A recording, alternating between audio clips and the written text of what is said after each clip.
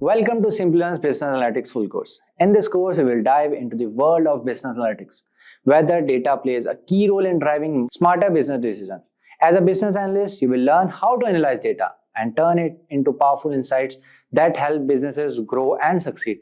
With the demand for business analysts rising in 2025 and beyond, there has never been a better time to step into this exciting career. Throughout this course, we will cover essential business analytic concepts from data visualization with Power BI to cleaning, organizing, and building reports, along with the advanced techniques to enhance your skills. You will also get hands-on experience through real-world projects and prepare for the job interviews and certification to boost your career prospects. So if you are interested in becoming a business analyst, Simplilearn offers the perfect certification program to help you achieve your goals. With this course, you will learn how to solve complex business problems and gain essential skills, all aligned with IIBA BABOK V3 standards, including CBAP and CCBA certification. You will also earn valuable certification from IBM, attend masterclasses with IBM experts, and get hands-on experience with real-world projects and Harvard business case studies. So hurry up, enroll now. Find the course link from the description box below and the pinned comment. So without any further ado, let's get started. It is no surprise that business analytics and business intelligence are two of the fastest growing markets in the world. Organizations today are generating data at a rapid rate. There is a need to use this business data and make smarter decisions. Companies are looking for methods and tools to turn business data into actionable insights. This is where business analytics and intelligence can help play a critical role. Business analytics is the process of collecting, analyzing and drawing valuable conclusions from vast volumes of data available. It helps to improve business performance through fact-based decision making. On the other hand, business intelligence or BI is a technology that enables data preparation, data mining, data management and data visualization. It allows you to analyze data with queries and create reports and dashboards with the help of charts and graphs to be used by business leaders. Business analytics and business intelligence together create capabilities for companies to compete in the market effectively. Consider this example. Suppose you sell homemade chocolates through an online store. Business intelligence provides meaningful insights into the past and current state of your business. BI tells you that sales of your milk chocolate have spiked up in Texas the past 2 weeks. So you decide to manufacture more milk chocolates to keep up with demand. Business analytics asks, why did sales of milk chocolate spike up in Texas? By scrutinizing your website data, you learned that most traffic has come from a post by a food blogger based in Texas who liked your milk chocolate. This insight helps you decide to send complimentary chocolates to a few other well-known food bloggers throughout the United States. Using cutting-edge business analytics and intelligence tools such as Microsoft Excel, SQL, Power BI and Tableau can enhance customer experience, improve efficiency, conduct competitor analysis and accelerate growth. With this basic knowledge of business analytics and business intelligence, let's look at the topics we'll be covering in this video. We will start with learning the need for business analytics and the responsibilities of a business analyst. Then, we will look at the top business analytics skills and learn about business analytics and intelligence with Microsoft Excel. After that, we will see the basics of business intelligence and get an idea about Agile and Scrum methodologies. Next, we will learn to create reports and dashboards in Microsoft Excel and understand in detail how to visualize data with top business intelligence tools such as Power BI and Tableau. Let's get started. We will understand the importance of business analysts with a short and interesting story. So meet Rob. He runs a cafe in a small town far away. His cafe is one of the oldest and most popular eateries in town. Rob's cafe was hugely popular amongst customers and it was doing very well until the onset of the deadly coronavirus. Due to COVID-19, like other eateries, Rob was forced to shut down his cafe too. This took a heavy toll on his business and subsequently he lost his customers. None of his customers visited his cafe and this resulted in a huge loss for him. He knew he couldn't afford to close his business forever as it would take time for coronavirus to be eradicated. But he was lost. This situation was new to him and he didn't know how to reopen his business amidst this pandemic. After a lot of brainstorming, he recollected reading about business analysts. He remembered that business analysts are professionals who enable a change in an organization. He felt like a business analyst could help him sort out his current business problems. Hence, without wasting any time, he set out to hire a business analyst. He hired Ted, the business analyst, to help him with his ongoing business problems. Rob entrusted Ted with reopening the business. The first step Ted took was to have a discussion with Rob and understand the business problems and the objectives. That is ideally the first step a business analyst would take. On discussing with Rob, Ted learned that the business objective was to reopen the business and get at least 80% of the customer base back. In addition to that, Rob also wanted Ted to look for sustainable ways to reopen and continue the business in the long run amidst the pandemic. Ted studied the case and he came up with a few suggestions that he thought was fit for Rob's business. His first suggestion was to develop an exclusive home delivery app for Rob's Cafe. This way, Ted knew that business will improve as customers prefer home delivery in the current scenario. Next, Ted suggested that Rob has work from home meal boxes added to his menu. Many professionals are working from home currently, and having work from home meal boxes would be a good pick for such professionals in the middle of a busy day. Ted's third suggestion was to bring down the selling cost by providing discount coupons that can be utilized by customers. Having a discount will enable more customers to order from Rob's Cafe. Of course, it was not possible to get the customer base back without any sort of price cuts in the current situation. Finally, Ted suggested that Rob's staff would facilitate home delivery orders. This way, he didn't have to lay off his staff and at the same time get the home delivery running. So these were a few suggestions given by Ted. Yes, depending on the situation, business analysts can take up different approaches. So after the suggestions were accepted by Rob for the app, Ted began to make sure that the development went well by collaborating with the IT team. Ted became the intermediary between the IT team and Rob. He provided suggestions to the team, checked the app through user interface testing, and made sure that the requirements met well. The same applied to the other business requirements and changes as well. Ted held regular meetings to gauge the progress and also kept Rob in the loop and updated him with the status of the project. Attending regular catch-ups helped Rob gain an insight into the progress and give his feedback from time to time. Ted made sure that the entire case was well documented. By doing so, he could always refer to the documents in the future with similar cases as well. Ted made presentations that showed Rob the business growth after implementing the changes, and Ted always supported his presentations with data. Rob was very impressed with Ted's business approach. Such an approach not only helped Rob reopen his business amidst the COVID-19, but also helped him get 80% of his customer base back. Ted successfully brought about a positive change in Rob's business, which was highly beneficial. So that is how Ted, the business analyst, helped Rob make a business sustainable. This was the importance of having a business analyst in Rob's organization. Don't you think every organization should have a business analyst? Well, yes. Depending on the business domain and the situation, the roles and responsibilities may vary. Let's start off and have a look at a day in the life of a business analyst through a small story. So meet Angela, who is working as a business analyst in an application development firm. Her firm builds applications for clients depending on their requirements. Our next character is Rob. He is a budding entrepreneur with a vision of setting up his own e-commerce app. He plans on selling several electronic gadgets like phones, laptops, cameras, etc. on his app. So what is Rob's first step? Well, he approaches Angela's firm one day with the vision of creating his e-commerce app. Angela and Rob start talking business and Angela promises to help Rob with his app creation. She assures him that she will look into his business requirements and coordinate with him to get the app running. Rob is happy about it and agrees to cooperate with Angela regarding all the business requirements from his end. Angela, as we know, is the business analyst. She starts planning Rob's project and without any delay, she embarks on this project's journey. She has a set of planned steps that will help her fulfill Rob's requirements. But what are the steps she takes? Is her approach going to be effective and quick? Let's find out the answers to these questions now. Up next, you can learn about Angela's approach that helps her deliver Rob's project smoothly and without any hassles.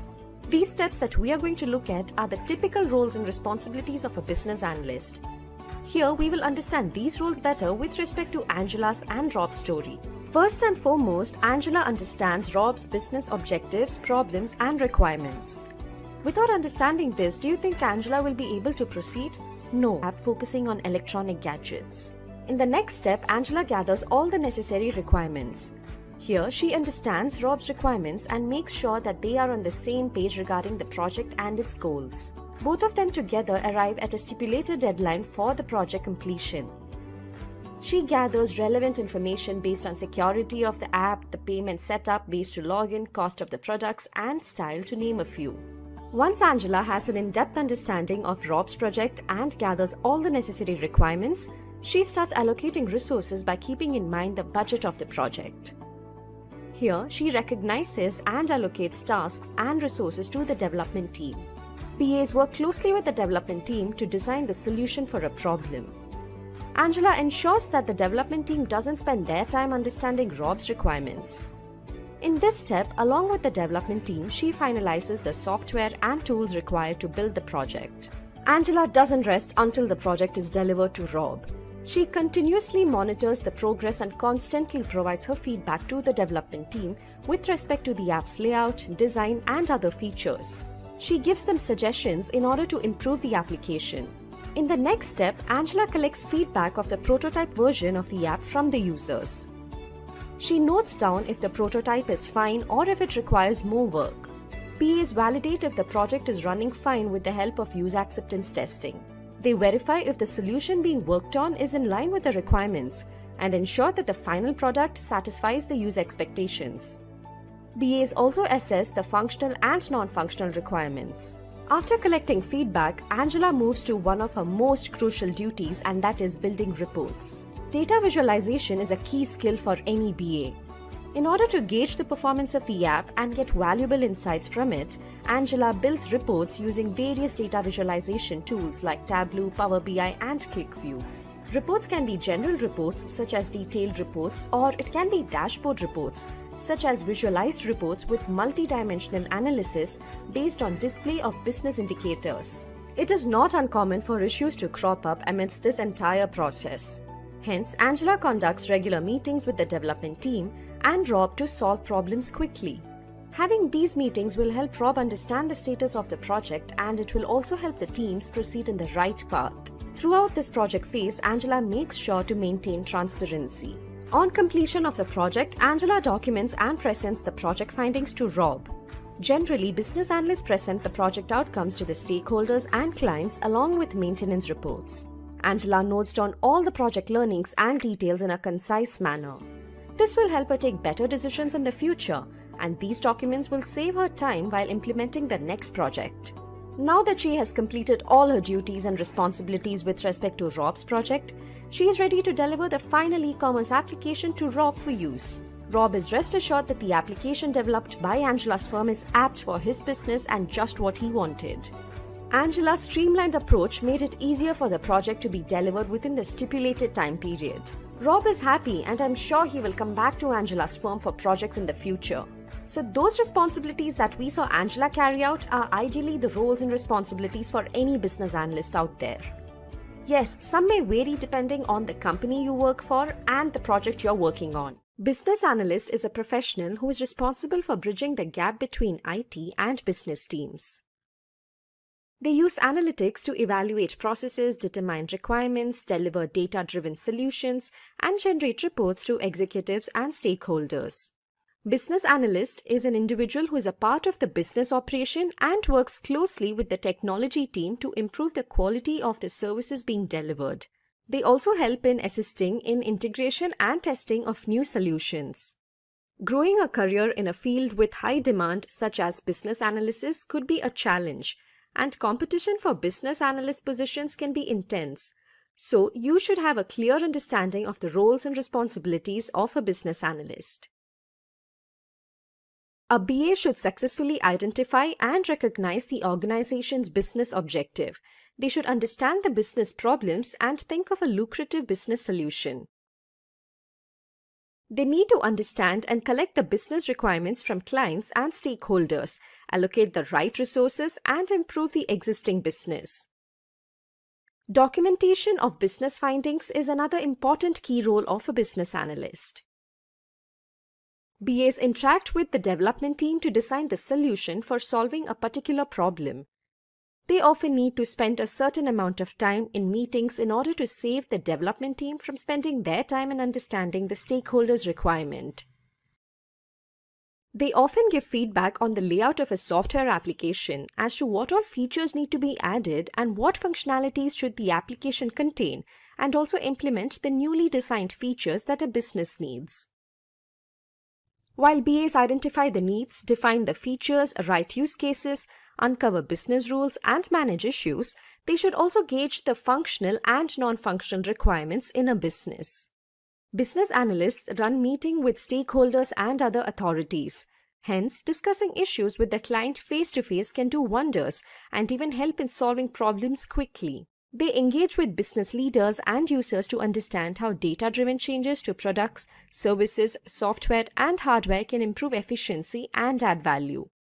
They verify and validate if the project is running well with the help of user acceptance testing and the solutions are in line with the client's requirements. They also ensure that the product delivered satisfies the user requirements. Finally, BAs write documentations and build visualizations to explain all the findings and draw business insights. They also deliver maintenance reports. They need to develop informative, coherent, and usable documents for the success of a project. Business analyst skills are a combination of technical as well as non-technical skills, often referred to as soft skills. The skills for a business analyst are not only acquired through training, but through experience and combined with the ability to understand situations and the motive behind the problem. So let's have a look at the top skills to become a successful business analyst. The first skill we have is understanding the business objective. For a business analyst, it is important to know the goals and objectives of the business.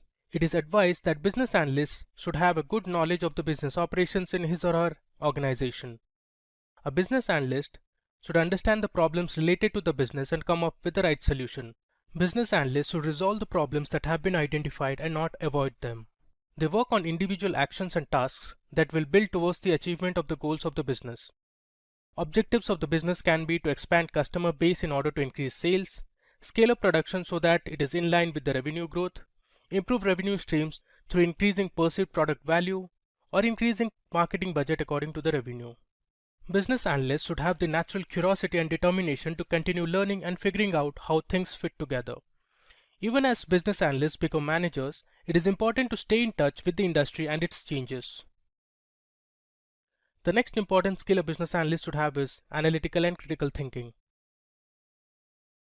Now there is a famous quote by Thomas Alva Edison which says, 5% of the people think, 10% of the people think they think, and the other 85% would rather die than think. Business analysts are paid to think. A business analyst should be able to analyze and interpret the client's requirements clearly. Business analysts require good focus in order to collect and understand the needs of the client. Critical thinking involves evaluating several options before arriving at the desired solution.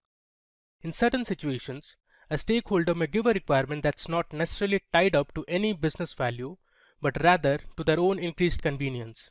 Applying critical thinking demands not taking all the statements of the stakeholders for granted. Critical thinking allows the business analyst to distinguish between requirements that add value to the business and those that should be given a low priority.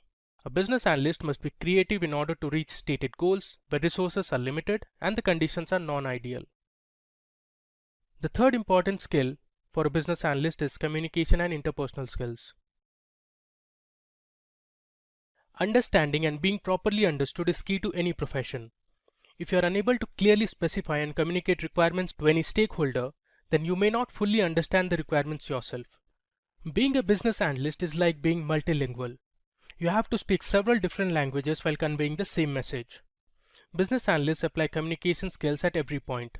They use communication and interpersonal skills when the project is launched, while gathering requirements, when collaborating with stakeholders, and also while validating the final solution.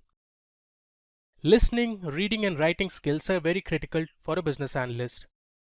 They should be capable of facilitating meetings. Business analysts use verbal and written communication to convey ideas, concepts, facts, and opinions to a variety of stakeholders.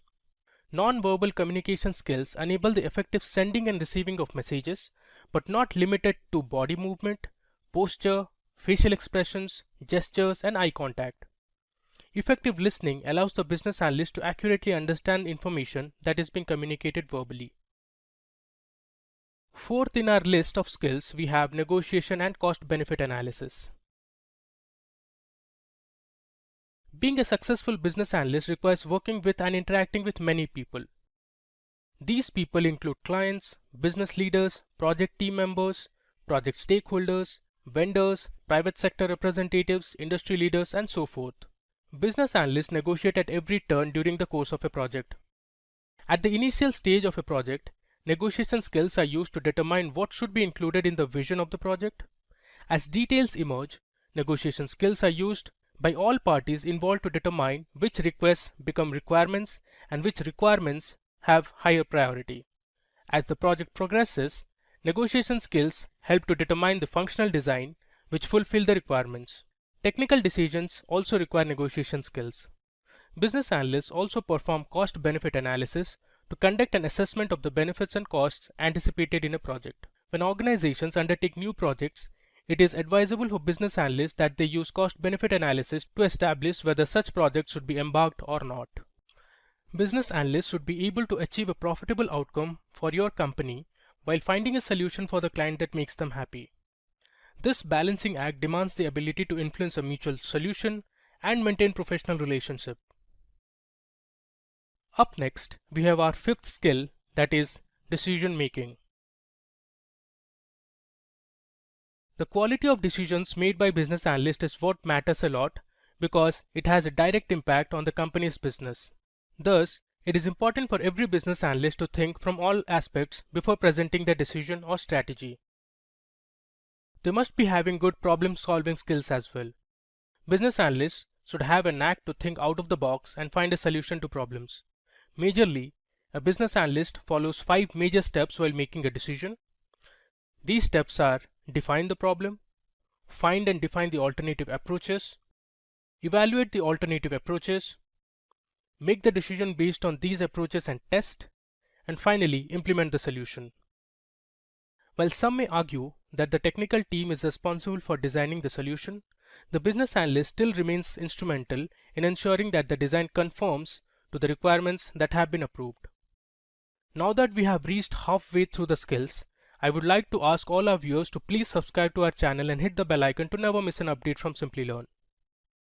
Moving on, we have another really important business analyst skill, that is idea about programming languages.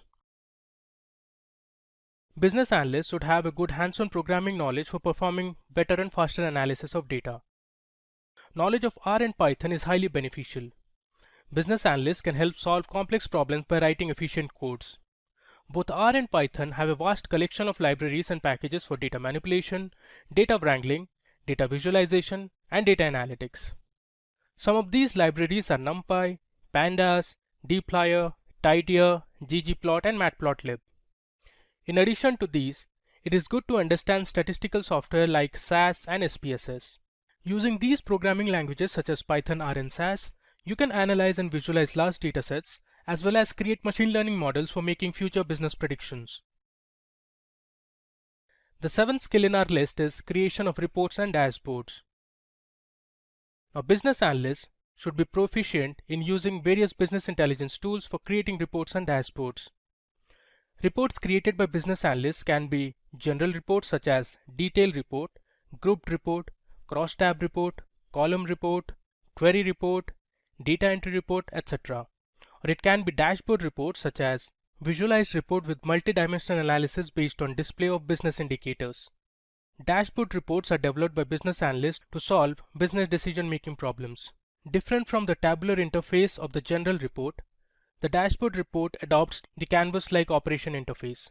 Knowledge of Tableau, Power BI, and ClickView are required to make different types of reports depending on the business requirements. Now, the eighth skill in our list of skills is database and SQL. Business analysts often work with data that is structured in nature. Hence, to store and process this data, they should have knowledge of relational databases such as Microsoft SQL Server, Oracle Database, MySQL Database, as well as NoSQL databases. Also, having hands-on experience with SQL is a must for a business analyst to access, retrieve, manipulate, and analyze data. So they should be able to write data definition and data manipulation commands such as create, update, delete, and insert. Microsoft Excel is the ninth skill in our list. Excel is one of the oldest and most popular and powerful analytics and reporting tool used in the industries for working with data. Business analysts use Excel to perform various calculations, budget analysis, and data analysis to derive meaningful insights and take decisions. They sort, filter, and create pivot tables to summarize the data.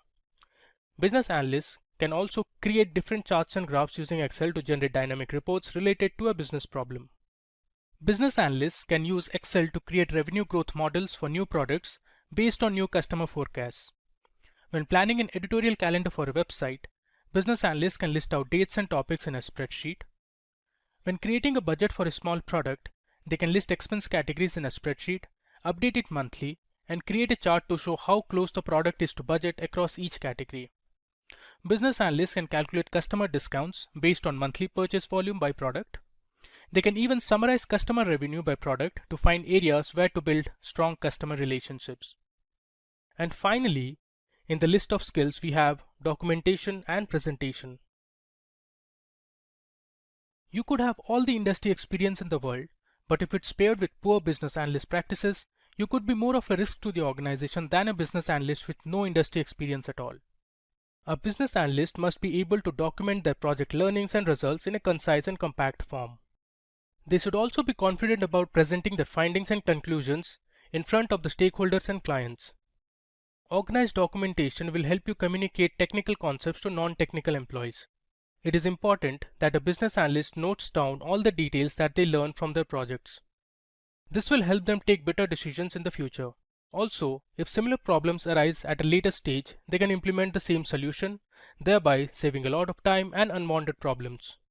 While business analysts are generally not responsible for making decisions regarding project solutions, decision-making skills are still important for understanding, gathering, and presenting relevant information to assist decision makers with selecting the optimal solution. With that, we have covered our top skills for a business analyst. If you have any questions related to the skills that we covered, then please put it in the chat section. Our team will help you solve your queries. Now, let me tell you how Simplilearn can help you grow your career in business analytics and help you become a business analyst. So let me search for Simplilearn here. This is the Simplilearn website, and on the search bar, let me look for business analyst. You can see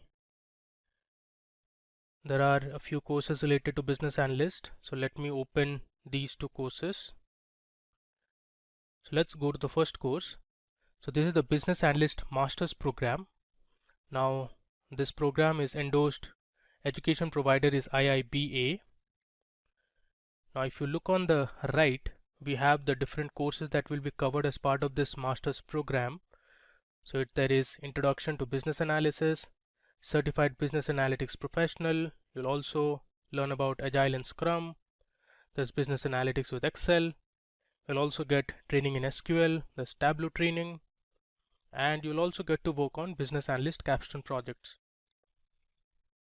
If I scroll down, now here are the tools that will be covered as part of this course. So there's Microsoft Excel, Zira, Tableau, Power BI, PostgreSQL, then there's Planbox, Target Process, and others.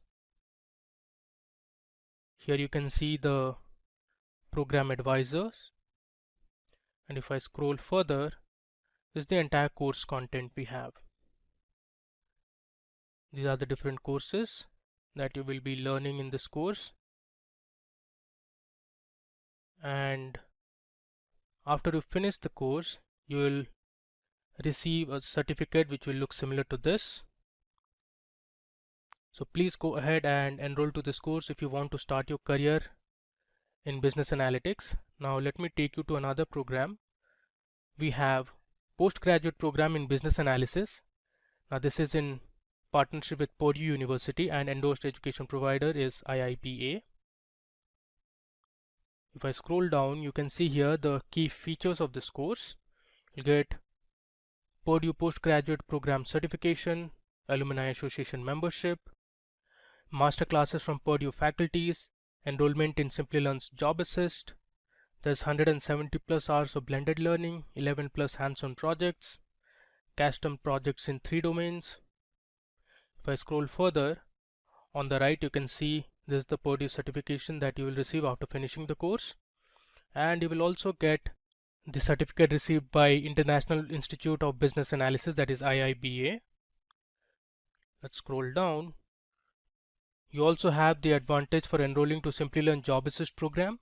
So you will get IIM Jobs Pro membership for 6 months, resume assistance and career monitoring. You'll also have interview preparation and career affairs. Now here you can see the program details. So you will learn about an introduction to business analysis, certified business analysis professional, there's Agile and Scrum, business analytics with Excel, Tableau training, business analyst capstone project. And you also have the opportunity to enroll for some electives. So we have Purdue University Business Analysis Masterclass. You can also enroll to a Power BI course, and there's Agile and Scrum Foundation. If I scroll down, here you can see the skills that will be covered as part of this program. So there's business analysis, there's elicitation and collaboration, requirement analysis, planning and monitoring. Let me click on view more. You have strategy analysis, dashboarding, wireframing, that's data visualization, statistical analysis using Excel, SQL database, there's requirement lifecycle management, and lots more. So these are the tools that will be covered in this course. We have Microsoft Excel, Zira, Fogbuzz, Planbox, that's Rally, Power BI, PostgreSQL, that's version 1, target. And now this is the important part. These are the industry related projects that you will get to work on once you enroll to this course. So the first project is canteen ordering system for Unilever. We also have library management system for Stanford University. There's WhatsApp Pay, and you can see the description of these projects mentioned below. And you also have hospital management system for Mayo Clinic. They are our course advisors for this course. Now they are directly related to Purdue University. If I scroll further, there's the learner's profile and how the industry trend has been for business analysts. So please go ahead and enroll to this program if you really want to start your career or you want to grow your career as a business analyst. Now here is a quick roadmap that depicts what a fresher needs to possess to become a business analyst. First, they need to have a graduation degree in a related field. Then, knowledge of SQL and relational database is very important. Thirdly, a fresher should have good hands-on experience with programming languages, and that's a prerequisite. And finally, they need to have good communication skills to nail the role of a business analyst. Up next, we have the roadmap that depicts what an experienced professional needs to possess to become a business analyst. Firstly, they should have good knowledge of the domain they're currently working in. Next, they should know how to write SQL queries. An experienced professional should be good with programming languages. In addition to that, they need to have good communication and negotiation skills. Finally, they should be good at creating interactive reports using business intelligence tools. In addition to that, having a certification offered by International Institute of Business Analysis, such as Certified Business Analysis Professional, would be highly beneficial. Have you ever wondered how companies use data to make important decisions and improve their operations? Well, that's where business intelligence comes in.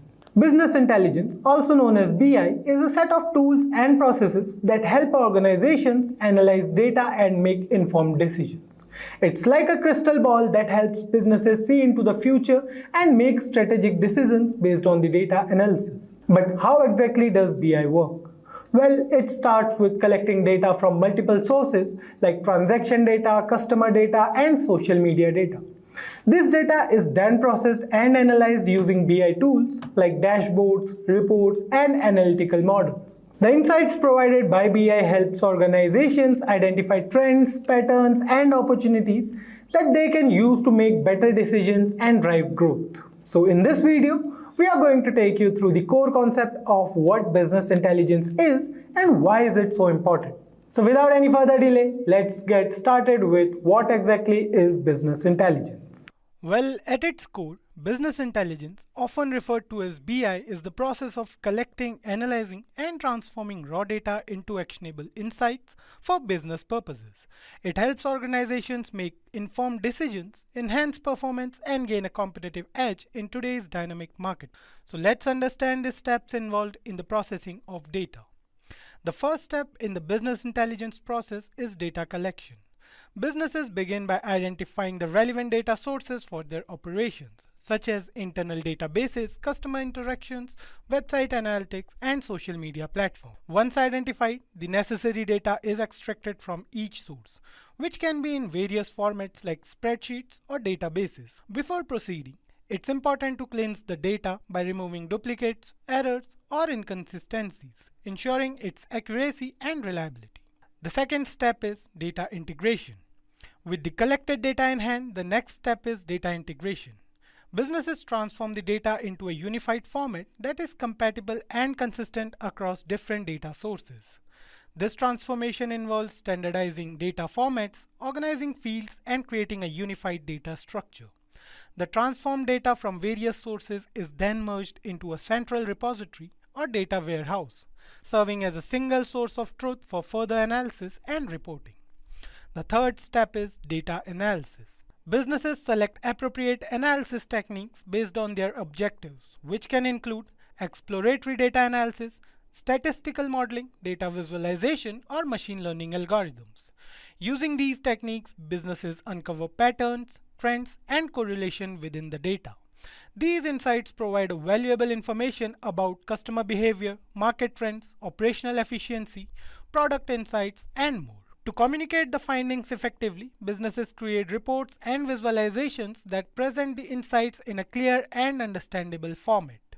The fourth step is decision making and action. The final step in the business intelligence journey is turning insights into actions. Armed with the insights from data analysis, businesses make informed decisions. These decisions can range from optimizing operational processes and refining market strategies to improving customer experience and identifying new business opportunities. Businesses continuously monitor the impact of their decisions and actions using feedback loops and iterative processes to refine strategies, adapt to changing market conditions, and improve overall performance. Have you ever wondered how successful people can be after opting a postgraduate program in business analytics? Hear it from our learners who have experienced massive success in their careers. Hi, I'm Gordana Vujik. I live in Raleigh, North Carolina, and working as a business analyst at Ravature. This is my second job since I completed the postgraduate program in Business Analytics by Simplilearn with Purdue University in December 2021. My experience with Simplilearn was great. The live classes were my favorite because they were very interactive and I could connect with the instructors. I have many small gaps and short employments in my career. I even have a huge 2-year career gap due to some health issues. However, I think the dark times are now behind me. It doesn't matter how challenging the path may be. Keep upscaling and one day you will achieve success in life. The next question is, why is business intelligence so valuable to businesses? So let's explore its benefits. The first is enhanced decision making. By providing accurate and timely insights, BI enables organizations to make informed decisions based on facts rather than assumptions or intuition. This leads to improved efficiency, reduced risks, and better outcomes. Increased operational efficiency. Business intelligence streamlines operations by identifying bottlenecks, optimizing processes, and highlighting areas of improvement. This leads to enhanced productivity, cost savings, and overall efficiency gains. Competitive advantage. In today's competitive landscape, gaining a competitive edge is crucial.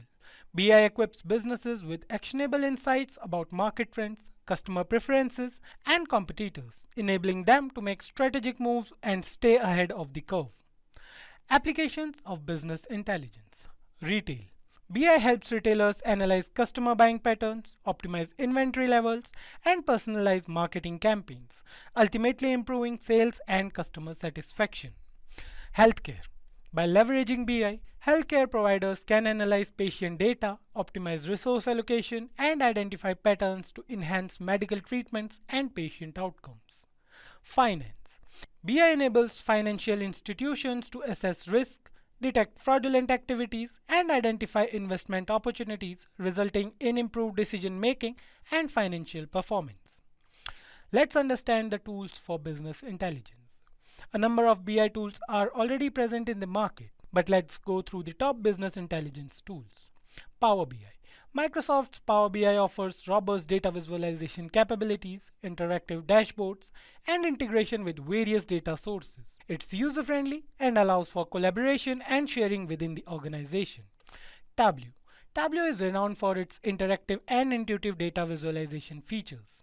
It supports advanced analytics, custom calculations, and offers seamless integration with multiple data sources. ClickView. ClickView provides a comprehensive business intelligence platform with powerful data discovery, visualization, and reporting features. It allows users to explore data from various angles and uncover hidden insights. Looker.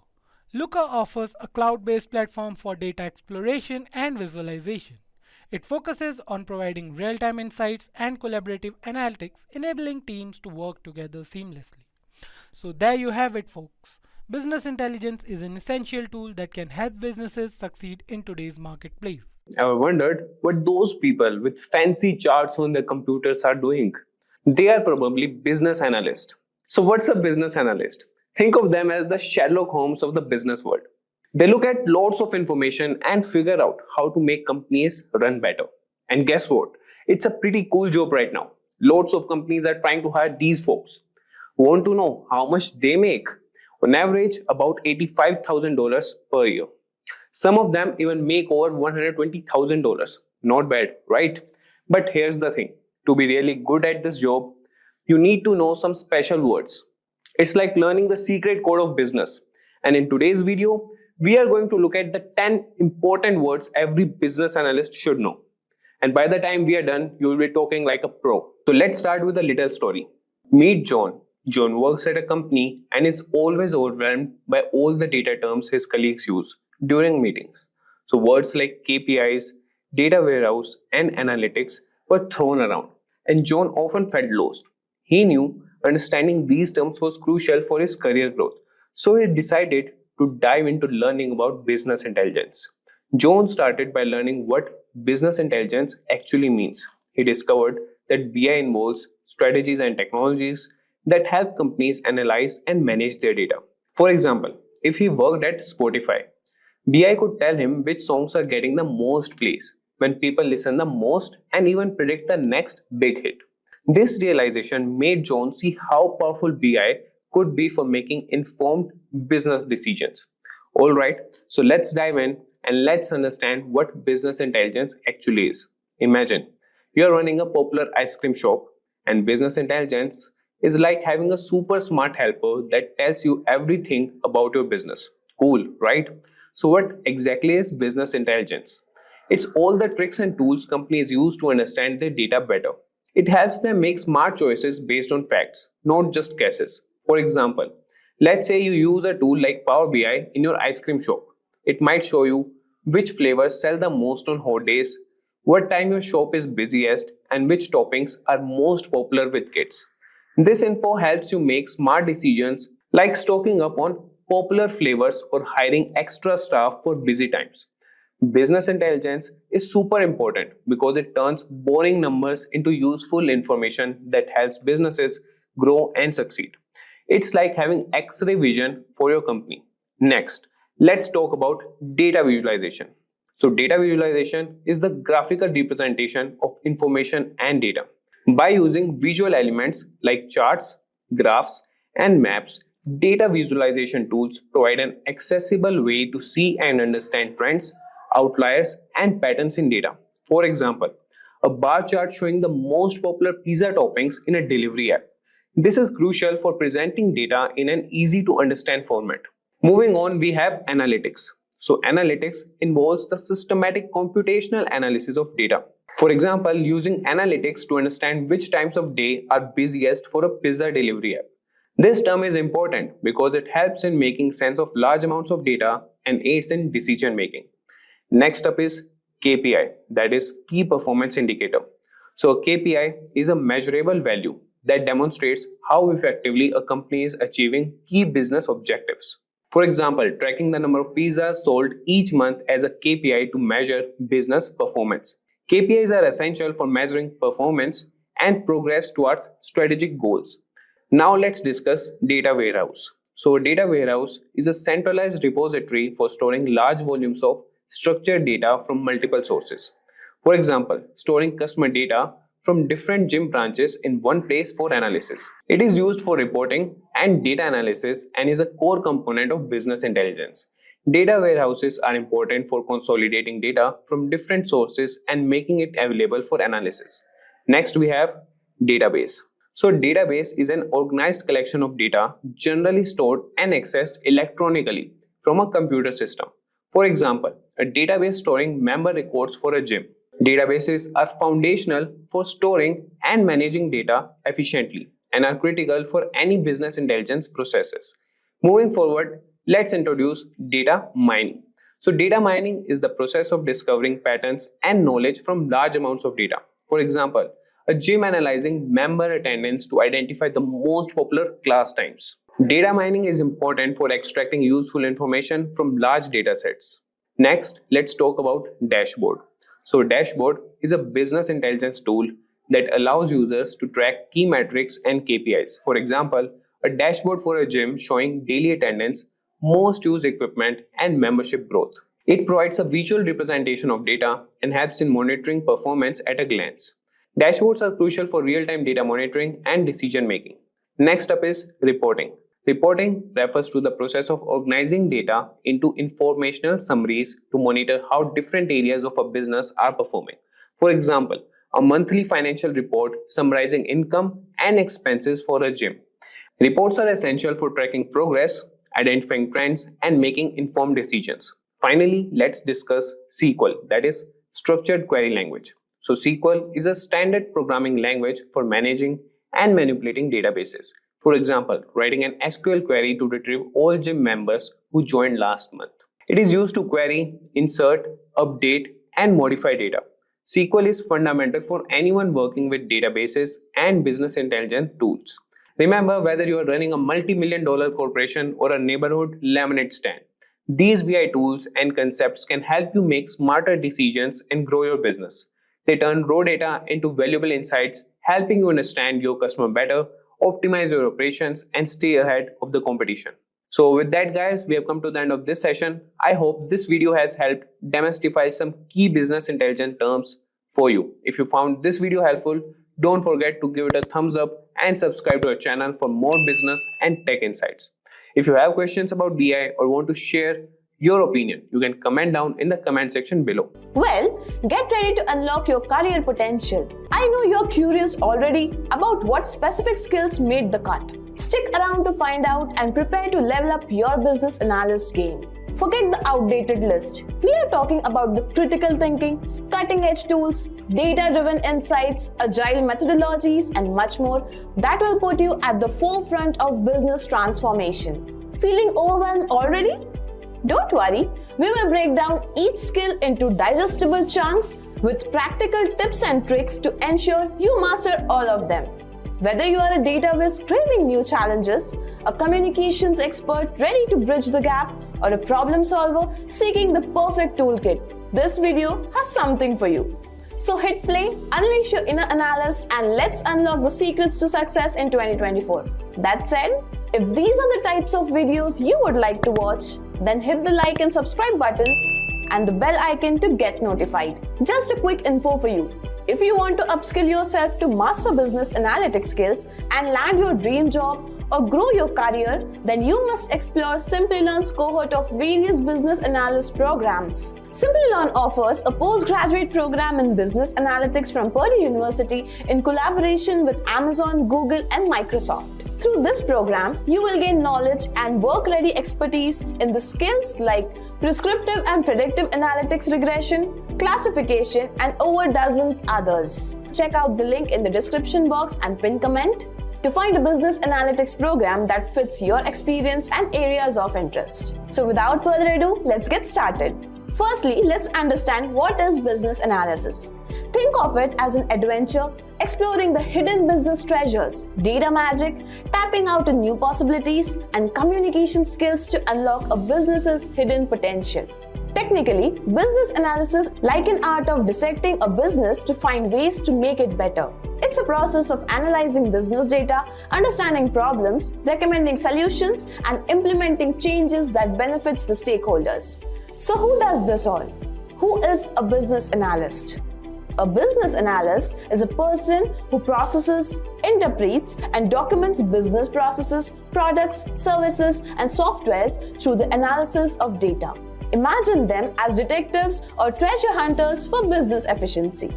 A business analyst is a problem solver and translator who bridges the gap between the business needs and technological solutions. They analyze data, understand processes, and communicate effectively to help businesses run smoother and smarter.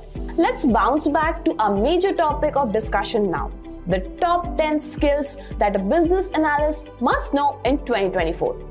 So the skills listed are a combination of technical and non-technical skills. Most of the time, non-technical skills play a vital role for a business analyst. Let's begin with non-technical skills and circle back to the technical skills. Critical thinking and problem solving. Critical thinking and problem solving ensures strategic decision making, optimizes processes, and mitigates any potential risk. You need to have expertise to analyze complex business challenges, identify the root causes, and develop innovative solutions. The main idea is to leverage analytical rigor to deliver data-driven solutions for enhanced business performance. Collaboration and communication. As a business analyst, you must possess exceptional interpersonal skills, bridging the gap between businesses and technical teams to achieve shared objectives.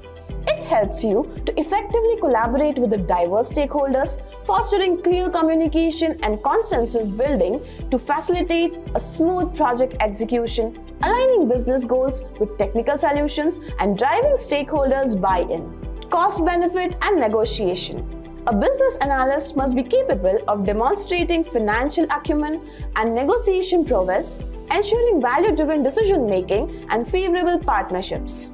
You need to evaluate proposed solutions using financial modeling and cost-benefit analysis. Skillfully negotiate contracts and resource allocation. This maximizes return of investment and secures optimal terms for the organization. Project management and documentation. Every organization employs proven project management methodologies to deliver solutions on time, within budgets, and exceeding expectations. As a business analyst, it's your responsibility to organize and execute projects efficiently, utilizing agile methodologies and best practices.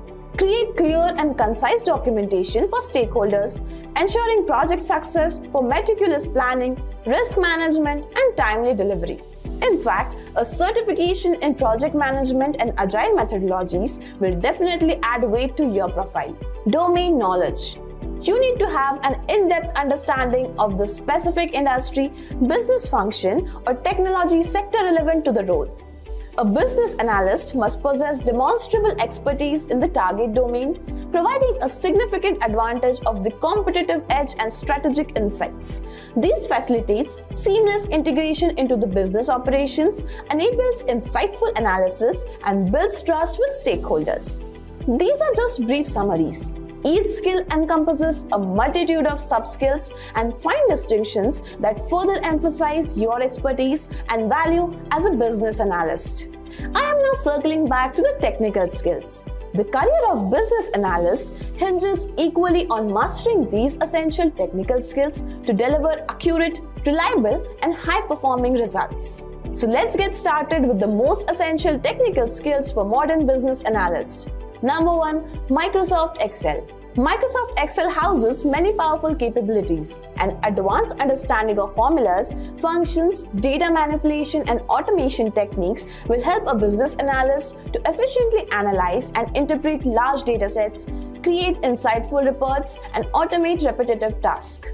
On number 2, database and SQL. SQL is the most widely used data querying language. Versions like PostgreSQL, Oracle SQL, and MySQL are widely used in the industry. Familiarity with relational databases and query languages like SQL would benefit you in easily extracting, transforming, and analyzing data stored in various databases, enabling you to unearth deeper insights. Data analysis. As a business analyst, you need to master the fundamentals of data analysis, exploratory data analysis with Python and R, mathematics, and statistics. Data analysis is a combination of statistical analysis, hypothesis testing, and identifying trends and patterns from data. It helps translate raw data in actionable insights, defines action items, informs decisions for business, and drives improvements. On number 4, we have data visualization. The critical part of business analysis is trying to establish solid communication between the technical team and the non-technical stakeholders. Enhancing the understanding of insights to facilitate decision making across all levels is mandatory. One good way to do is by creating compelling charts, graphs, and dashboards. This helps effectively communicate the complex numerical data into visuals that speaks for themselves. Tableau, Power BI, and ClickView are some of the leading data visualization tools in the market. ERP and CRM tools. A business analyst needs to understand the enterprise resource planning or ERP and customer relationship management or CRM systems. It helps to better understand and establish business acumen, giving the organization a competitive advantage to streamline data analysis processes and gain holistic views of business operations and customer interaction.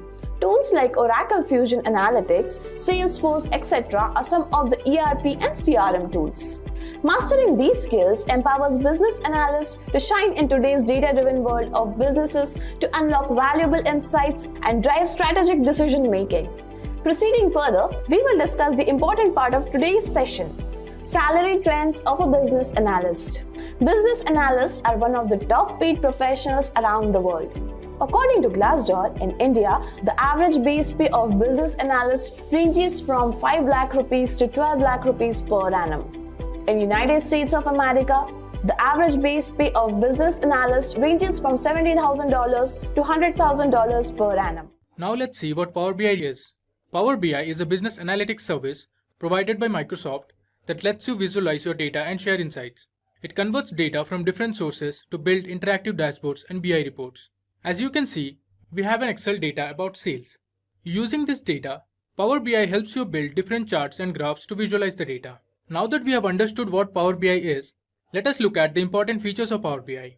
First is Power BI Desktop. Power BI Desktop is a free software that you can download, and it allows you to build reports by accessing data easily. For using Power BI Desktop, you do not need advanced report designing or query skills to build a report. Second, as already discussed, Power BI supports stream analytics. From factory sensors to social media sources, Power BI assists in real-time analytics to make timely decisions. Third, support for multiple data sources is one of the major features of Power BI. You can access various sources of data such as Excel, CSV, SQL Server, web files, etc. to create interactive visualizations. And finally, custom visualization. Custom visualization is another vital feature of Power BI. While dealing with complex data, Power BI's default standard might not be enough in some cases. In that case, you can access the custom library of visualization that meets your needs. Let us jump into discussing the various components of Power BI. As you can see, there are 6 major components of Power BI. Now let's discuss them one by one. First is Power Query. Power Query is the data transformation and mashup engine. It enables you to discover, connect, combine, and refine data sources to meet your analysis need. It can be downloaded as an add-in for Excel or can be used as part of Power BI Desktop. Second, we have Power Pivot. Power Pivot is a data modeling technology that lets you create data models. It also allows you to establish relationships and create calculations. It uses data analysis expression language or DAX to model simple and complex data. Third, we have Power View. Power View is a technology that is available in Excel, SharePoint, SQL Server, and Power BI. It lets you create interactive charts, graphs, maps, and other visuals that brings your data to life. Next, we have Power Map. Microsoft's Power Map for Excel and Power BI is a 3D data visualization tool that lets you map your data and plot more than 1 million rows of data visually on Bing Maps in 3D format from an Excel table or data model in Excel. Then we have Power BI Desktop. Power BI Desktop is a development tool for Power Query, Power Pivot, and Power View. With Power BI Desktop, you have everything under the same solution, and it is easier to develop BI and data analysis experience. Finally, we have Power Q&A. The Q&A feature in Power BI lets you explore your data in your own words. It is the fastest way to get an answer from your data using natural language. An example could be, what was the total sales last year? Once you have built your data model and deployed that into Power BI website, then you can ask questions and get answers easily. Now, let's see what Power BI Service is. Power BI Service is the software as a service part of Power BI. It is also referred as Power BI Online. To access Power BI Service, you need to log into app.powerbi.com. Now let me show you that. I'll go to Google, I'll open a new tab and search for app.powerbi.com. It's loading. But this is how the homepage of Power BI Service looks like. I've created some dashboards on it. First, you need to log into app.powerbi service. You can see I'm logged in. Now under my workspace, if I go to dashboard, here I've created a finance dashboard. You can see the different charts and graphs I have prepared and pinned it to the dashboard. So Power BI Service allows you to connect to your data, create reports and dashboards, and you can also ask questions to your data. Now as you can see in this dashboard, we have created some charts and graphs. So this is a tree map. There's a pie chart, there's a bar graph. Below you can see there are line charts and donut charts. It tells you the total sales that were made, the total number of units sold, the sales by product, sales by country, sales by segment, and lots more. One of the key features of Power BI is creating dashboards from multiple reports and datasets. Power BI Dashboard is a single-page visualization to tell a story. The visualizations on a dashboard are generated from multiple reports, and each report is based on one dataset. A single-page dashboard is known as a canvas. The visualizations you see on the dashboard are called tiles. These tiles are pinned to the dashboard by report designers. Now let me go back to my dashboard. So this is called a canvas, and each of these are called tiles. So on the top, you can see we have 3 tiles. Now let's understand how to create and publish reports in Power BI dashboards. Power BI allows you to create different reports on Power BI Desktop. These reports can be published on the Power BI dashboard using Power BI Service. Here, you can see there is a Power BI report created on Power BI Desktop. If you click on Publish, it will take you to the Power BI Service where you can build a dashboard. Here is the button for Power BI Publish. Once you click on Power BI Publish, it will take you to the dashboard. So this is a single page Power BI dashboard on Power BI Service. Now, let's understand the Power BI architecture. Power BI architecture is a service built on top of Azure. There are multiple data sources that Power BI can connect to. Power BI Desktop allows you to create reports and data visualizations on the dataset. Power BI Gateway is connected to on-premise data sources to get continuous data for reporting and analytics. Power BI services are basically the cloud services that are used to publish Power BI reports and data visualizations. Using Power BI mobile apps, you can stay connected to their data from anywhere. Power BI apps are available for Windows, iOS, and Android platforms. Hey there, have you ever looked at a pile of data and thought, how do I make a sense of this? Well, that's where Power BI comes in. Imagine turning boring spreadsheets into stunning interactive dashboards with just a few clicks. That sounds exciting, right? And in this video, we are diving into Power BI from the basics to transforming data, creating charts, visualizations, and even building a real dashboard in our demo. So whether you're a beginner or looking to sharpen your skills, this is the perfect place to start. So let's get started. Welcome back everyone to Simplilearn. Today, we are diving into the exciting world of data visualization with Power BI, where we will explore how you can transform raw data into powerful insights and visual stories. Whether you are a business professional, a student, or an IT beginner, this session is designed just for you. We will go through the introduction of BI, see how to install Power BI, then we'll see the data transformation. We will deep dive into visualizations principles and creating charts and graphs. After creating charts and graphs, we will go ahead and create an interactive report in Power BI. Before diving into Power BI, let's first talk about business intelligence or BI. BI refers to tools and processes that helps organization to collect, analyze, and use data to make smarter decisions. Think of it as your compass in a sea of information.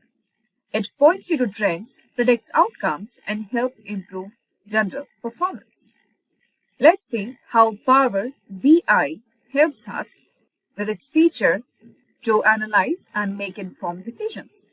Now, Power BI is one of the most popular BI tools out there. It is developed by Microsoft and allows you to connect to different data sources, create interactive visualizations, and share insights seamlessly. Whether your data lives in Excel, SQL databases, or even web applications, Power BI can connect to it. Why Power BI, you ask? Because it is user-friendly, powerful, and widely used by businesses worldwide. Plus, its visualizations help you to present data in a way that's easy to understand. Let's dive deeper. These are three major components of Power BI. First is Power BI desktop application. Second is Power BI online service.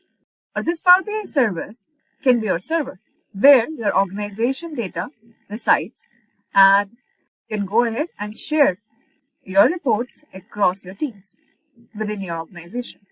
And then the next here you have Power BI mobile application. All these three make sure that the report is developed and it is shared across, plus it can be viewed by the end user easily too. We are going to create reports in Power BI desktop application. Let's go through the installation and setup of Power BI. Installation and setup is very easy. You can simply go ahead and download this desktop for free. You need to, if you want to go ahead and explore the sharing, then only you need the online Power BI. However, to understand and learn Power BI desktop, you can go ahead and simply download. You can click on download free button, enter the required details if asked, and start on get started. You can also go ahead to Microsoft applications if you're working on Windows. And from there also you can go ahead and download Power BI desktop application. Once you have downloaded, you can simply follow the on-screen instructions and download, install and download the application on your systems. Once installed properly, your Power BI desktop might look like this, where you have ribbons on which features are displayed. On the left hand side, you will have a vertical menu card with the report view, table view, model view, and query view. On the right hand side, you will find three panes: filter, visualizations, and data. You might have a vertical pane on right side too, where we can go ahead and switch on and off the selections on the pane. Similar to Excel, you will also find here page 1. You can simply click on plus sign here and add more pages and reports here. Now, once you have the desktop, we need to go ahead and connect with the data sources. Power BI can connect to multiple data sources, that is 95 plus data sources and the connectors available there. The most popular ones are Excel, text and CSV files, SQL servers, web, APIs, and more data connectors. Power BI makes connecting to data incredibly simple. You can pull the data from Excel, perfect for small data sets like sales reports or budgets. SQL Server, a go-to for larger databases. Web data sources, imagine pulling live data from APIs or websites. And other connectors are Power BI supports countless connectors for any data that we need from other applications, softwares, clouds, and servers. For beginners, start with an Excel sheet or a CSV. It's familiar and Power BI integrates with it beautifully. Before we go ahead and look at the visualizations in Power BI, let me show you how do we connect with a simple text or a CSV file. This is our Power BI desktop. Under the Home tab, we can see we have data and queries here. We want to connect with a simple CSV here, so we go to the Get Data drop down. We click on Text or CSV. Currently, I am going to connect with a CSV dataset, a simple retail sales dataset, everyone. See here. We can see right now, this is the date, region, category, sales, and profit. And the delimiter here is comma. All these columns are automatically identified from a simple CSV file. Now we have three paths to select: load, transform data, and cancel. Load here will directly load this particular data set into the Power BI desktop. Transform data will take us to another window, which is Power Query. Within Power BI desktop, Power Query is one of the components which will help us to connect with data. The components that we see in data group and in the query group, these both belong to Power Query. They both belong to Power Query. Power Query helps us in ETL process. ETL is extract, transform, load the data set. We can see here we do have two options, that is load and transform data. Both the paths here are from Power Query. So let's go ahead and have a quick look into what is Power Query and how does it look like.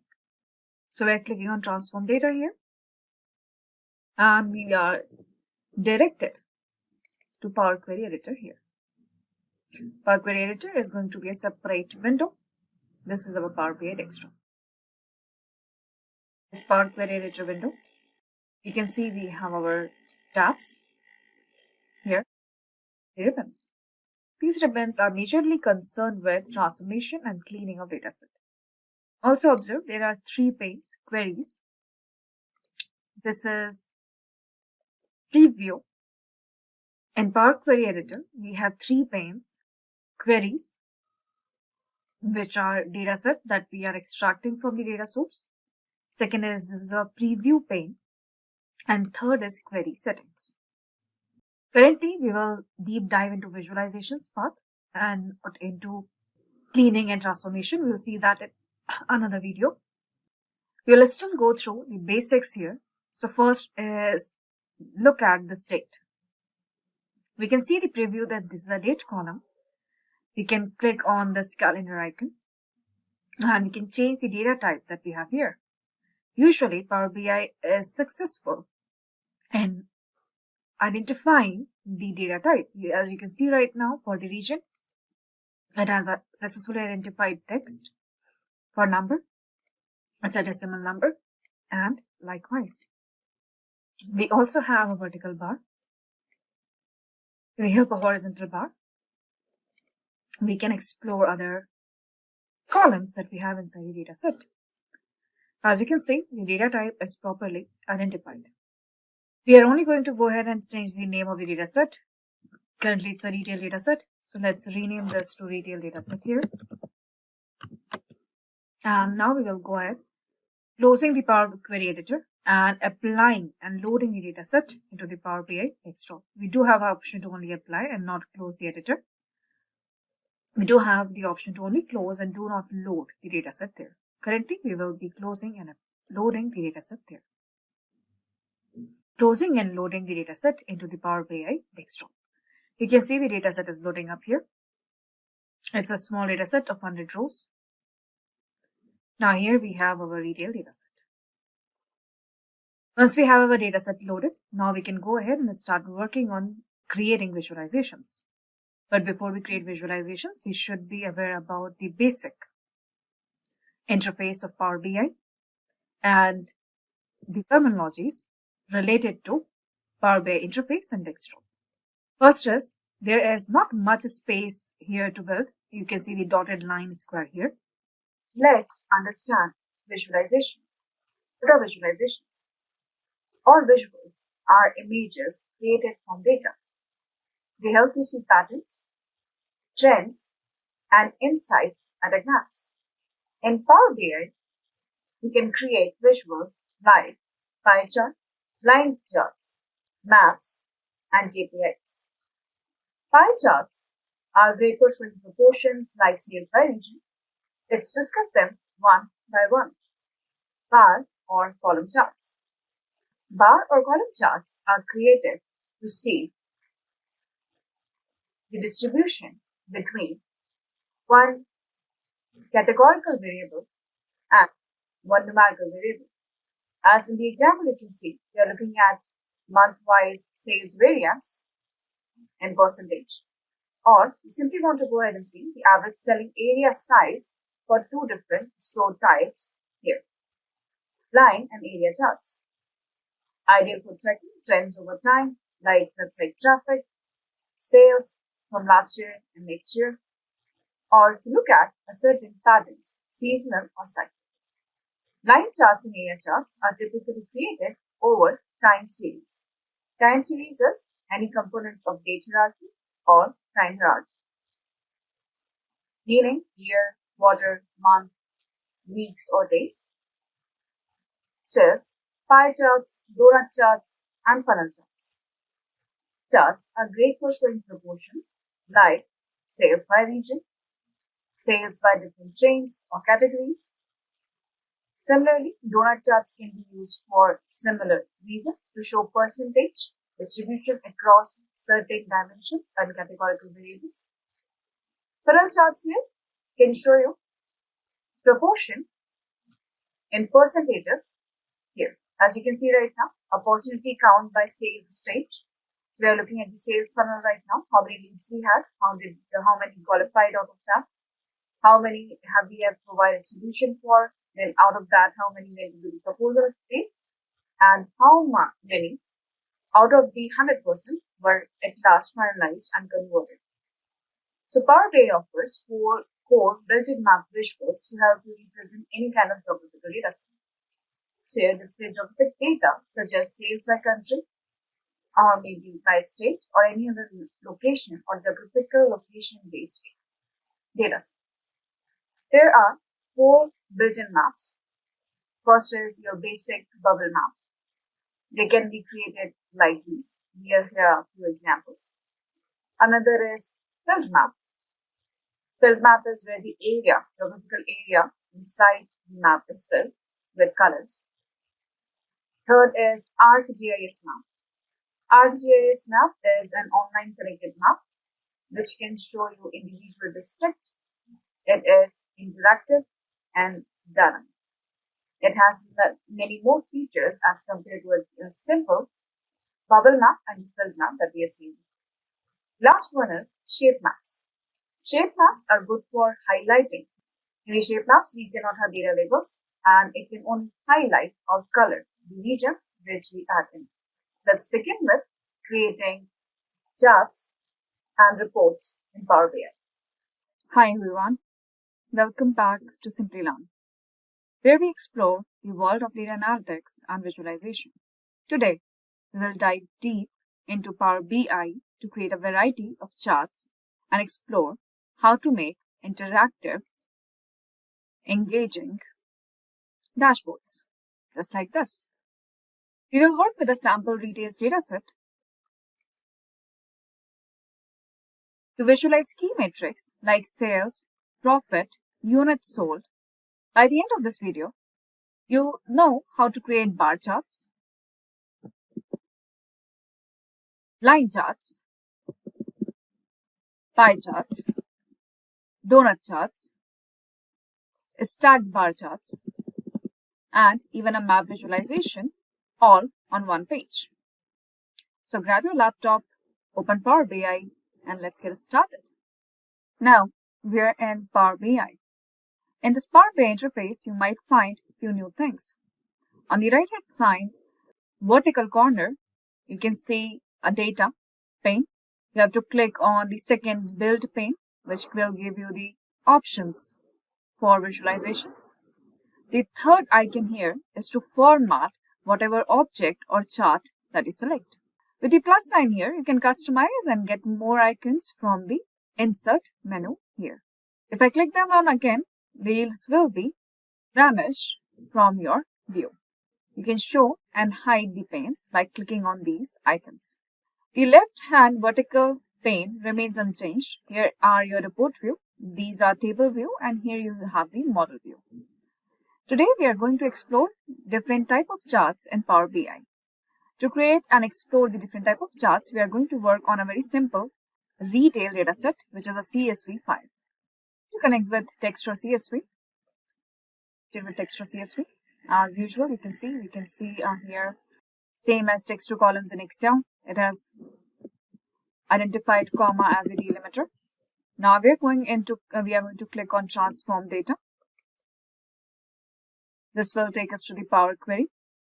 In Power Query, there is, let's check the data type right now. We have date with the date proper data type here.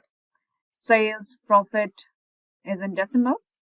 Then we have country and state, which is text. This all seems fine with us. Let's close and apply. Always remember that the interface might look different as Power BI gets updated every month. Not interface, but the Power BI and Power BI online service, that too. Once we are connected with the here retail sales, we can see we have category, country, date, and profit. Let's set their properties first. Category is fine. It is simple text, and we are okay with that. Country is a geographical data set. So we go here and we will describe this, categorize this as country. It is now recognized as geographical data set. Same goes with the state here. We will decide that this is a state. We communicate this to Power BI. It is a geographical data set. Now, let's begin here by exploring different type of charts. As you can see, the dataset we are using is a sample retails dataset, which includes date, region, the geographical location, category, the product category, sales from individual amount, from individual date, total sales amount, profit earned on that particular date, and the total number of units sold for that particular category. We have started by importing this data into Power BI, and now we are moving on to visualization. Let's see some basic visualizations here. First, let's create a bar chart. We can see here we have a bar chart. It's a stacked bar chart, and here also we have a bar chart. Let's create sales by region. Click on the clustered bar chart visual in the visualization pane, which is the first row and the third icon here, inside the build pane here. On the right hand upper corner, you can see the preview of this bar chart. As soon as you have the preview of bar chart here, observe below the build pane, we have y-axis, x-axis, legend, and more options here. Drag region to the axis field. You can also go ahead and check on region. You can either drag and drop, or you can simply check on region. Region gets added into the y-axis. Then drag sales to the values field, that is x-axis here. So here is sales. We are dragging this to x-axis here, or we can simply check on sales here. Now as you can see, a bar chart is created. We can resize it and keep it here. Now let's format this chart. Let's see the formatting options for the bar chart.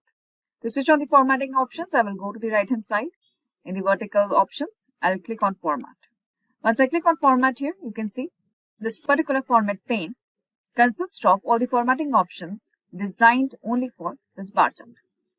First, let's switch on the data labels.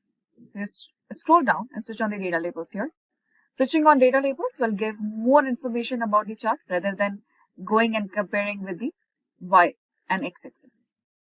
Once we see the numbers here, they are not much visible.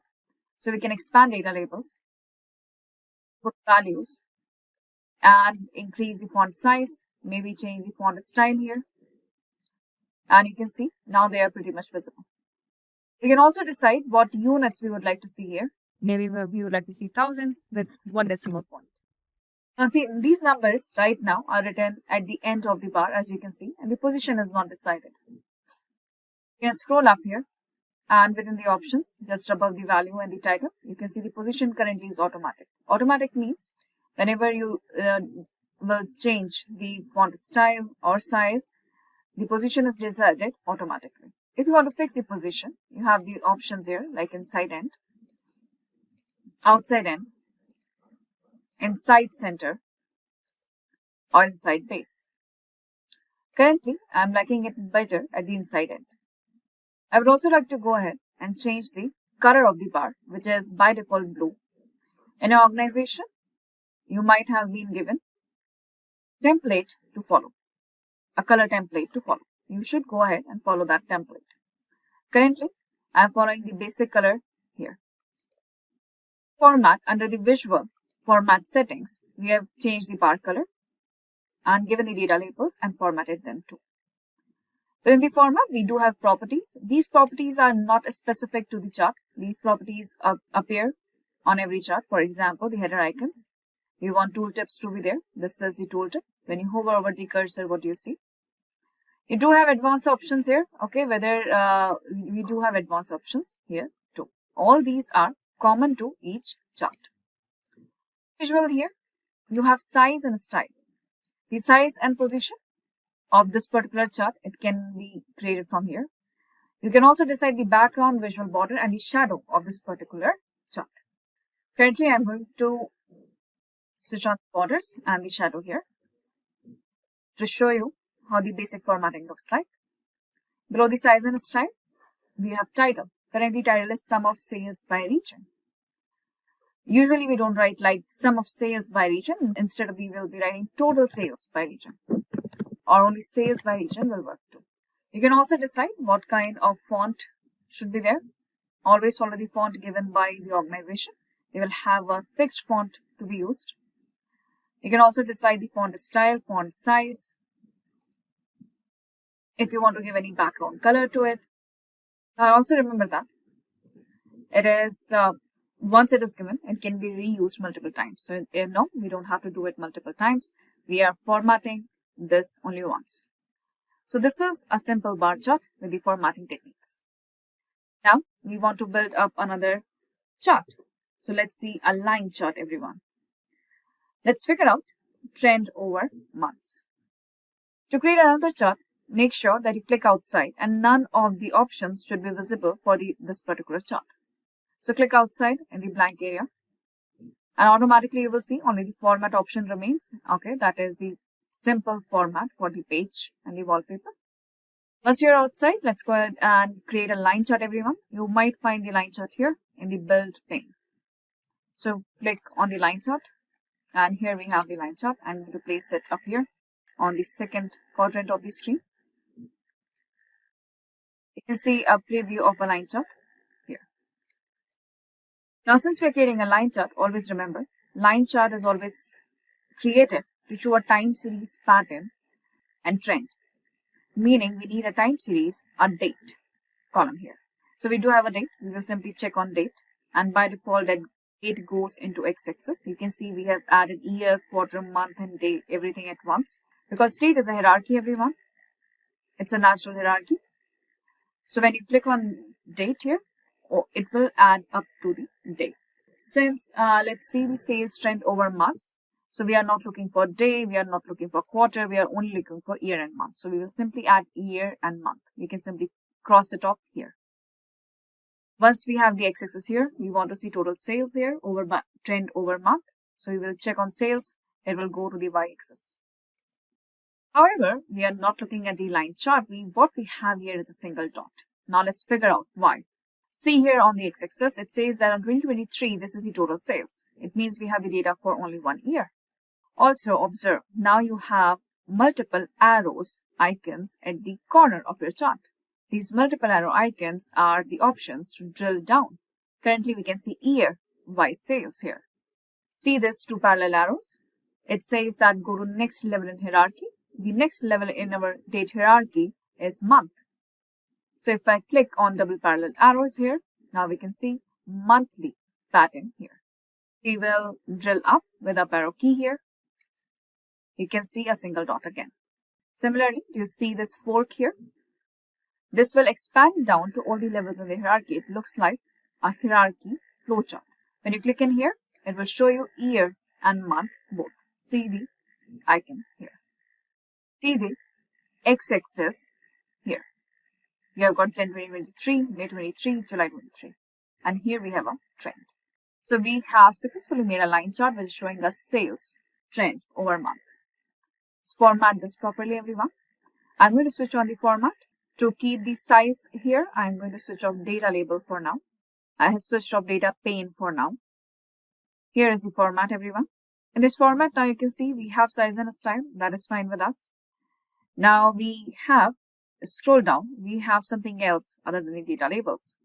Always remember, in the line chart, we don't switch on the data labels. If you want to show the numbers on a line chart, it is always advisable to create the column chart or a table with the same date and the numerical value to show the numbers.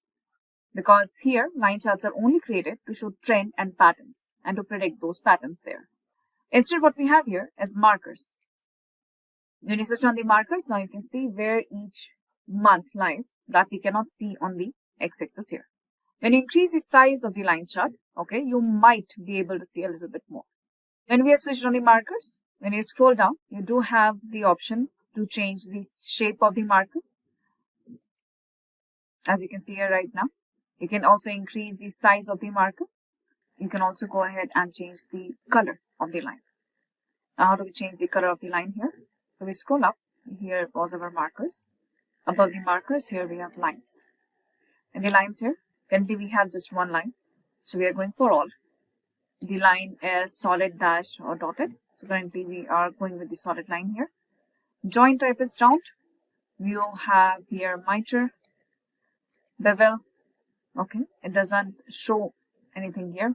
This is the width, everyone. I'm keeping it round. It doesn't show any changes here. Now this is the width that you can increase here. Okay, and currently we are going to keep it either linear. You have got a smooth option here. It looks like this. And here is the step option. Currently I'm going to go with linear. And remember that it might not be available in your Power BI. This is the latest version we are working with. Of course, you can go ahead and change the line color from here.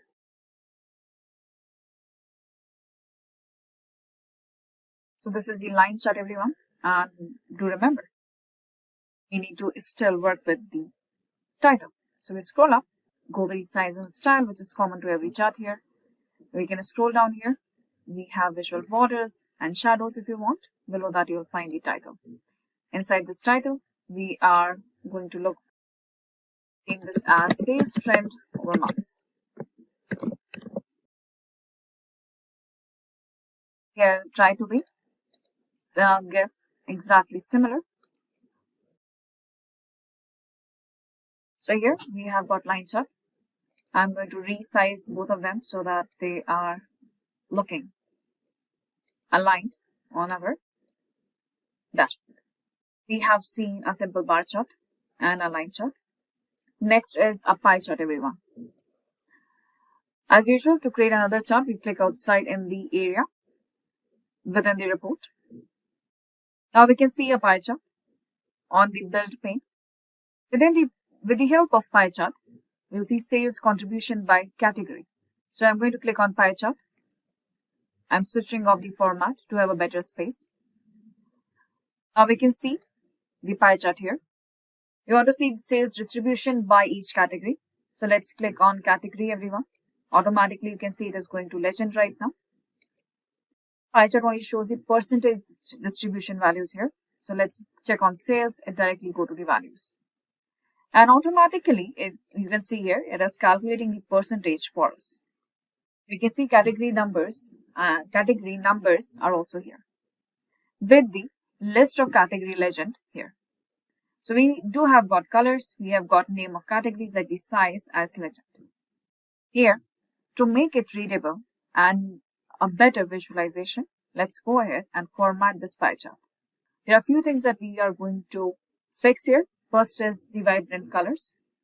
Second is I can see the number and the percentage. However, to connect it with which category it is, we have to still match the colors with the legend. Instead of that, we'll bring the name of the legend within the data label itself. So again, I will switch off data. I will switch on the format option here. The format options is specifically for the pie chart. You must have experienced by now. For every chart, there is a different options to format. Let's first fix the detail labels, everyone. So here they are not calling it data labels, they are calling it detail labels because we can add any details we want here.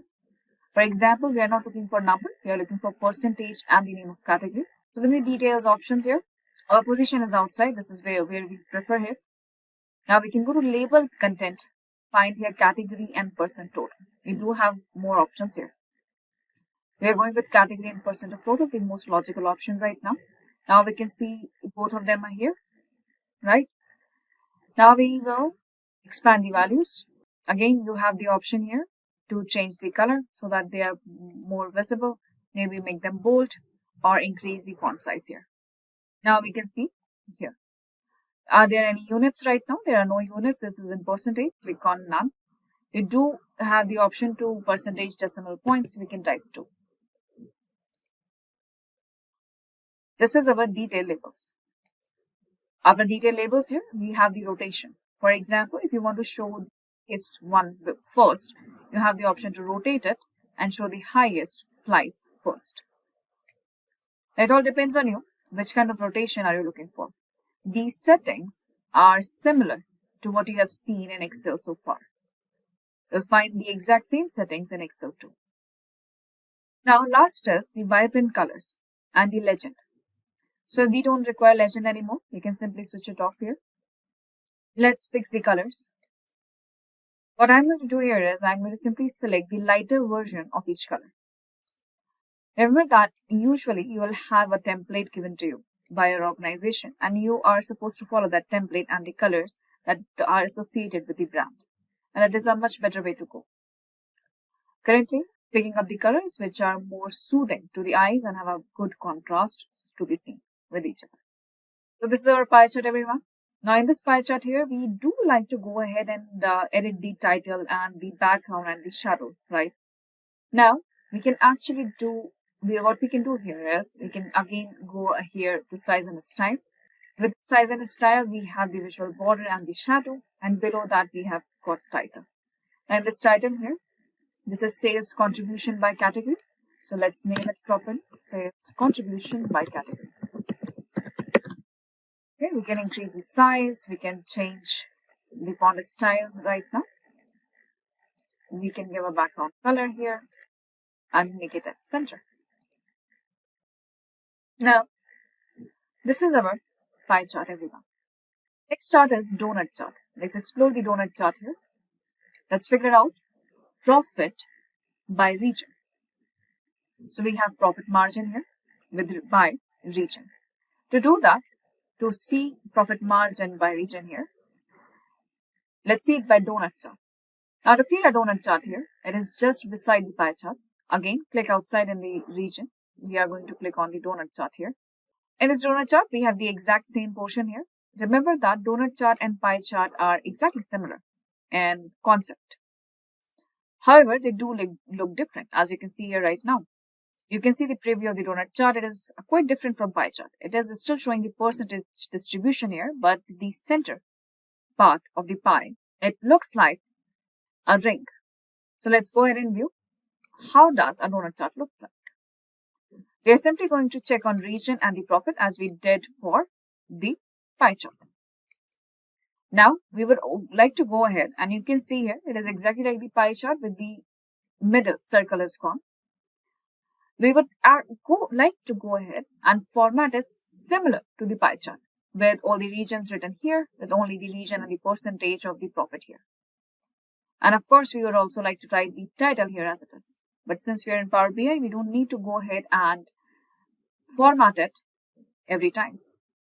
Since we are in Power BI, we are not supposed to do redundant steps here. We'll simply go ahead and select pie chart. We can click on Format Painter. We can come back here. You can see the paintbrush is here. And now click. And here we are. You can see the title has been changed. You can see the labels are here. Only thing that is not changed is the colors. So we now open the format. We switch on the data here. In the format, I'll go to slices, and again, I'm going to simply select a shade lighter than the original color here.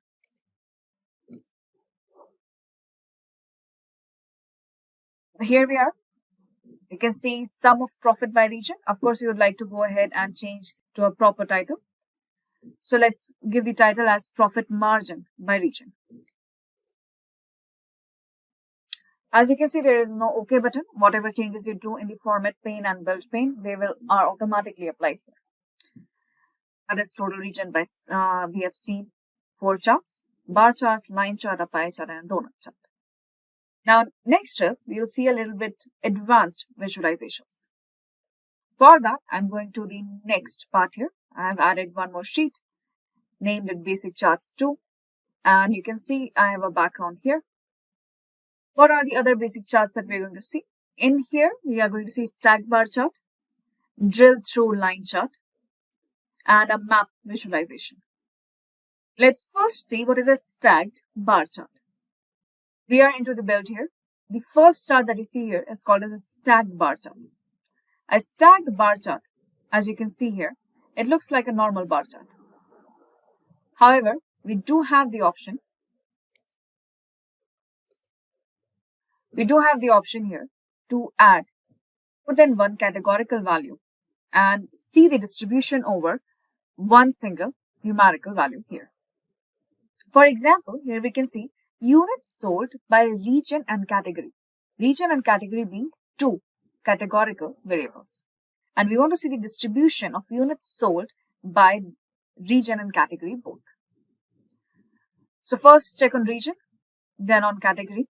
You will see automatically they will place themselves. Since there are 4 regions will go to y-axis here. Legend is coming back to category. And now we check on units sold, everyone. And it goes directly to the x-axis here. And here is our stacked bar chart. Of course, it is the exact same bar chart, right? In each bar is getting divided into individual regions here. So here category, we have groceries and region both. I don't want to go ahead and do the formatting all over again. So we can go back here. We can select the bar chart. We can format paint it and paint it out here. Now let's understand this bar chart effectively. Each color represents individual category. So as you can see here, okay, we have got clothing, electronics, furniture, and groceries. And each of these numbers represent the number of units sold in that particular category in that particular region. It means that 362 units of groceries have been sold in this region. And within one bar, we can see the differences here. This is units sold by region and country. It is a stacked bar chart, everyone. Let's resize and keep it here. Let's explore the formatting options that we have here. You will find the formatting options are exactly similar to what we have seen before. We have seen data labels, but here we do have total labels here.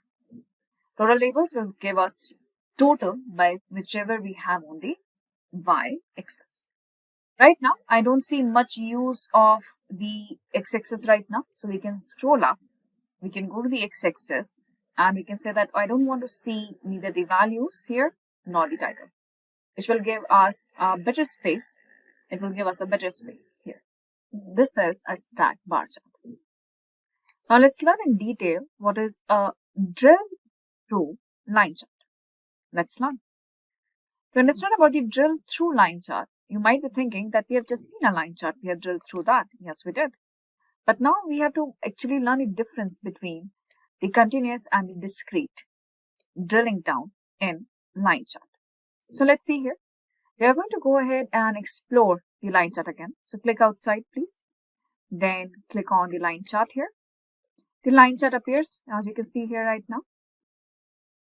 As we are aware, line chart requires the time series. So we go ahead and we check on date hierarchy, which automatically goes into x-axis here.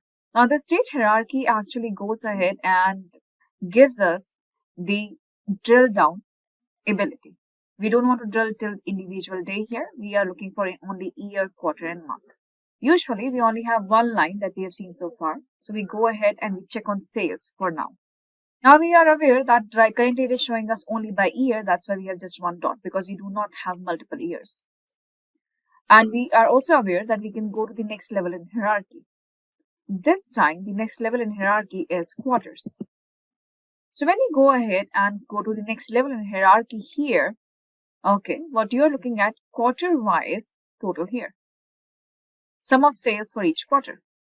Since it is only 1 year, this particular sales of quarter is fine. It shows us quarter 1, 2, 3 and 4.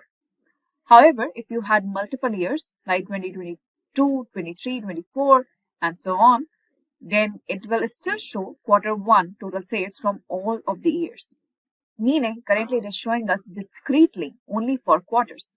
It is not considering that quarter belongs to a certain year. Similarly, you can see right now, since we have one more hierarchy left, that is month, we do have this is still activated. If we go in here, we do have monthly distribution of sales over the month. In here also, it will aggregate every year, month sales over all the years that are present. So it is just 1 year. It doesn't show much difference to us. Now I will drill up again and we see quarters again, and then here we see years. Now if I go ahead and switch in here, expand all down to one level in hierarchy, here you can see same January, April, July and October 2023 here. However, it does write month on the x-axis, but this line chart shows only as per quarters. You'll also find that currently this will also ask you that here is still the scope of drilling down is available. So we go ahead and we click here again, and here we are having exact same line chart as we have seen before after the drill down. What is meant by drilling down more here? So here you can click on the chart here.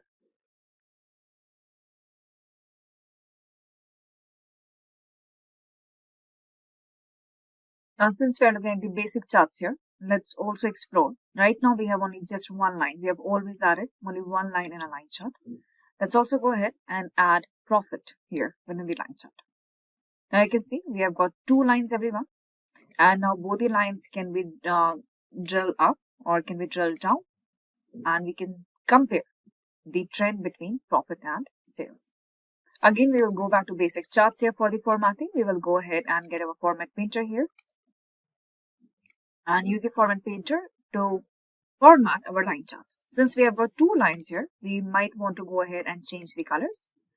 So we will go scroll down here. We do have lines. We can decide the color for individual line. So remember that when we go to the lines here, you need to select which line you want to change the color for.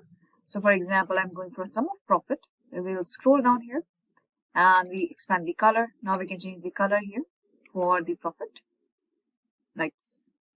As you can see, this width and everything will remain exactly same as the formatting before. Below the lines here, we do have markers. Again, for the markers, you can choose which particular line are you looking forward to. Go ahead and change the markers for. I'm simply changing the color for the markers here. So right now, what we can see here is sum of sales and sum of profit here. You can see here, it says add a legend title right now. This is for sum of sales and sum of profit, but we don't see the title is required. So we can collapse these options right now, scroll up and find the legend.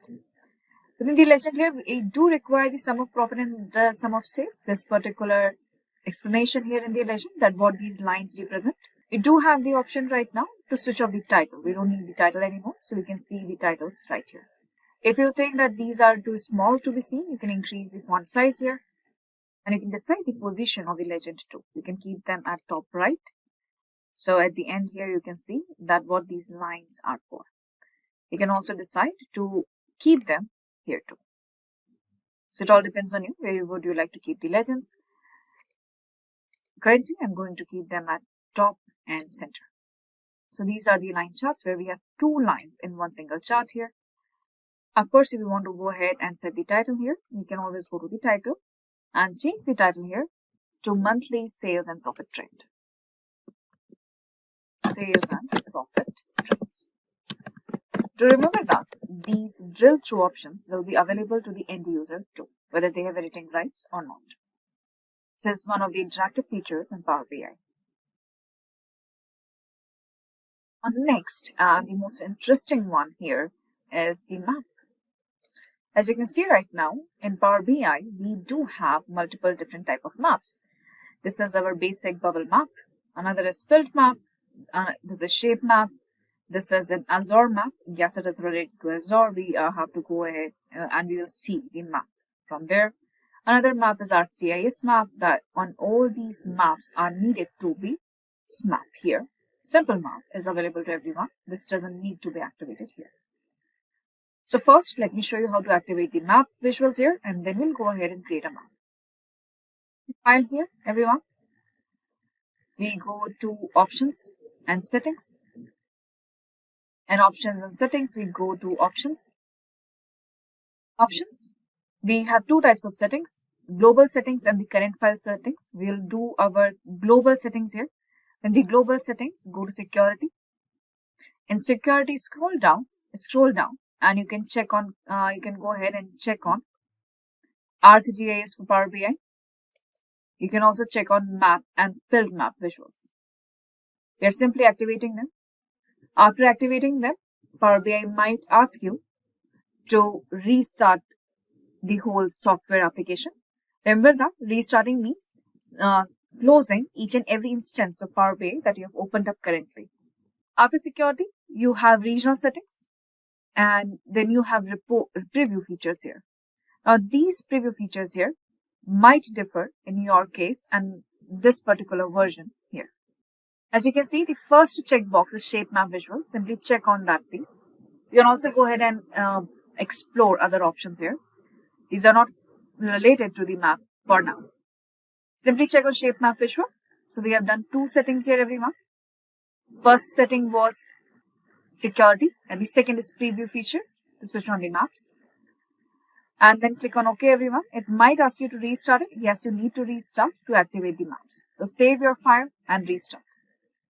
Currently, maps are already activated in mine, so I will continue with to show you the map visualization. To create the map visualization, as usual, click on the blank space here. This is the first map that we are creating.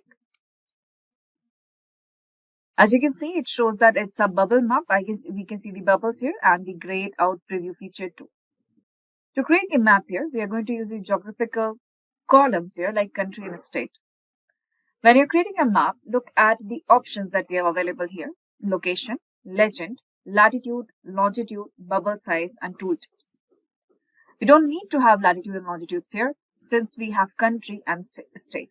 Please remember that any data visualization tool, if you have the ISO standard spelling of country and state, correct spellings as per ISO standard, then any data visualization software can go ahead and fetch the latitude and longitudes and place them on the map visualizations. If you require to pinpoint a certain geographic location, okay, which can be a pin code or maybe it is a particular district or a street area, then you might require the exact latitude and longitude to be uploaded here. For now, we will check on country and state. When you check on country and state, the bubble chart doesn't look good. Why? Because by default, you can see the country is getting added into location and the state directly going to the legend. However, we want our state to be added below the country. So we'll drag and drop the state below the country here. As usual, you can see, and we will close off the legend from here. Now you can see we have got bubbles across here, right? The countries here, and we do have the option of drill down. Once we drill down here, we will see a few more bubbles across. So now it is showing us individual states in each country. That's good for now. So we have bubble here. If you will scroll down, you will also find currently these bubbles are only showing the position right now. If you scroll down here, we have few more options like legend. Then we have options here like bubble size.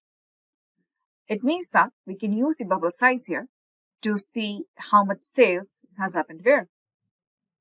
And as soon as I drag and drop the sales into the bubble size here, it is sum of sales right now, and we can see the size of the bubble has changed, and we can figure out the highest sales here is in Scotland. Similarly, we have legend. In the legend here, if I will go ahead and bring a state again into the legend, you will find that each state is colored separately. We can see the legend up here. Let's go ahead and format this map. To format this map here, everyone, we will go ahead and switch on the format options here. In the format options, we do have very less options in the format visual settings here. First is our legend, which is not properly visible. So we can switch on the legend right now. the position is top left, which is not properly visible, we can go ahead and keep them on the left side. It's tagged like this. Now they are pretty much visible to us. We don't need the title right now. We know these are states. So we can switch on the title here. Now we have the whole map in front of us. We do have few map settings. In these map settings here, okay, we have different styles of map. This is our road map right now. We do have an aerial map, which we are accustomed to, the satellite map. We have dark themed map and the light themed map here. Please do remember that if you're using dark theme, your whole report has to be dark themed. This is our grayed out map, and it's a simple road map here. Why it's called a road map? Because if you will zoom in, okay, you can actually see the road maps here, just like this. Next here is controls of the map. In controls of the map here, currently it is automatic zoom here. For example, if I click on west here, it will show me only west region and it will automatically zoom on that particular part. You can also add the zoom buttons out here. So you will have plus and minus zoom buttons here too. This is all in the maps. So currently what we have created is a bubble map, everyone, and we can see each bubble here and where we have the signs. Now it depends on you. How would you like to keep your legend and add more colors to it? And as usual, okay, we want to go ahead and format the title here. So we can always go ahead and use Format Painter and we can have the title painted here. Use the Format Painter to paint the title here. Of course, we can always go ahead to the title here. And what we are looking at here is the sales distribution by location. So let's give a proper title, everyone. This is sales distribution by location. You might have observed that there is no option here to add data labels here. We do have category labels. Category labels will simply go ahead and switch on the name of the state and the country. If you have city and district name too, it will add it back to here. However, we cannot go ahead and show the labels out there. So I don't like the state labels always. Okay. It crowds your map and it is not properly visible. I'm going to switch on the category labels right here. So everyone, these are stack bar chart, multiple line chart, and a bubble map. Now let's go ahead and create a report out of these charts that we've created so far. In this report here, we will also add few more objects. And we'll make our report interactive. Now in Power BI, there's a difference between a report and a dashboard. In general, what we call a dashboard is the collection of multiple charts and other objects, which are either interactive or static, but they should serve and solve a particular objective or a function. However, in Power BI, whenever we are working in Power BI desktop, each of these pages that you open up, and when you have multiple charts on it, it is called as an individual report. When we will publish this into Power BI service, or you can call it online Power BI, currently we call it Microsoft Fabric, then there we create a dashboard, and that dashboard can create charts from multiple Power BI reports, not only one data set, from multiple data sources too.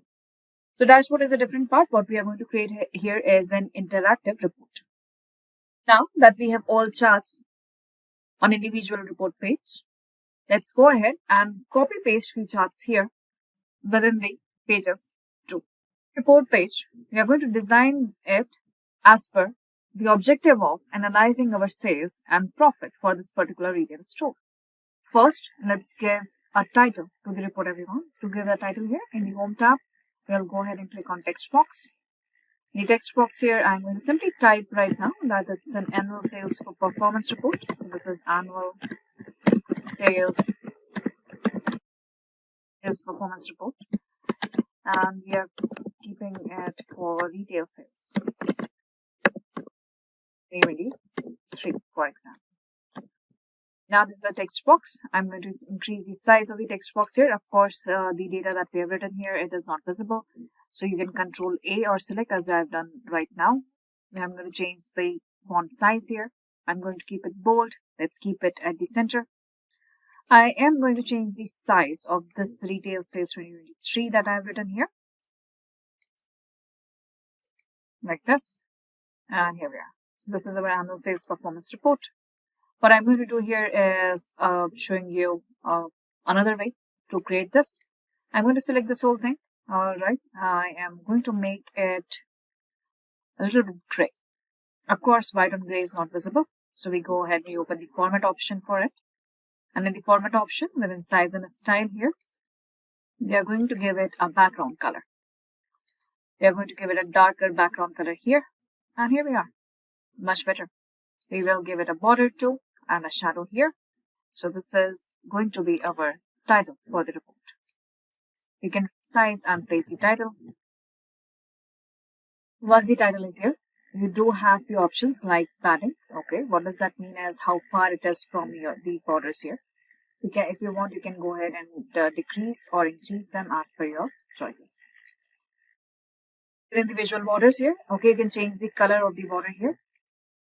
Corners rather than a rectangle. Here you can have the rounded corner rectangle. You can see it looks like this. Here, do you see the rounded here? Rounded corners here. It looks like this. So right now, this is the title that we have given. After the given title, let's go ahead and get few charts. So first, I'm going to go ahead and get the simple bar chart. I'm simply copying and pasting for now and keeping them at a certain place. I'm also going to get our line chart and the map here. As you can see right now, we are resizing it. Every chart is getting resized here. Since we are bringing all the charts together to create a certain report that can give us the performance for sales here. I'm also going to bring our pie chart,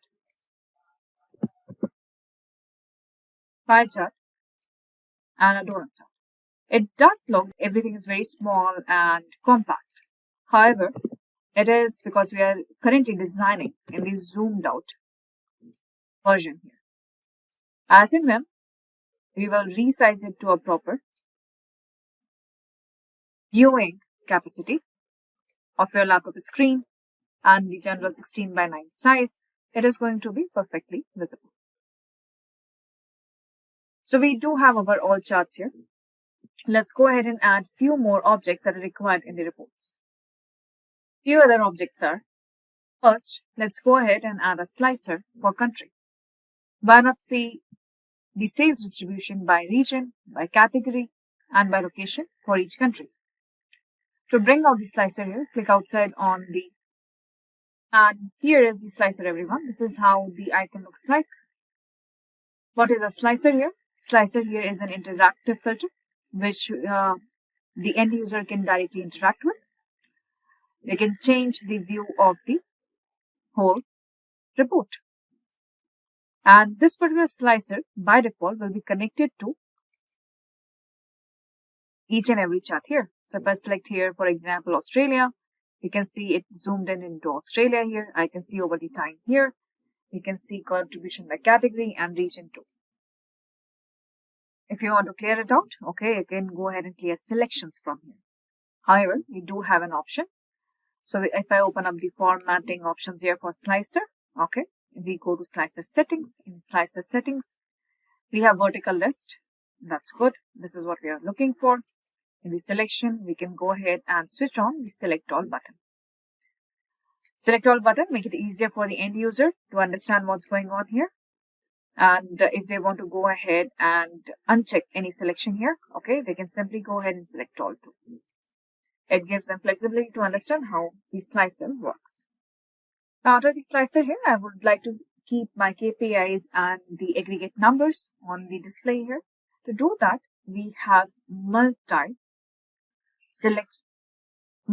cards. So again, click outside here. I'm going to click on multi-row cards. Cards are the display cards here. In these cards, we can go ahead and display any numbers that we are looking for. I'm going to show the cards here. I'm simply placing it in the available space here. Inside this card, as you can see here, within the format and the build, it simply has one option to fill, that is fields.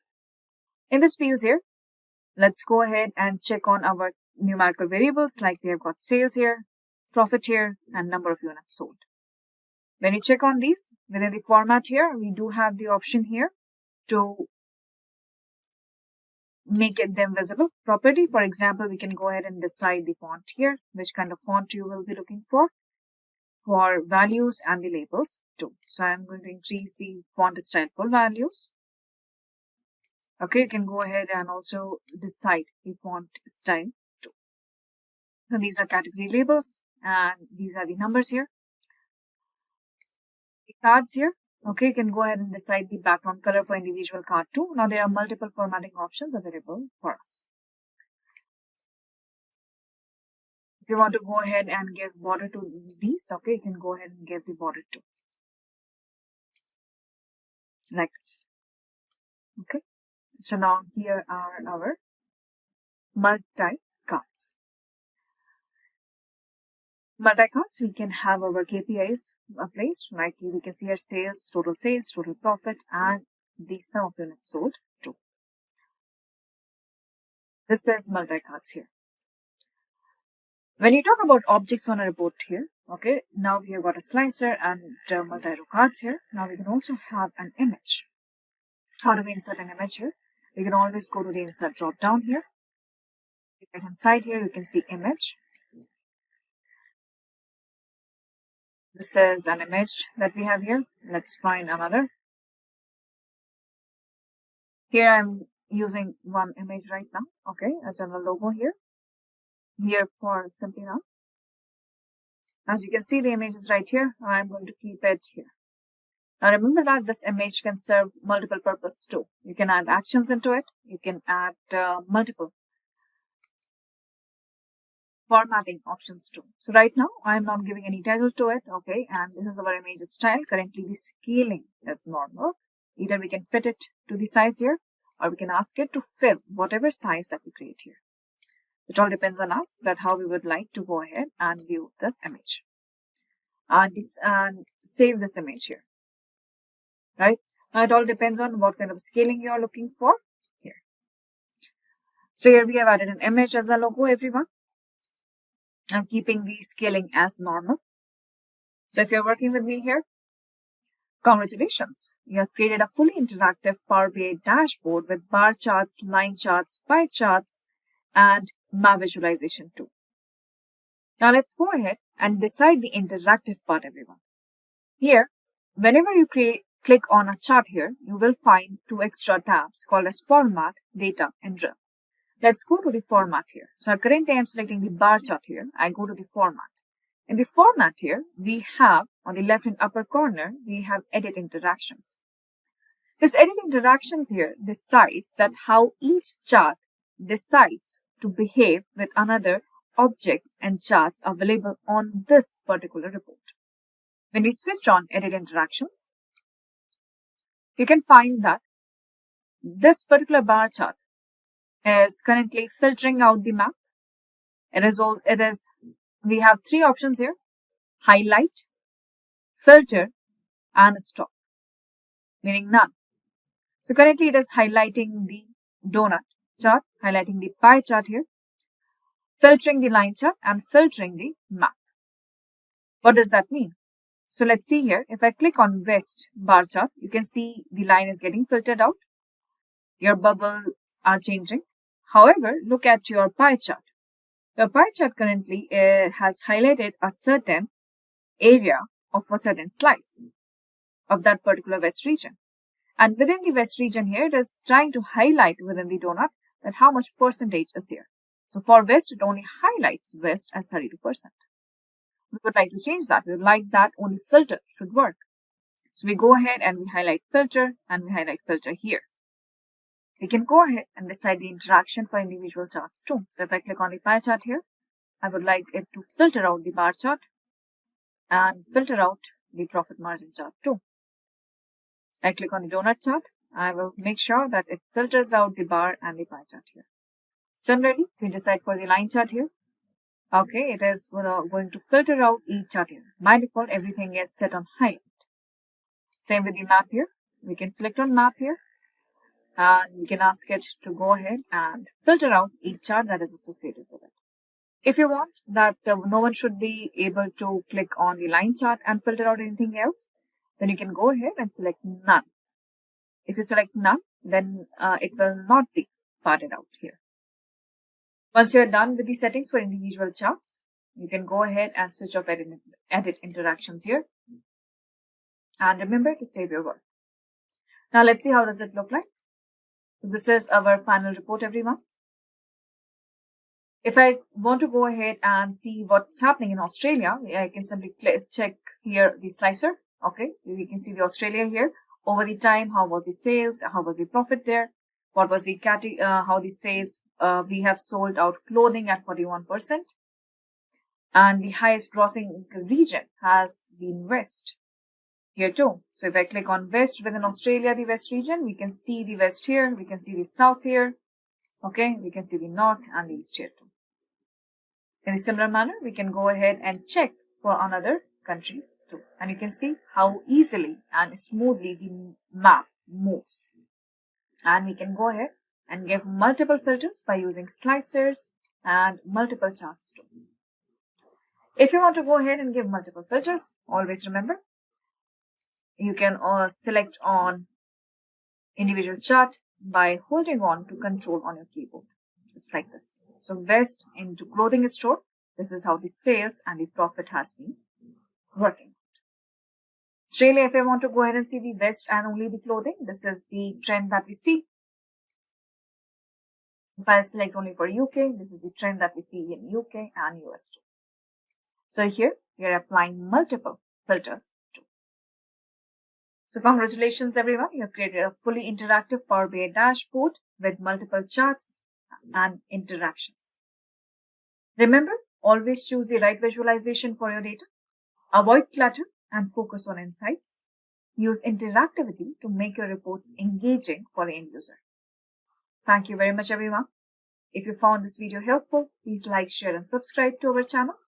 And see you in the next video with text measures. Thank you very much. In this session, we will start with certain exercises which we will perform in Tableau in order to understand some basic concepts.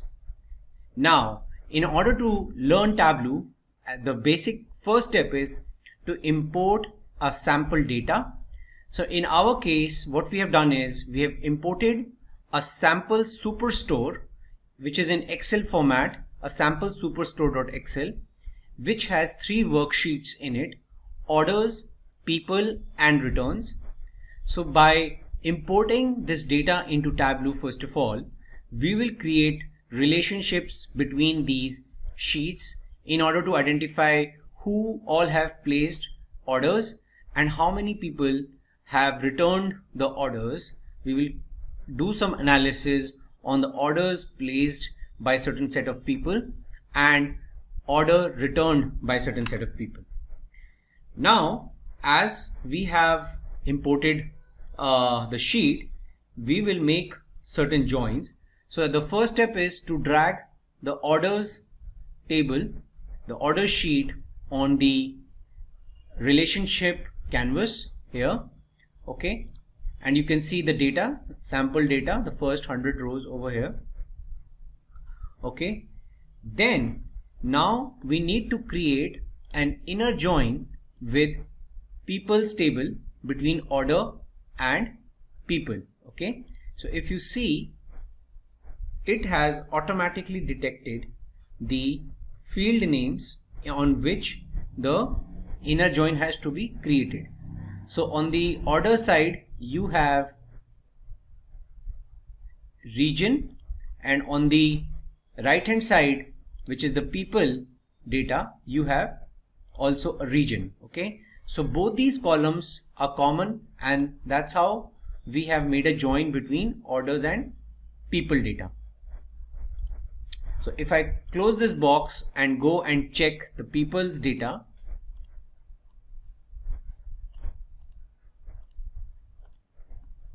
open,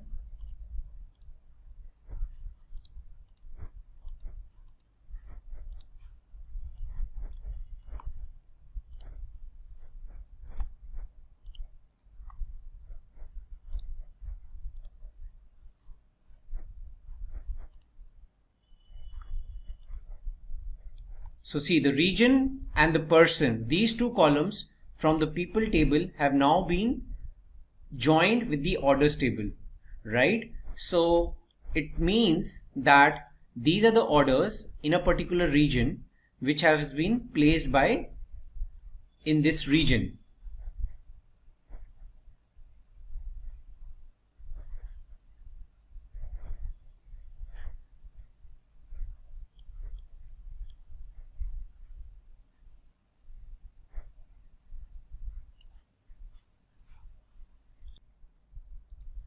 Let me show you the sample superstore Excel file. Now this is the structure of the file. You have a sample list of transactions, basically the orders which are placed by customers across multiple regions, south, west of USA, south region, west region.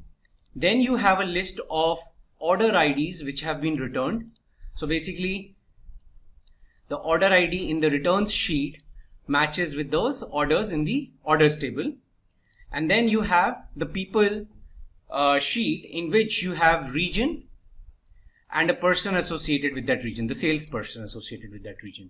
Okay, so basically when we are joining orders with people, we are joining that which orders belongs to which region and who's the salesperson associated with it. So what we have done over here is we have made an inner join, means all the orders should belong to particular region and that region is in the people's sheet.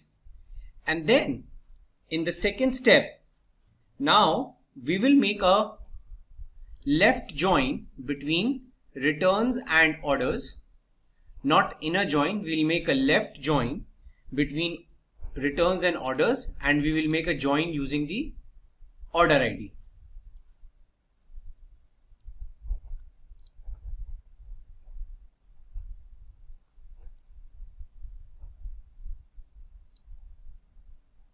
Okay, so just edit this, click on left and select order ID as the join column. Now what does left join means? Left join means is that consider all the orders from the orders table and only consider the orders from the returns table which have data, means which are returned.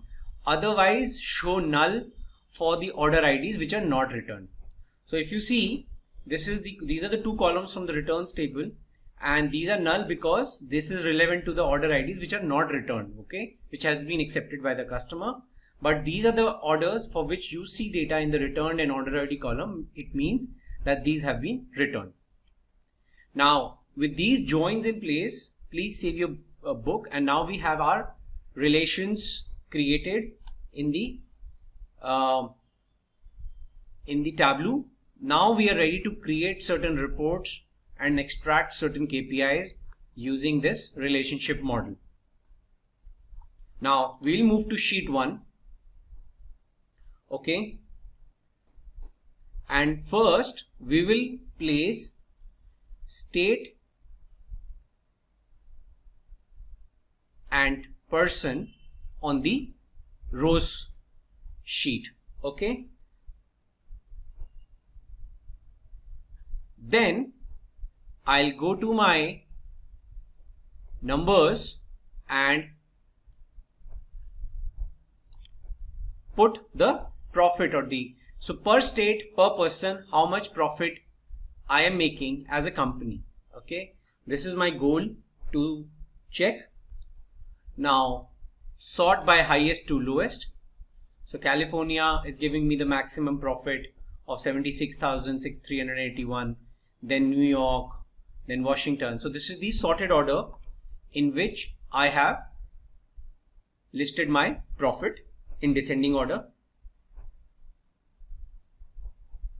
Now I can also check what are the number of orders placed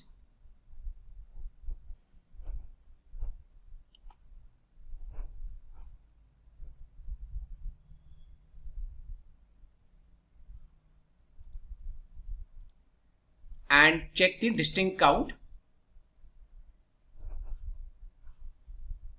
So out of 120, out of the total orders of 127, okay, so this is the total number of orders which have been returned for California is 127. It's 16, 29. So the sorted order is as per the revenue, as per the profit. And this is the details of the orders which have been returned per state. So if you see for Connecticut, for Kansas, there are 0 returns.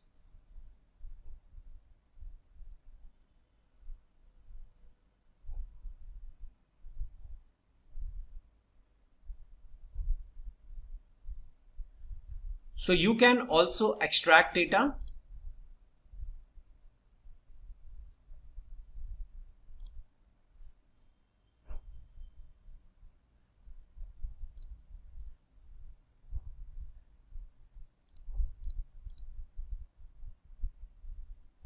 Table to refresh is orders and identify new rows using order date. So as and when new data is being added, you can refresh it. Now say extract, and now you can save this information, profit by state, and click save. So this is the extraction of this particular report which is possible in Tableau. So this is the first exercise which we have completed for reviewing and analyzing the profit per state, highest to lowest, and within that per state, what are the number of orders which have been returned by all the customers, the distinct count of order IDs which have been returned.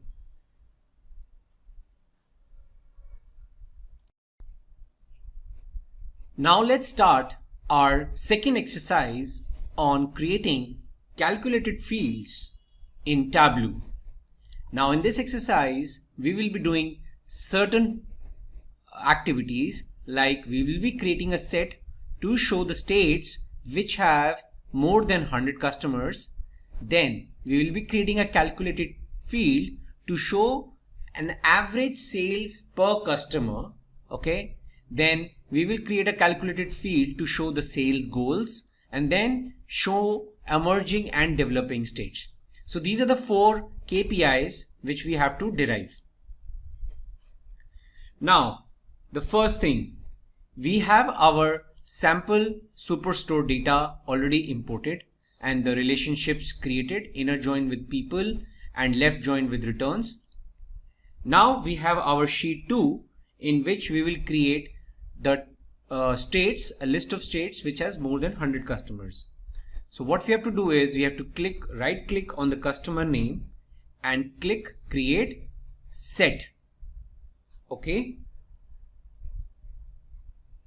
Now we have to give the name as states with 100 plus customers, and then go to the condition tab, select by field, and then apply condition as count of customer name greater than equal to 100 and click OK.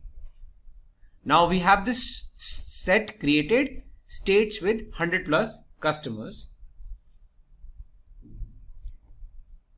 Now to determine average sales by customer, we have to now create a calculated field. So go to the analysis and click on create calculate field. Okay. Now name it as average sales per customer, and now we will say average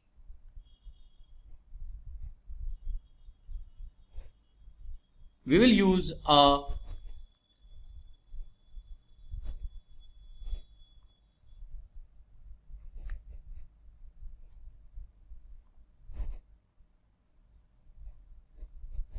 okay, so we are saying that per customer we are using a level of definition function include, which means that per customer what is my average sales, right? We've already used a function, aggregated function called average.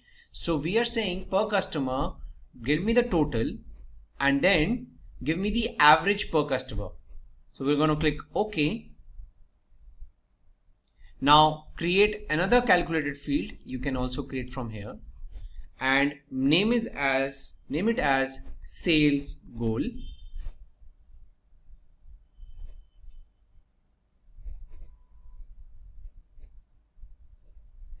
Now in this we are going to type the formula if minimum states with 100 plus customers equal to true, then sum of sales into 1.3, else average sales per customer into 100. So we are saying that if the customer belongs to the set of states with 100 plus customers, then the sales target should be 1.3 times the actual sales as of today, else it should be 100% of the average sales per customer. Now let's create another calculated field which we call as emerging or developing state. If distinct count of customer name is greater than equal to 100, then the state is tagged as developing state, else it is called as emerging state.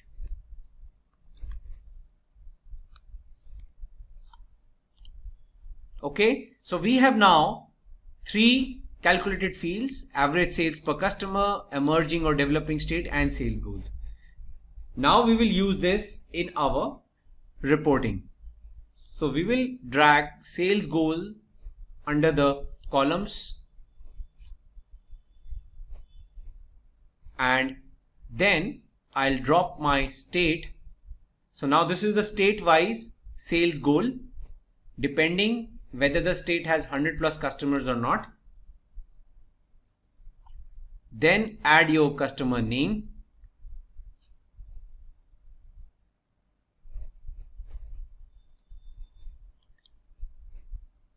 Make the measure as count distinct and make it as discrete. Okay, so if you see this, we have the count of customers per state and the sales goal for that particular state. And now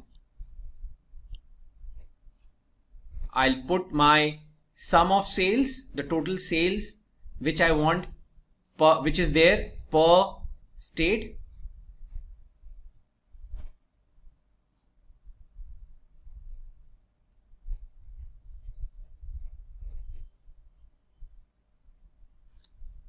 Now go to show me and select this particular chart, bullet graph.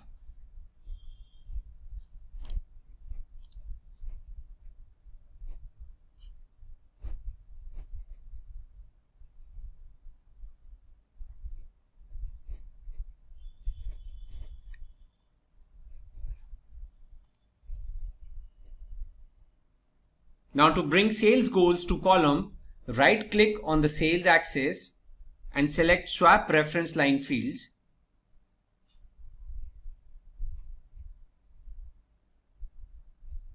Now from your left hand panel, drag and drop emerging or developing state on the color panel. Okay, so emerging state is the orange one and the developing state is the blue one.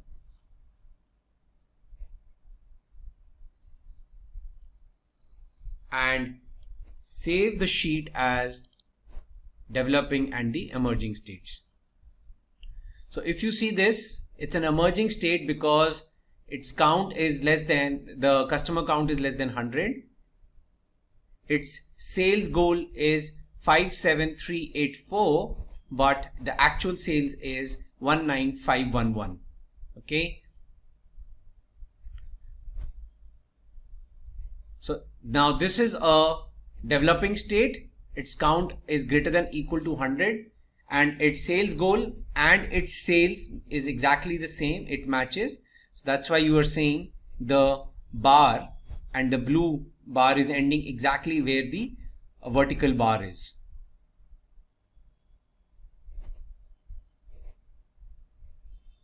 So what we are trying to depict is that whether the state is going beyond its target sales goal or it's behind it.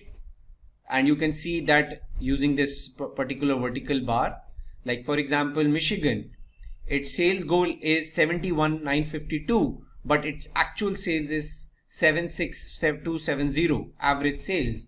So that's why it is above its target and it's a developing state because it has more than 100 customers. So you can even sort by the count of the customers higher to lower. So all your developing state will group from at the top and the emerging states will group at the bottom. Or you can sort by the sales goal. So the orange bar is the sales goal or the blue bar. So depending what sales goal is being derived for each state.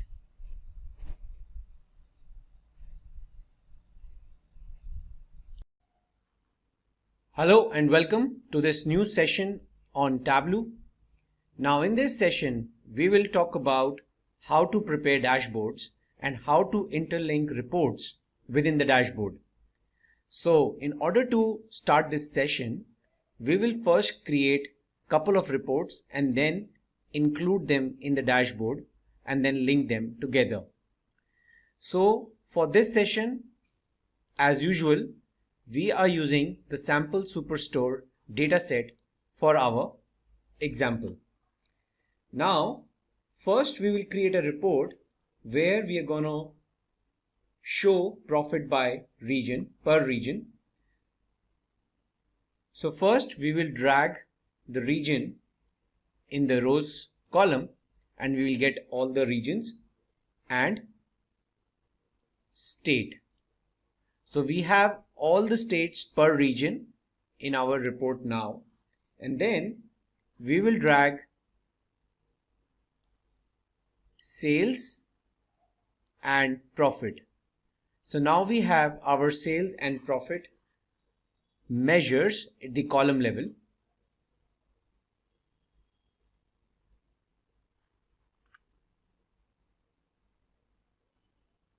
Now just also drag now the region to the color section.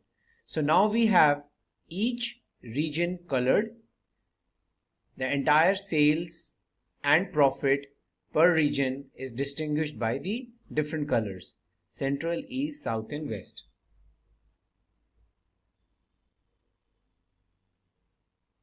Now click on the colors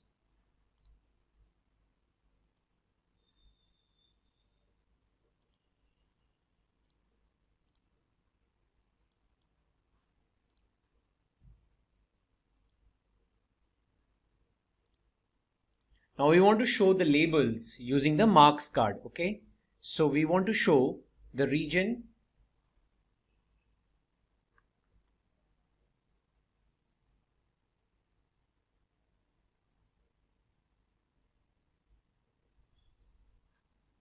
okay, so we need to include the show the marks labels. Just a second.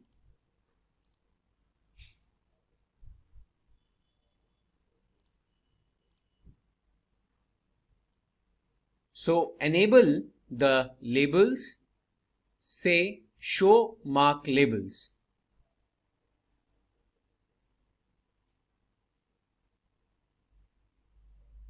Okay. So you have on the left, this is the profit and this is the total sales. Now rename this sheet as region and state analysis report. Okay. Now let's create another worksheet.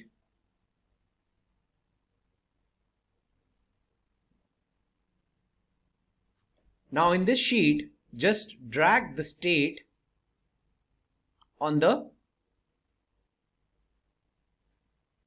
marks card. Now automatically Tableau will detect that you have dropped a particular state, and we have the states of United States. So it has identified the state names and showed you the identifiers of the states on the map, and automatically identified the latitude and longitudes which are generated by Tableau and given you the markers on each and every state. Now drag the sales measure to the color panel. Okay, so now this is sales per state in the color scheme with the color scheming. Then now drag the profit to the size. So now each state you have the color, the profit and the sales. Now you can edit the colors and you can select a particular scheme of colors and say apply and OK. So now you are able to distinguish the colors on the state. Now after this, just rename the sheet as profit by state report. Now let's create another report. Now in this report, drag the subcategory to the column section and sales and profit measures in the rows. Okay. Now right click on the sum profit pill and check dual axis.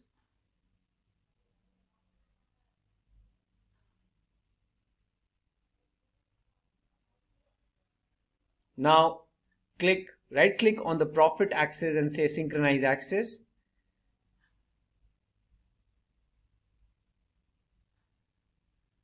Now select sum sales from the marks card and change the notation as bar, and for profit change the notation as line. So now this is a fair display of subcategory wise sales and profit representation, that these are the sales and what is the profit.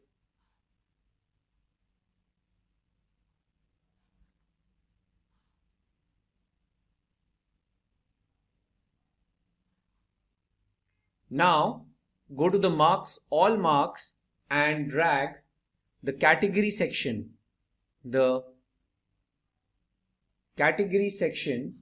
as the tooltip. Okay, so for each and every bar or line item, you should now see the category also.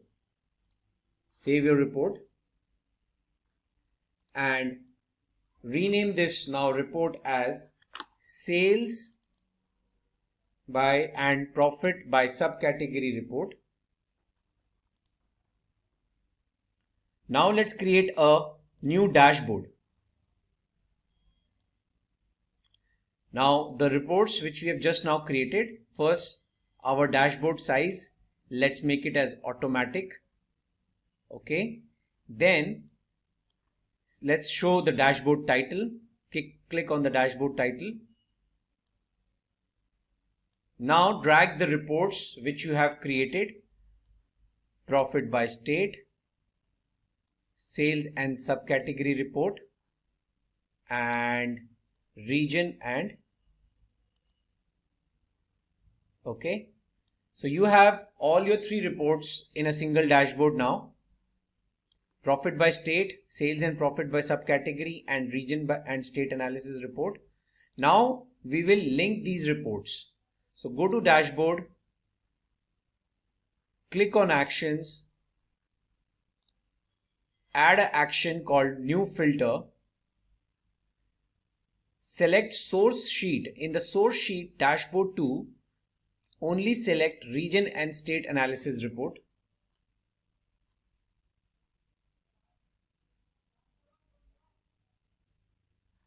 And in the target sheet, just deselect region and state analysis.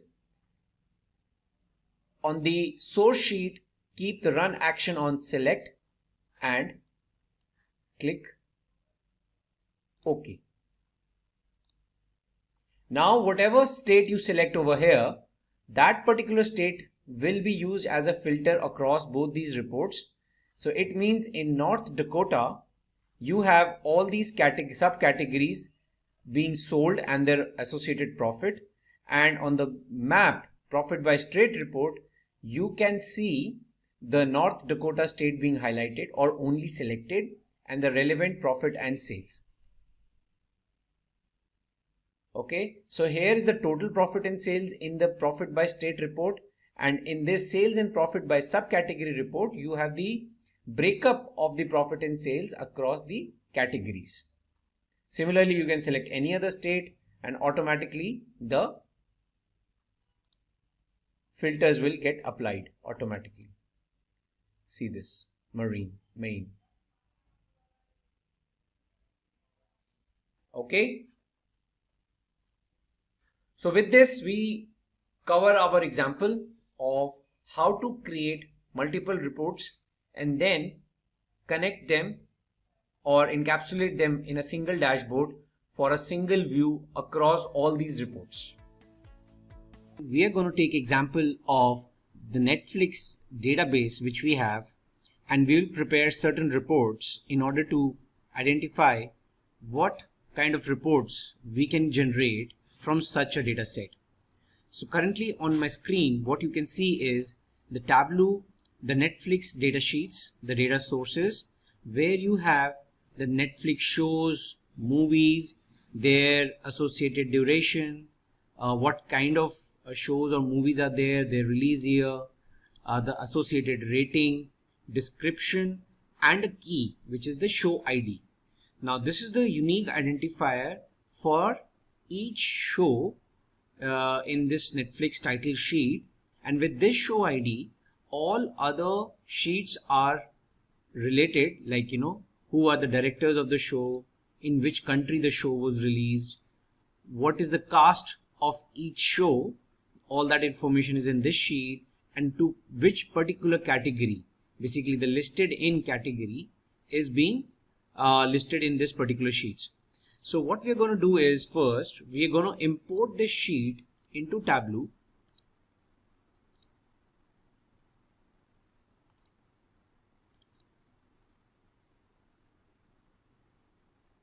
Okay, and then create relationship between them using the Tableau relationship canvas.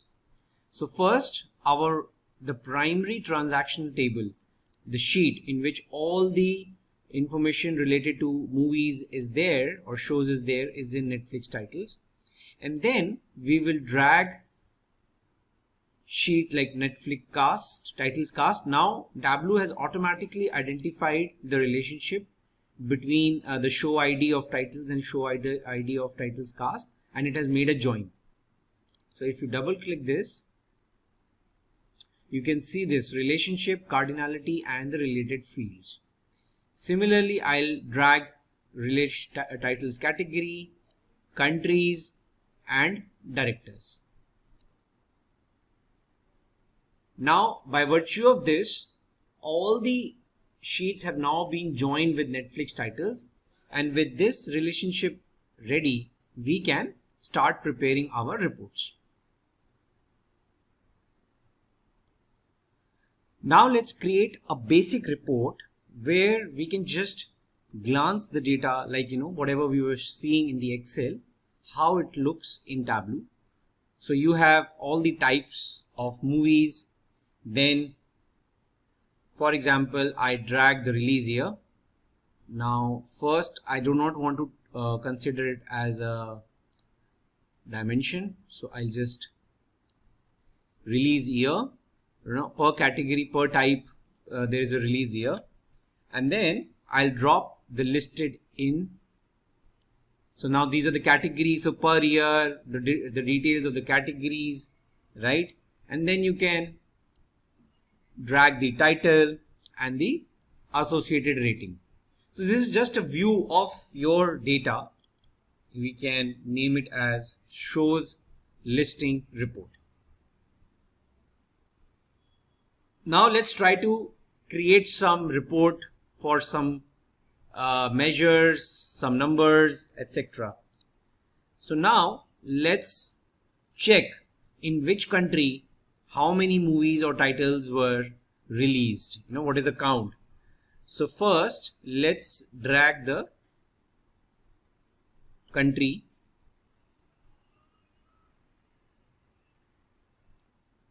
So as soon as we drag the country field, it has identified that it has the geographical names and identified the latitude and longitude details. So Tableau internally does that automatically, and it has identified the spots across the globe of the relevant country. Now let's drag the listed in on the color section. Now what it is doing is it is showing in which country what different kind of category wise movies are or shows are being released. Like in Sri Lanka, documentaries have been released. In India, action and adventure. United States, action and adventure, like this. Now let's put a count of the titles, right? So if you see 247 action and adventure movies or shows have been released in United States. Okay, so this is one inference by this particular report you can identify. So let's save this report as listed in by country.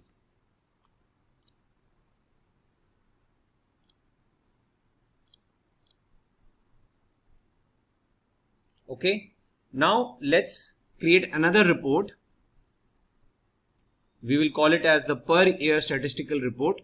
In this, first I'll put the release years in the column. Now count of Netflix titles. So this is the count of Netflix titles per year. So 2017, 2016, 14. And then count of Netflix titles in the countries.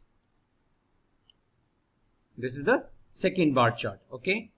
Now what I'll do is I'll combine it into one.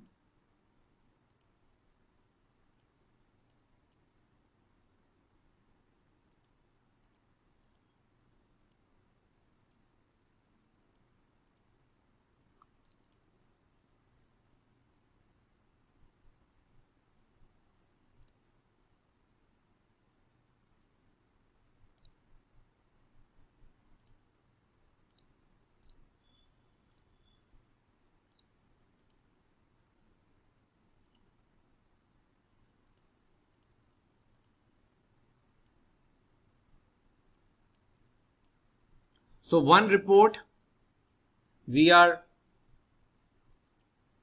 moving in the bar, creating the bar, and one in the line. And now I just have to, so we will click on the count of Netflix titles by country, right click, mark it dual axis.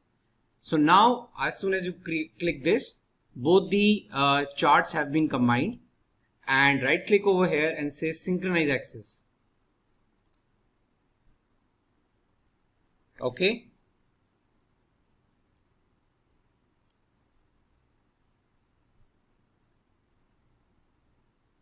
Okay, so now if you can see right, in 2017 you had 2303 Netflix releases across all categories and 1159 titles, right? 1063 titles in 2017. So this is a descending representation of the count of titles released per year across category and across titles.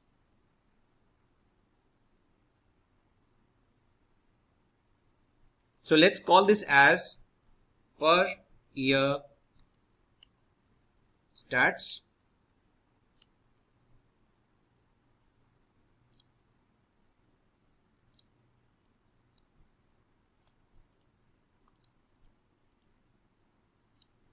Now let's create another report.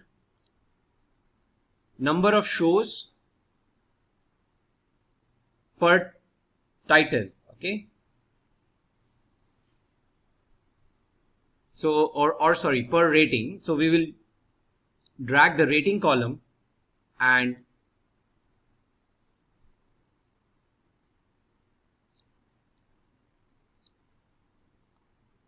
we will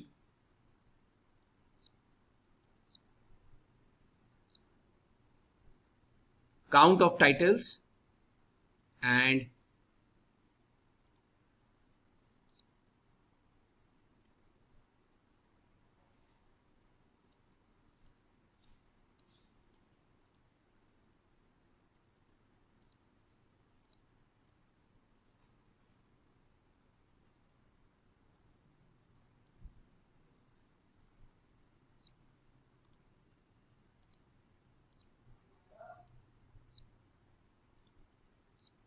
unique count of titles and unique count of show IDs.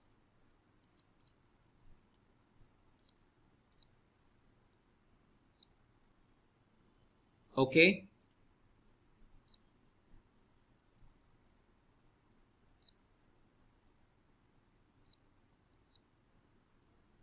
One is bar and one is line.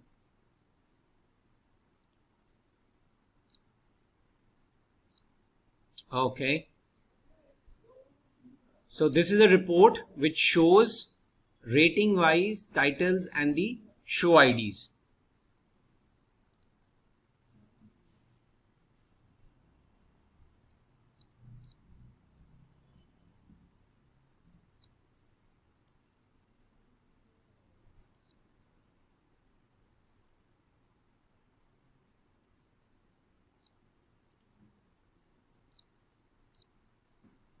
So in the tooltip, you can see the distinct count of titles and show ID per rating.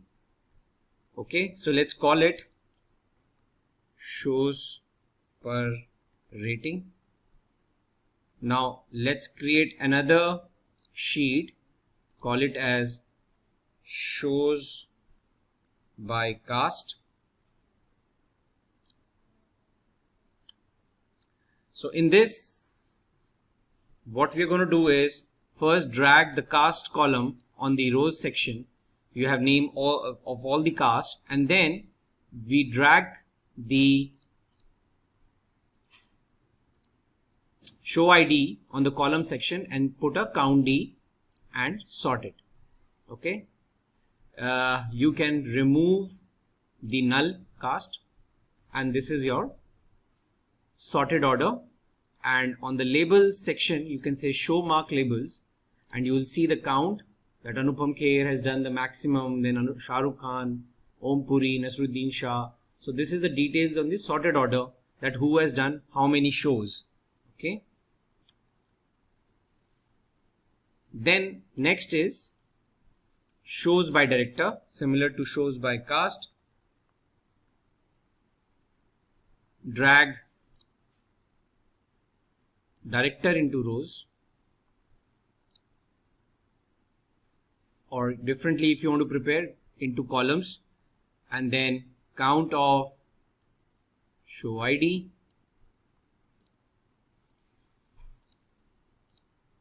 okay, sort it,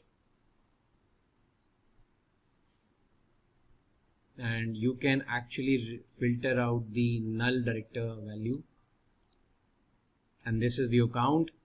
Put the label. So you can see Jan's sweater has the maximum shows. Okay. Then create another report, shows by category.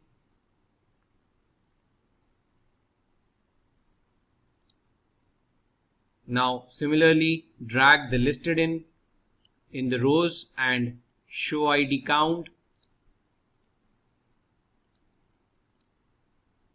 Remove the null category and sort. Labels, show mark labels. So international movies are the highest category, dramas the next, comedy, international TV shows. This way you have your category. Now let's create a dashboard in which we want to combine all these reports and take a common view. So first let's drag listed in by country, then shows by director. Also please let's set the size as automatic. Then let's drag shows by category and shows by cast. Now these 4 reports are on a single dashboard. We will link them to each other. So go to worksheet, actions, add action, filter, select dashboard 1, only select shows by category here,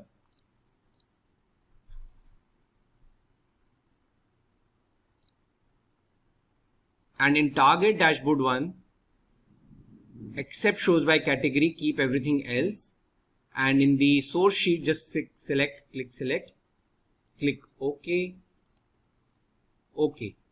Now whatever category you will select over here, that related category data will automatically be shown in other reports, like see international movies across the globe, across the countries, directors of only international movies, who has done the maximum, Johnny To, and shows by cast, right, that who has done the maximum international movies or dramas or comedies. See, Paresh Rawal has the maximum number of comedies, and then if you see the comedy movies, these are the count of comedy movies released across the countries and who is the director.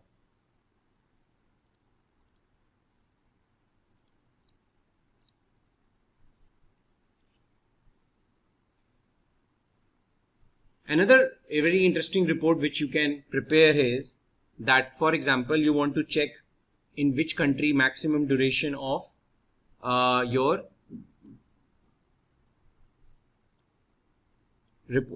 maximum duration of movies have been released. So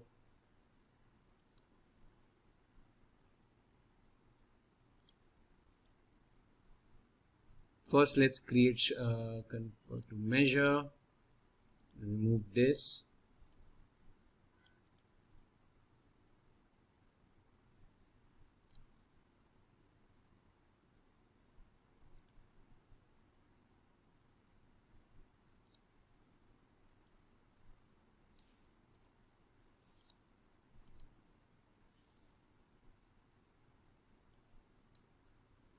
Okay.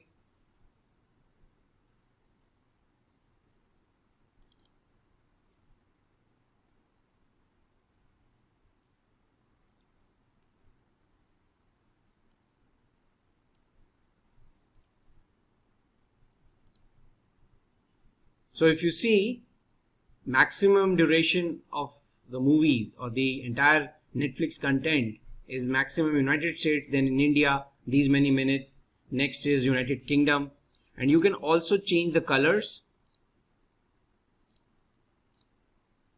Whatever you feel is as per your standards or as per the convention, you can change the color combination.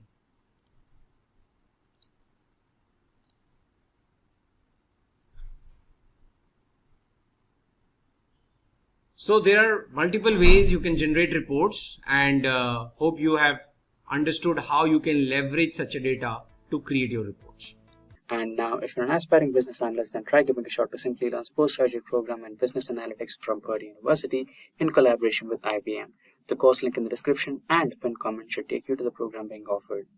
Today we are going to talk about Power BI, what are its features, what are the basic advantages of using a visualization tool like Power BI, and we will talk about how to install Power BI and other features it provides and the basic setup.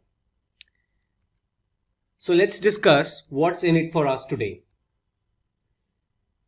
Now, we will first talk about why Power BI, why it's a popular tool and what problem it solves, what is Power BI, and what are the primary features of Power BI, which you can use in your day-to-day data analytics, visualizations, creating fancy reports, creating meaningful, intelligent reports for your organization, for your personal use, for crunching numbers, for generating reports real time, etc. Now, the most popular tool for Power BI is the Power BI desktop. I'll show you certain aspects of Power BI desktop, and then I'll show you the steps how to install Power BI desktop on your machine. And then definitely Power BI desktop is a free tool provided by Microsoft, but then you can also subscribe for an enterprise version, which is primarily used by enterprises for publishing their data. So we'll see the difference, and then overview of dashboards which can be created, what kind of dashboards can be created in Power BI. So this is the agenda for us today. Now, why Power BI? So generally, visualization tools, reporting tools are required in order to create and prepare and analyze meaningful data. It could be a data for an organization. It could be a social media platform data. It could be a data from IoT devices, but something which needs to be analyzed and some intelligent inferences and data mining has to be done on top of it. Now imagine today we are in a world where terabytes of data and information is getting generated on an instantaneous basis, on minute by minute basis. So it becomes very essential to churn out something meaningful, something intelligent out of it. In the market, there are a lot of other tools which are available like Clix, Alteryx, Tableau and Power BI. So Power BI is a Microsoft product which is one of the most popular products, and it comes as a free to download product, Microsoft Power BI desktop, which is available, and I'll show you a couple of ways how you can install it on your machine. But why Power BI is popular is because it provides a lot of out-of-the-box features, drag and drop features, which we will talk about in our subsequent sessions and classes. But today's session is primarily focused on giving you guys an introduction on what is the purpose of Power BI and what all problems it solves in the real world. So Power BI allows you to view, analyze and visualize huge quantities of data, and the data could be in any format, Excel, CSV, text, or it could be a direct connection to a database like SQL, MySQL, Azure, Oracle, anyone, IBM DB2. So it supports n number of data types or data sets, and it's very powerful in terms of data connectivity. So it uses powerful compression algorithms to import and cache the data within the .pbix file. So it's as convenient as a simple software. If suppose you import a data and then you prepare a report, and then you can easily share the reports with your peers or someone who's co-developing with you, either through Power BI cloud services, or even you can share the PBIX file in an email or through any other means, and you can share the data set with the concerned, and they can then work on the report independently. So there are different ways. There is no kind of a limitation for working on Power BI. There are multiple ways, and it is very fast. It is the most fast tool to work with Excel, because definitely Excel is also a Microsoft technology, so it works very fast on Excel based data and gives you numbers and reporting at a very high speed. So now once you have imported the data, Power BI allows you to model the data, allows you to work intelligently on the data. It allows you to model the data in a way that if you are importing data from multiple Excel sheets, importing data from multiple tables, you can easily create a relationship between those tables or data sets in Power BI and then create visually appealing reports, meaningful reports, as I've been emphasizing, and make sense out of that data. No data in silos is of any use. Data in silo means a single worksheet or a single data set will not churn out any meaningful information until and unless you basically join it, club it, merge it, union it, append it with some other data sets, because a single data set will never be able to hold that much amount of information which is generally required for a important report. So it has easy drag and drop functionality with features that allow you to copy all formatting across similar visualizations. So just like in Microsoft Excel, we use Format Painter to copy the format of one cell to another. Similar features, very similar to Excel products or Microsoft products, they have provided that if you have applied a particular theme on a report, you can easily replicate that on any other report. The font, the header size, the background color, you don't need to do it again and again. So there's lot of reusable features which are also available. Okay, now as I said, Excel is a Microsoft product, Power BI is a Microsoft product, so they have intercompatibility. You can publish data from Excel to Power BI. Now with the latest developments and enhancements, as of today, Excel has also plugged in a new feature called Power Pivot, which I'll show you later down the line. But that also allows you to do a quick analysis. You can't create, of course, complex reports or fancy reports like Power BI, but Power Pivot allows you to create, quick measures, quick functions, quick calculations on your data quickly only in Excel. So it's an Excel plugin. But whereas, Power BI is also compatible with Excel. So when you create a report in Power BI, it gives you inbuilt feature to export your Power BI report into Excel format directly. You don't need to do any programming for it. Also, you can easily publish, when you publish your Power BI reports, it allows you to give some inbuilt intelligence of analyzing your reports in Excel, and it gives you all those features of exporting your Power BI reports into Excel, which is not available in any other tool, or otherwise those tools have to create plugins, create add-ins, and probably they might charge for it. But Power BI comes with a lot of out-of-the-box features which are very, very helpful for analyzing data in Excel and vice versa. Azure Cloud. Now Azure itself again is a Microsoft Cloud tech stack. So using Power BI with Azure allows you to analyze and share large volumes of data. So Azure, basically Azure database or Azure cloud servers are meant to hold huge amount of data, and Power BI allows you to have seamless connection. You can easily connect to Azure Data Lake. You can reduce the time it takes to get insights and increase collaboration between business analysts, data engineers, and data scientists. So Azure Data Lake becomes the central focal point where all your analysts, engineers can keep working on the centralized piece of data and churn out their reports. Data scientists' primarily job is to keep the data in a structured way, optimized way, optimize the input-output operations, disk operations, and memory utilization so that the reports also get churned out in a faster manner. So every person has their own role in order to give a quick refreshable report, a quick rendered report. Any report which is taking huge amount of time to get rendered will not eventually be used by the business users, because then it does not solve the purpose. The report should be fast. Report should have appropriate filters, slices and dices. You should be able to create the reports or dynamically, or you should be able to visualize the data dynamically. So all those visualization features are available in Power BI, and it works seamlessly, either it is small data or huge data.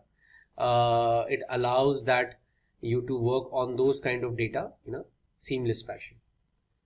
Right, so this is just a very quick example of how a typical dashboard looks like. Dashboard is nothing but, you have clubbed a couple of multiple reports on a single page, and if you change a filter, a single filter on the page, all the reports will honor that filter and the numbers will change accordingly.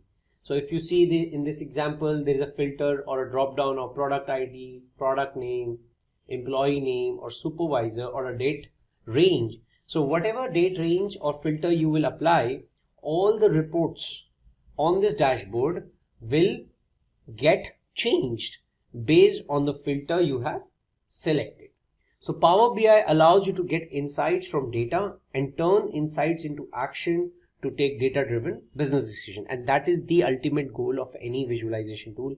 That is the purpose for which visualization tools are bought and purchased by the organizations, and data is fed into them.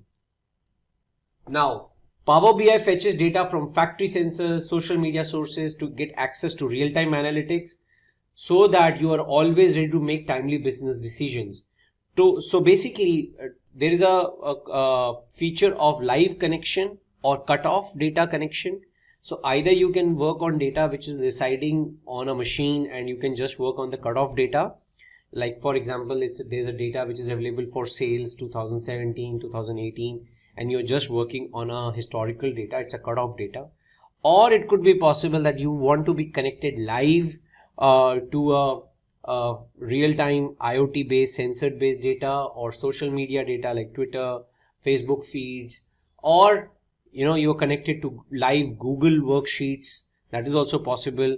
You just need to publish your Google sheet for a public domain, embed the URL into Power BI, and then whoever updates that Google sheet, automatically the Power BI report will also start honoring and consuming the new data which is added in the Google sheet. So all those kind of real-time streaming analytics is also possible, and that is one big feature and very important feature of Power BI, which is widely used and has a very huge market acceptance and market utilization.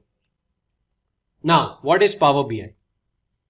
Power BI is a business analytics service provided by Microsoft that lets you visualize your data and share insights, right? So earlier, Microsoft used to have a technology called SSAS. Now they have replaced actually SSAS and SSRS with Power BI. So basically you can use Power BI on the data which is there in your Excel or any other data source, and the Power BI service or Power BI desktop basically creates a connection to those data sets and import it, cache it, and give you a handle to it in order to work with it. So you can create these fancy, meaningful visualizations. Like for example, there is a geographical map. If you are importing data for a country or a continent or a region, Power BI will automatically detect that it's a geographical information and give you a map with latitude, longitude information, and you just need to plot your numbers on the map. Either you can use bubbles or either you can use triangles or whatever data structure you want to use, but all the mapping will be available geographically. Then you can create pie charts, which is shown in this visualization. You can create tree maps. You can create cards where you can highlight the most important numbers like sales, total sales of your company across all the regions, or the growth chart, or the month on month sales of your organization, or total number of products or units sold. So whatever is important and to be highlighted for the management to take any meaningful decision or any insights you want to share, Power BI visualization tool, the Power BI visualization chart allows you to drag and drop and create wonderful reports. Okay. So what are the features of Power BI? So Power BI desktop is a standalone tool which you need to install on your machine. It allows you to build reports by accessing data easily. You do not need advanced report designing or query skills to build a report. Though yes, it is beneficial that if you know some SQL programming, analytical programming, or you are aware of advanced features of any analytical tool, that might help you, but that's not a showstopper. You can easily build reports in quick turnaround time without needing any technical background. You just need to have some analytical mindset, and you can create savvy visualization and analytical reports. Stream analytics, as I mentioned, you can create a live connection with any kind of data. It could be IoT, it could be media, social media, it could be Google Docs, it could be any other kind of live connection. It could be a live database connection itself. So any insertions or updations or deletions happening will automatically reflect in your report. Yes, multiple data sources, and that has to be the primary criteria for any tool to be popular. If any visualization tool is limited to certain data sets, then it will not be highly acceptable in the market. And custom visualizations, right? So as I showed you certain examples in the past, in the previous presentation, that feature is very important because someone might want to look at the KPIs from a different perspective. Some management might want to look at the KPIs from a different perspective. So you need to have that capability to create different visualization from the same data set. Now let's take a look at how to install Power BI desktop on your machine. So basically what you need to do is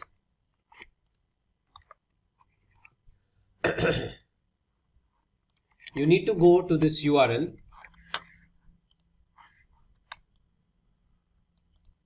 powerbi.microsoft.com enus desktop, okay, and you need to just enter this. Now you can download it for free, so just click over here and it will open Microsoft Store. So basically now what Microsoft have done in the latest operating systems is that when you are trying to download, you can actually directly go to the Microsoft Store and search for Power BI.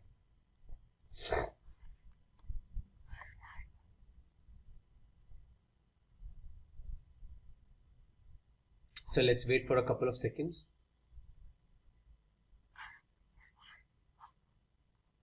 Right here.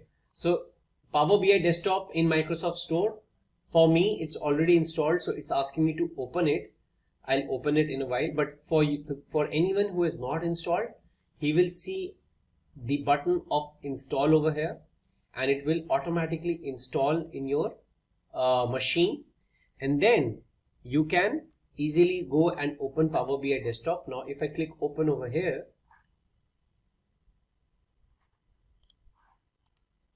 now this is the UI of the Power BI desktop.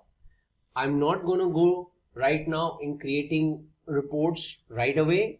We will talk about that in a subsequent session with sample data sets, and we will cover the features of Power BI desktop one by one. But this is what it is. This is the whole tool of Power BI, which is having the visualization pane. All the different visualizations are can be created from this pane. Then this is the pane which allows you to select the data fields. Then there is a report view, data view, and relationship view, the data model view, where multiple relationships you can create. You can view the data in the grid of the tables which you will create, and the reports. So you can create multiple reports on multiple pages. You can keep adding pages. Either you can create multiple reports on a single page and it will become a dashboard, or you can create separate independent reports on the single page. And these are the menu options which we will talk about. how you can change color scheming, you can do data modeling, you can create new reports, and you can also transform data, which is the biggest feature. Extract, transform, and load the data, apply different logic, changing data types, massaging the information, creating new joins, appending the data, adding new columns, etc., etc. That is what you can do in transform data. So this itself is a whole different world. It's a dedicated topic. So we will talk about that in our subsequent sessions. So what's in it for us today? We will be learning how to connect to data, different data types, data files like Excel, PDF, then what are the different data importing modes, and then I will also show you practically different sets, how to import them in Power BI and use it for your visualization purpose. Now, what are the steps to connect to data? So now we will go directly into Power BI and try to import one by one few most commonly and popularly used data sets which are most commonly used in a day-to-day activity. Rest, of course, there are Power BI supports n number of data sources, but we will do something practical on the most popular ones. So let's open our Power BI. Now this is my Power BI, and first I want to show you that how can I import data directly from a web page and import the data. Now it is asking for a URL in order to import data. So what I have done is I have created a Google Excel sheet with simple data with rows and columns, and what I have done is I have shared this sheet as publish to web. Okay, so you just need to say publish to the web, the link as web page, and say done. It's automatically published, and say link. So copy the link which you have published on the web, copy this link, and then go back to your Tableau, paste that link over here and click OK. Now Power BI will try to establish a connection with this Google Doc sheet because it's published on the web.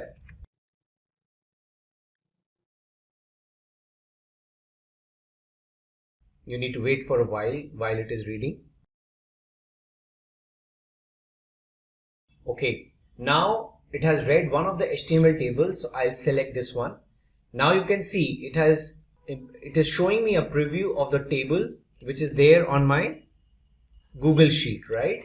It has 11 rows, so it has all showed all the 11 rows. So now I can go and transform this data because I can see my headers are there starting from the second row. So there's an opportunity for me to transform the data. So I'll go and transform it so that it looks clean.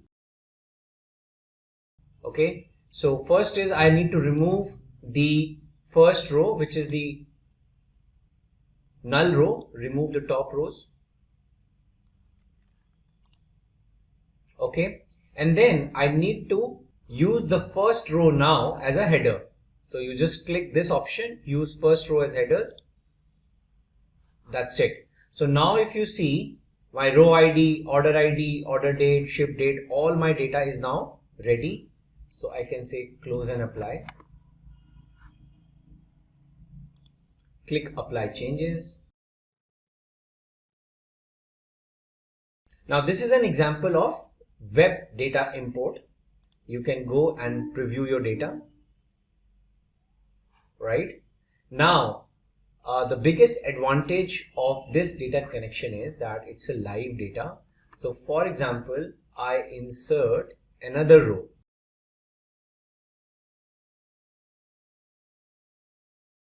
Let me change the order ID. I've changed some basic stuff, and it's auto saved. Control S. Now I'll go to my Tableau and I'll refresh.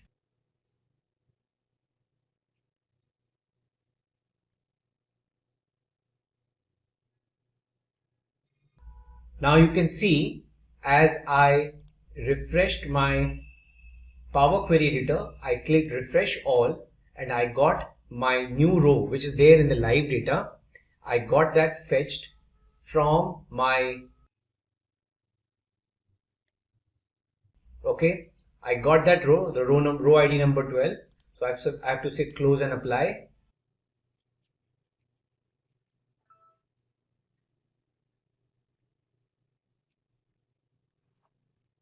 Now you can see the new row, the row number 12 is now available in my new data set, in the data set, because it's a live connection.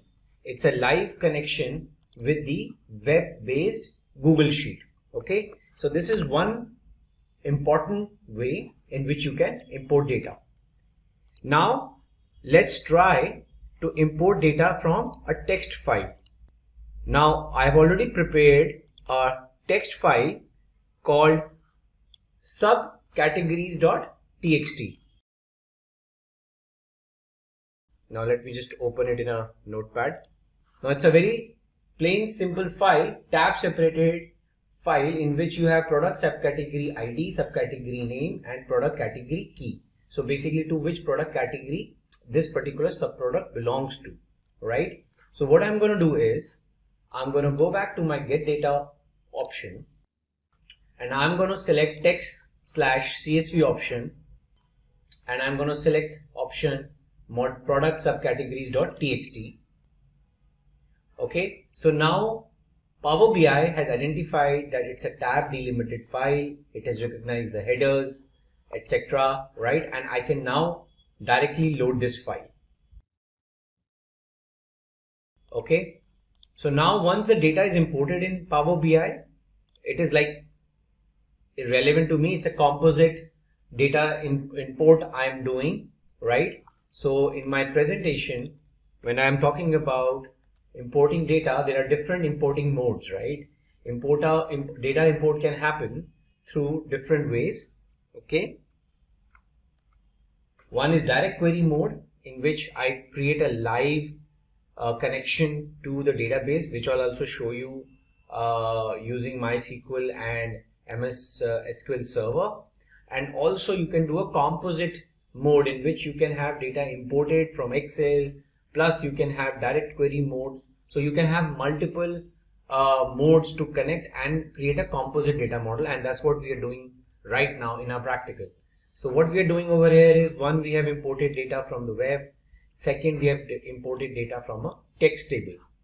Now after doing text, now our next task is to import from CSV. Let's try another one. So now I have imported product subcategory.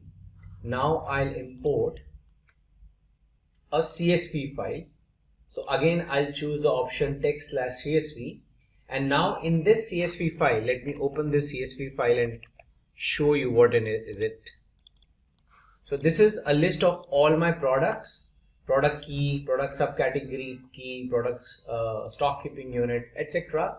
A simple CSV file, and I'm going to import that.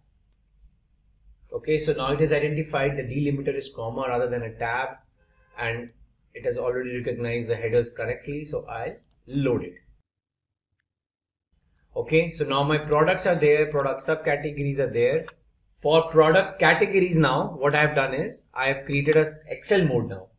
So now Excel I'm using to import my product category. So now I have to click on the option of import data from Excel, and I'll say product categories.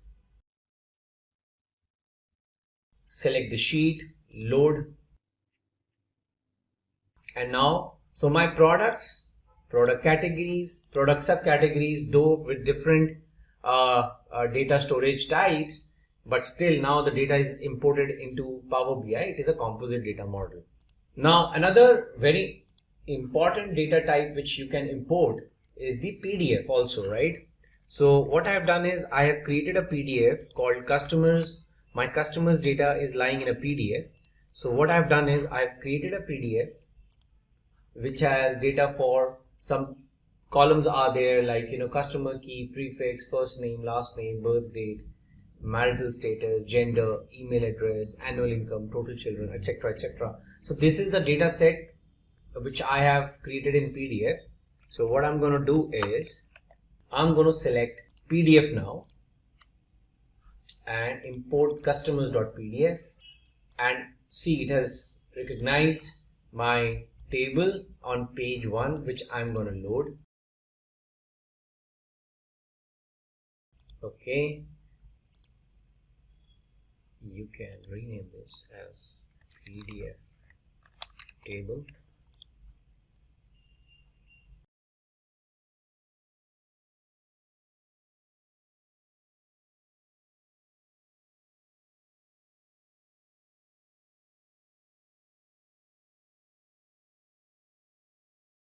So this basically, these are the different type of data types. We have imported PDF, Excel, text, CSV and web page. Now let's take a look at another interesting data set which we want to import, is the MySQL Server data set. So what I have done is I've already installed MySQL Server on my local instance, and there's already a schema of SQLite tutorial over there, and I have certain tables already prepared over there like department, employee, etc. So my goal is now to import this data or create a live connection with this data set. Now in order to import my SQL database connection in Power BI, you need to first download a connector, MySQL Power BI connector. So you need to go to this link and then click on download and install the MySQL connector. Based on the operating system you have, you click on download and install it. After you have done this, go back to Power BI and then give the IP address of the database. In my case, it's there in this local machine, and the schema which I want to import is SQLite tutorial. So I'll give the name,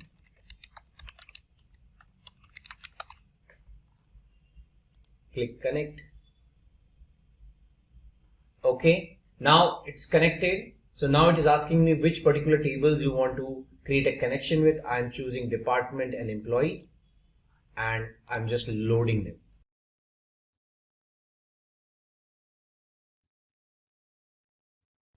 Okay, so now this is the exact data which is there in the employee and department in MySQL. Okay, so this is one example of how to create connectivity between Power BI and MySQL. Now I want to do the same thing using SQL Server, Microsoft SQL Server. So I have also installed Microsoft SQL Server on my machine, and I have used the SQL Express. So this is the name of my server, so which I'll copy the server name and go to get data, select SQL Server, and for now database is optional. I can say direct query, click OK. Okay, now it is showing me what all tables I can import. So in my SQL Server tutorial, in my SQL Server, I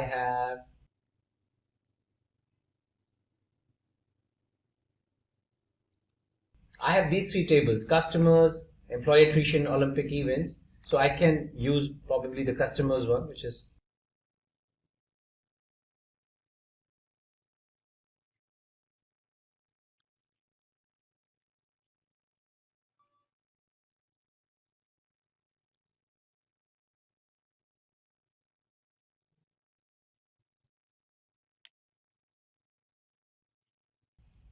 now you can see this is the data, the customers data, which is lying in my SQL Server. Okay, so I can preview it and load it.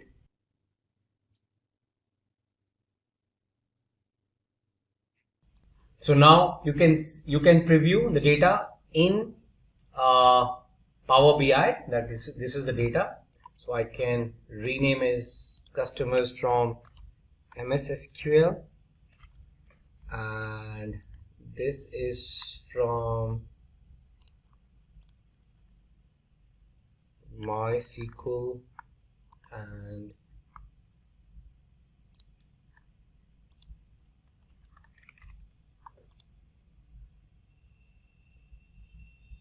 okay. So now this is not the only data sets you can import. Now if you take a look at the options which Power BI gave of what different type and variations of data it can it has compatibility to import from. Okay, so we can just take a look at the categorization on the left hand side first.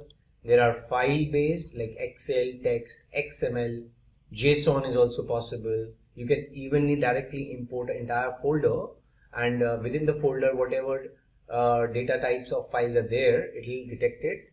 PDF, Parquet, or even SharePoint folder, which is itself a Microsoft technology. Then different kind of databases, SQL Server and MySQL we just saw, but it's not only limited to this. You can connect to Microsoft Access, SSAS, Oracle database, IBM DB2, Postgres, Sybase, Teradata, and then SAP databases, Amazon, Redshift, Impala, Vertica, Snowflake, and n number of databases which are there in the market today, Amazon, etc. Then it also allows you to connect with its own Power platforms, Power BI platforms, data marts, Power BI data flows, Dataverse, etc.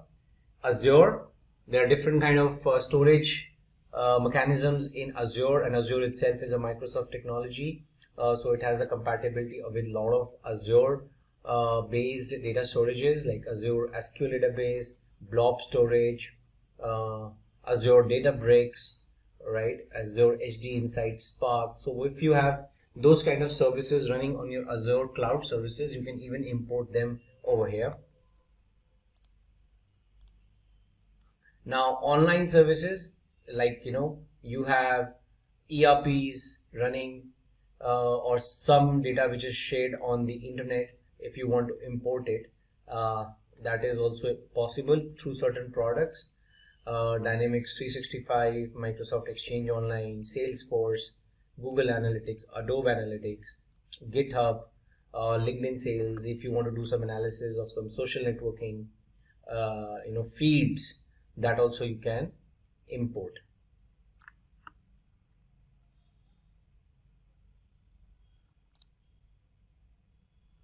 Then other miscellaneous are also there, web-based, Hive, R script, Python script, if there's something to import, get data from.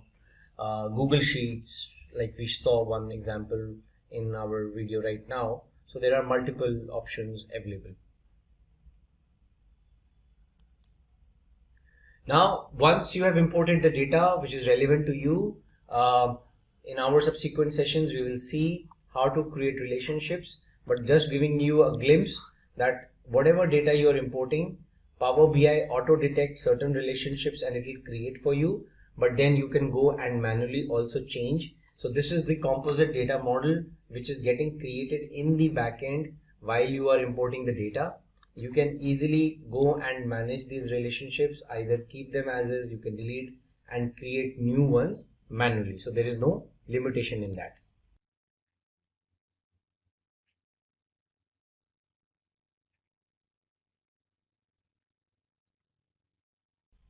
So this is what we have witnessed. We have imported data from different files types, data types, and then we have tried to, once it is imported into Power BI, then there is no limitation of how you use it. You can create visualizations across different data sets and then create your standard reports.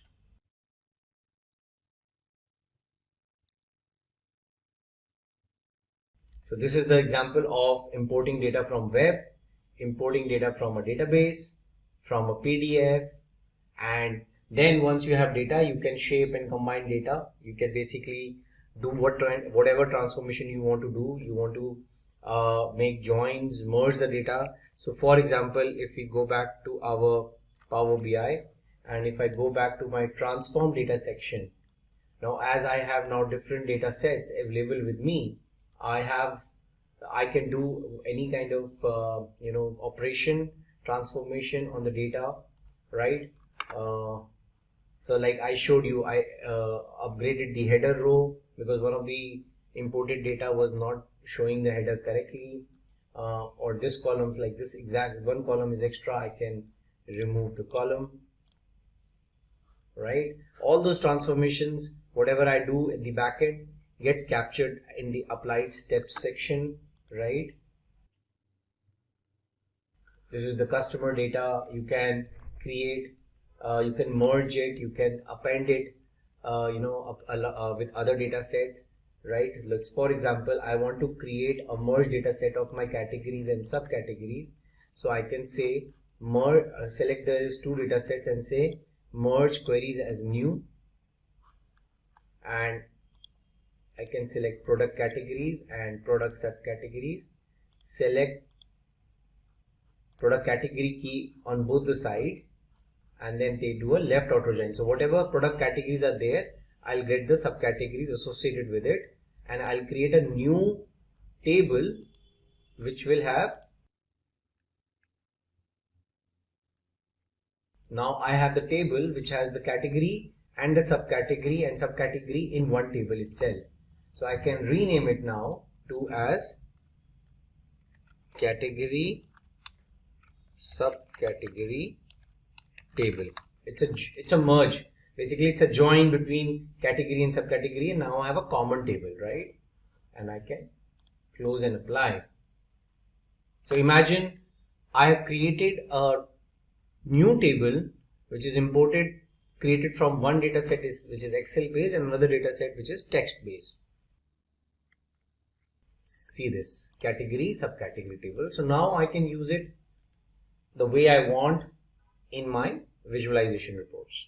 So that's what the presentation says, right? That once you have the imported data, you can shape, you can combine, you can adjust, you can do whatever transformation you want to do and create your visualization. Okay, so what topics we are going to cover today? We are going to talk about different types of data modeling, and the most important part and aspect of data modeling is the cardinality. The cardinality which you basically decide after reviewing the nature of data, and after you imported it, what kind of cardinality you have to basically highlight, right? And there are different type of cardinalities which you might have heard earlier also if you are from PL SQL background, like 1:1, 1:many, etc. We will talk about that. Now, what are the different types of data modeling? Now, dimensional data modeling is one of the most popular and most widely used modeling.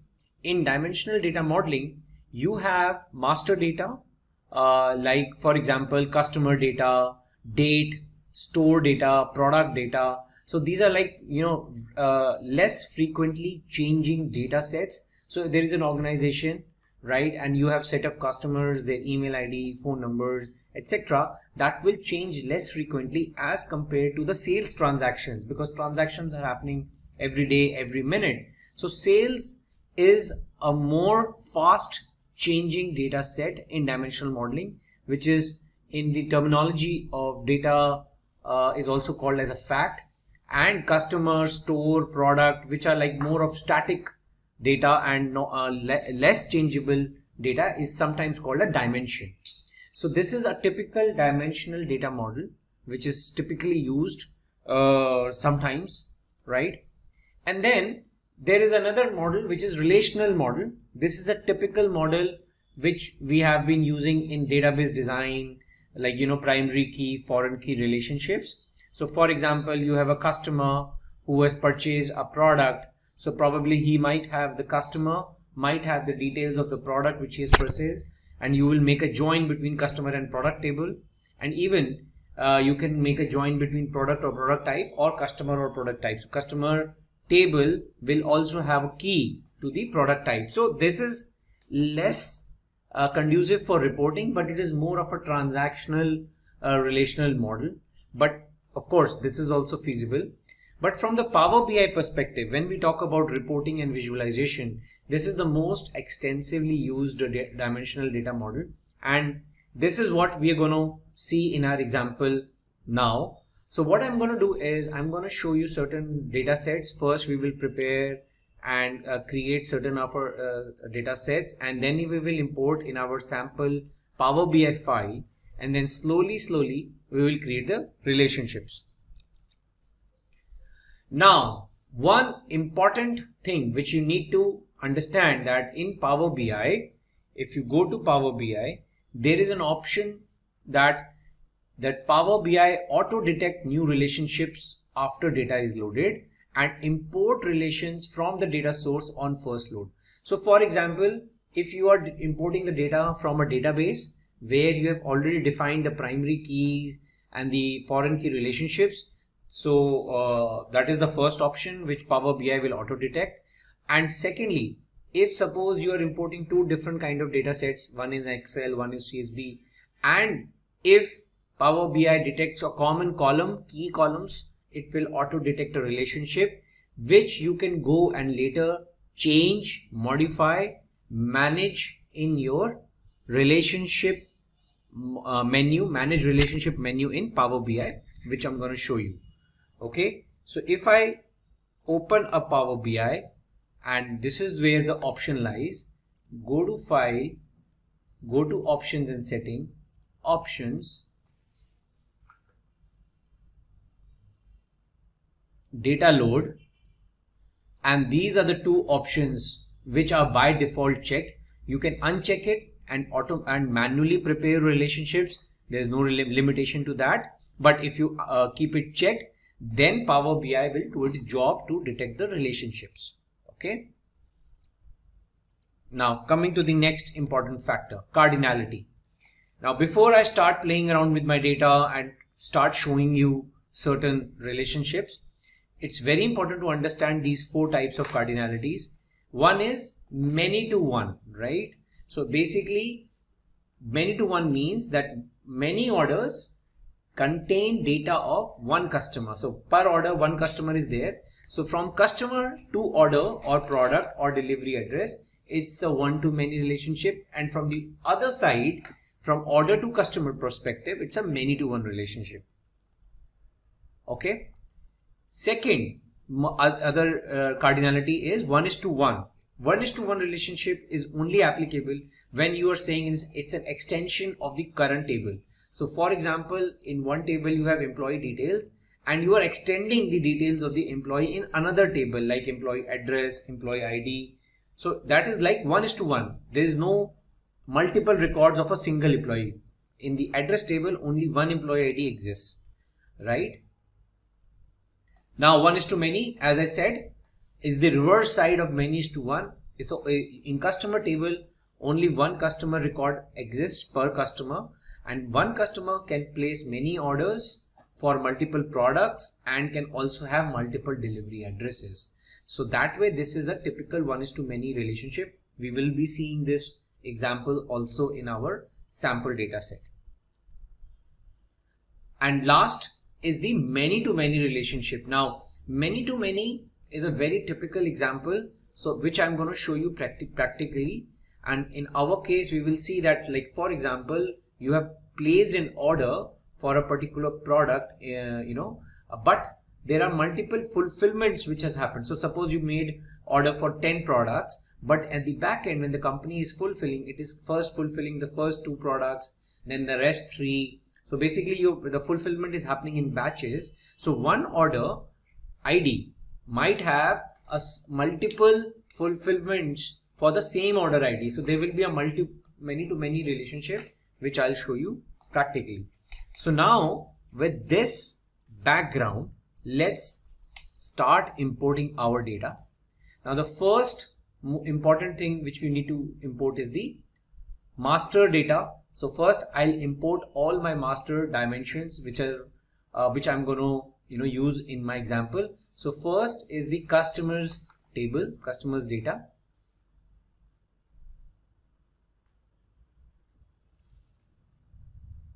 So this is the customer details, like customer key, prefix, first name, last name, birth date, marital status and gender.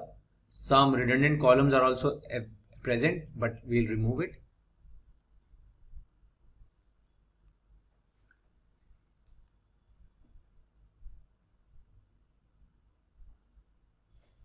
So my customer data is loaded. Now today's session is all about this section of modeling. So we will keep our focus over here. Okay. Now some columns, probably some blank columns are there. I can select them and say delete from model. Yes.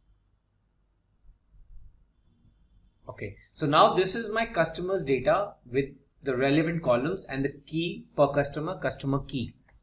Now there's no relationship in this model right now, right? Because only single table is there and the associate data is only imported. Now let me also import my another important master table is the products.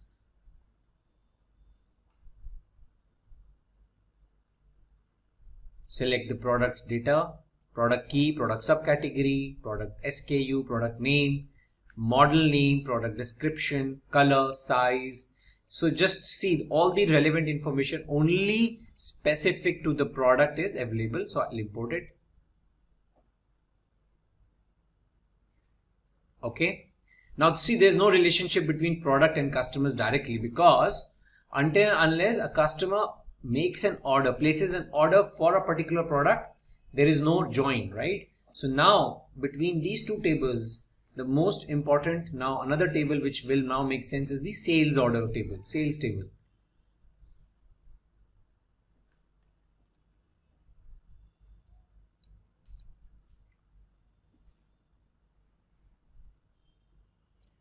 Now I am assuming that Power BI have auto detected the relationship. Now you can see that because I've already ticked that checkbox. Now let's see what Power BI, what relations Power BI has auto detected. Let's first check the relation between customer and sales. I'll double click this join. Now what it has done is it has created a join of many to one between sales and customer. So what does that mean is that one customer has can place many orders, right? And that it has detected by the quality of the data and the data sampling which Power BI has done.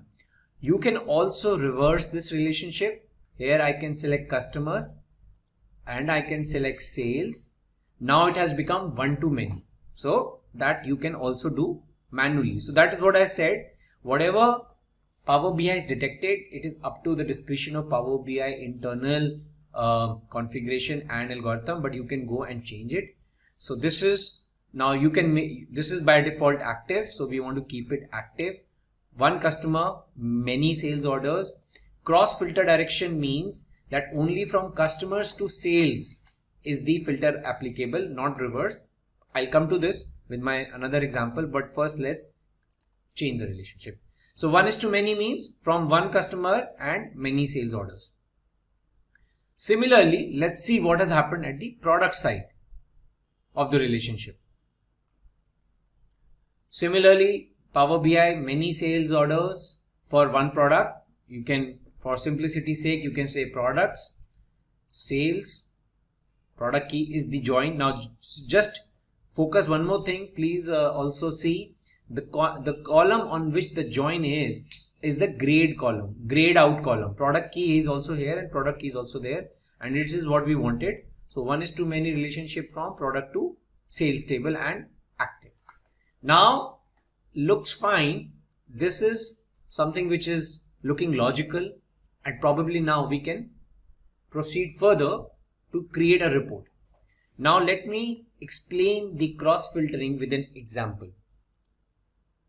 Now, for example, I want to check in a report that what is the count of products which a particular customer has ordered. Okay, so what I'll do is I'll select the product count of product name. Now if you see, and for each customer, in front of each customer name, the count is coming as 293, 293. It is getting repetitive because there is a one-way filter direction, filter between customers and sales and products, right? So this join is single-sided. It means that from customer to product, you can't find a relationship because it's a single side cross filter, right? What does this, if I change it to both, it means that it is equal to a join between product and sales, and every product detail now is appended to the sales table. So if I want to make you visualize this, you need to go here. I'll first open my sales table. We can also open it here. Let's make click this OK. Now if I click OK, you can see the single arrow is changed to double arrow. It means it's a both side filter. So when you say a both side filter, it means that implicitly within Power BI, you can imagine that all the product columns now will get appended because of both ways filter you have applied. And if you go to your report now, see the change of the numbers now, 40, 20. So the total count of products across all my customers come out to be 293. Now the report looks correct. If I change the relationship from back to single between product and sales, then you can't make a join between customers and product. Basically, you can't derive the product count from the product table. See this. If you have to live with it, then you would have to go to the sales table, get the product key and get the value of count of product key, but that is not correct. Okay. So if you want a report in which you want the count of product name, and even if you want a count of distinct product name, so this will not come correctly. You would have to go and change the direction of the filter, which is from single to both. So this is a typical example there where you want to use a two-directional filter. Now let's proceed further and import other data set in order to show you another example. Now I want to show you an example of 1:1. So I have another table which is called customer details. So the key in this table is again customer key, but only email address, annual income, total children, education level, etc. Other details of the customer is there.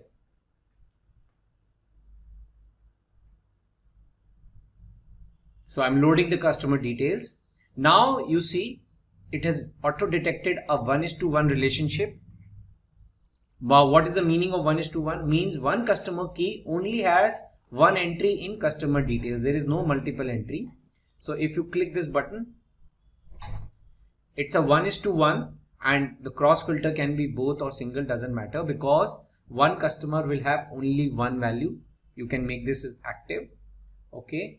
And if you go to the customer report table, you can now easily associate a email address with the first name. You will get 1:1 record.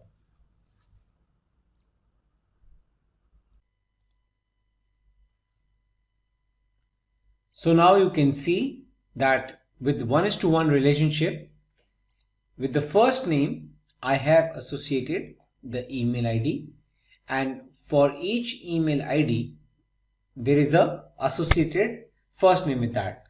So this is an example of 1:1 relationship. So in this example, what we have explained is that for each customer, there is an associated customer detail, right? So you have the first name, email address, education level, homeowner, occupation, and total children count. So in this report, what we have done is, if you click over here, so the first name and the email address. Okay. So there is a 1:1 relationship, and if you drag the customer key, report takes time to render, and even if you can,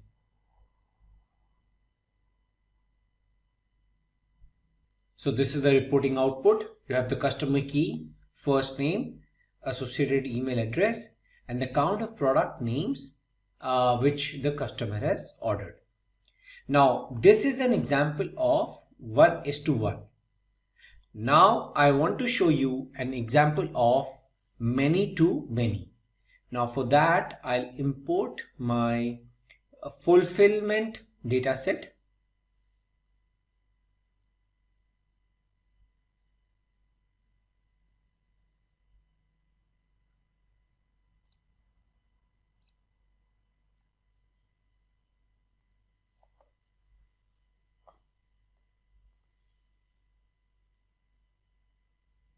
Okay, now in my fulfillment data set, there is a column for order number. So basically what I'll do is I'll drag order number from here to here. Okay, so now what has Power BI detected? I'll do one thing. I'll select sales over here, fulfillment over here, and order number to order number. Okay, so it's a many to many relationship. So it means that per order I have created multiple batches to fulfill that particular order. Now many to many relationship is definitely a candidate for both ways cross filter detection direction, but you can check that. But definitely Power BI shows a warning that this relationship has cardinality to many, and this should only be used if it is expected that neither column contains unique values. Okay, so we know that fact. That's why we are accepting this relationship as many to many, because we know there are multiple order numbers over here in the sales table which are mapped to the multiple order numbers in the fulfillment table. We'll click OK. Now you want to keep the direction as both ways or one direction. That is up to you, the way you want to map the report. So I can double click over here, and you can even click. So now you can select from which way single filter you want, from fulfillment to sales or sales to fulfillment. I'll prefer sales to fulfillment and click OK.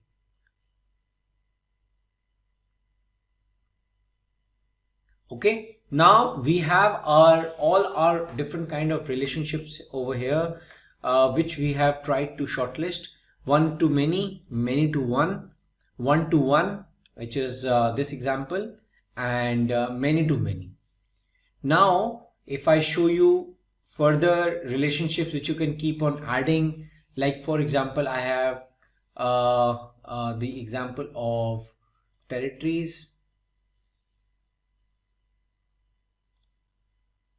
Now in which particular territory the sales was done, so I can map it over here.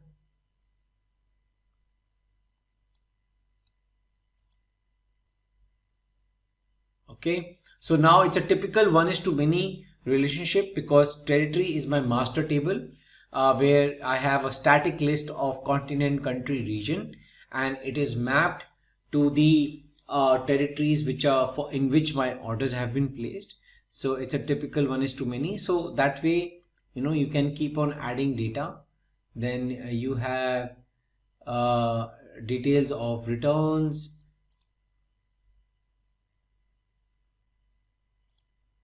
Now this is another transactional table which is about the orders which have been returned rather than being returned by the customers.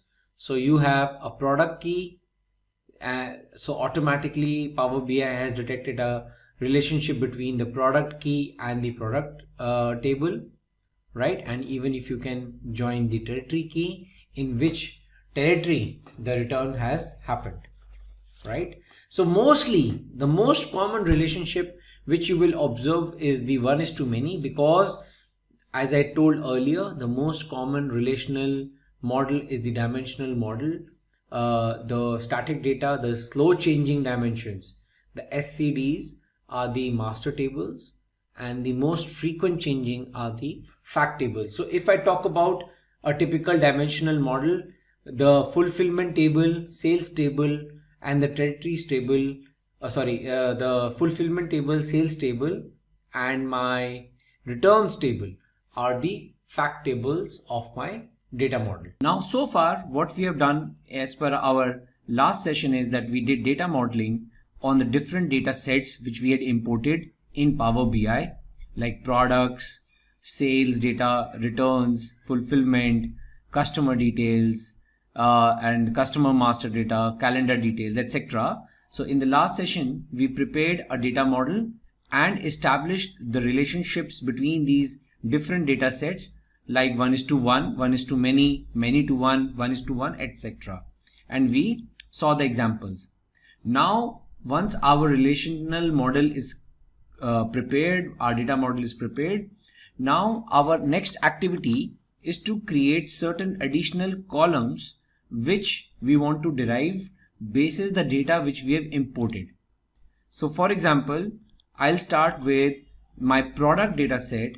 Now in my product data set, I want to introduce a column which basically categorizes that if any product which has a color red, black or gray, I am going to tag it as a colored product. Rest I'm going to say not a colored product, right?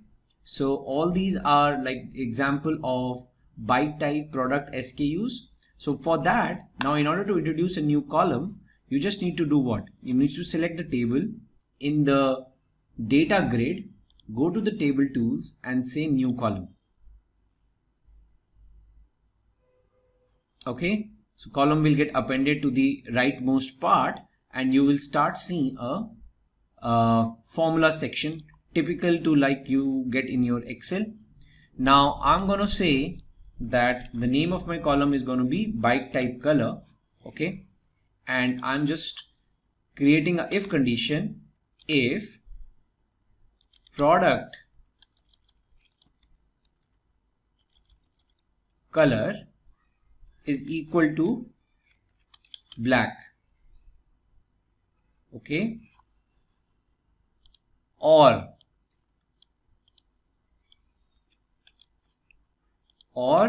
if it is equal to red, or if it is equal to gray, then say yes, it's a colored product, else say no.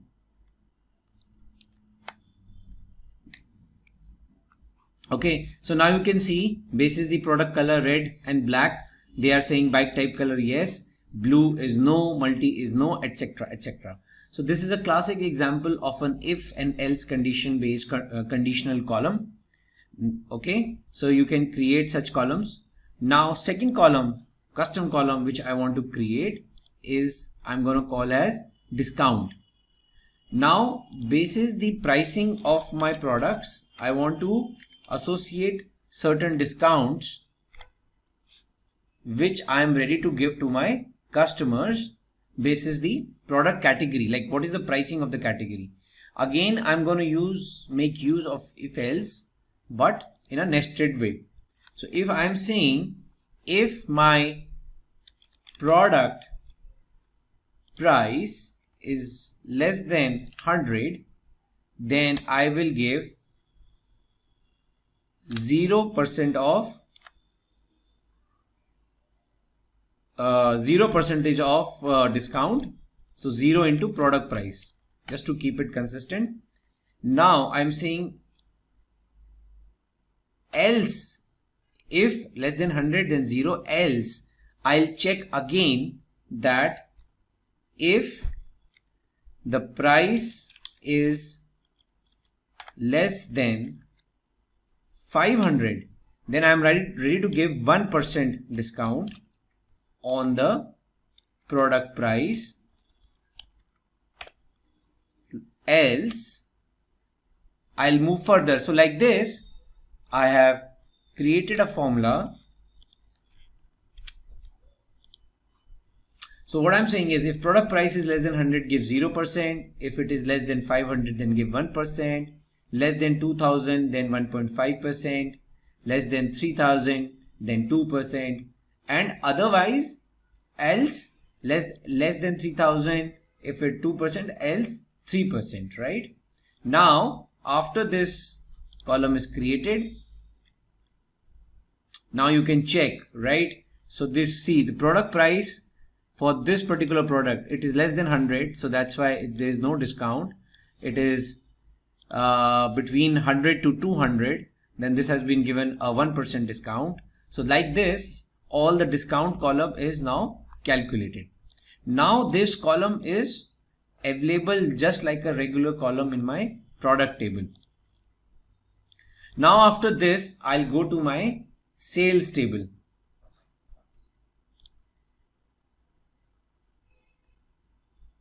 Now in sales table, I want to identify create a column called as cost. There is no product cost column over here, so that will be derived.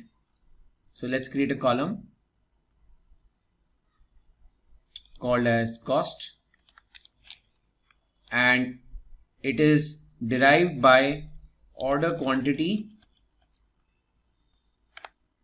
into, now the cost of the product is in the product table, and I know I've already created a relationship between product and sales table. So I just need to select the product cost column. Now only keyword which I have to use in Power BI is the related keyword. So this will pick up the relation, and now for this particular sale order, the cost has already been derived. So this order number, this is the cost for which the product is the costing of the product for this particular order.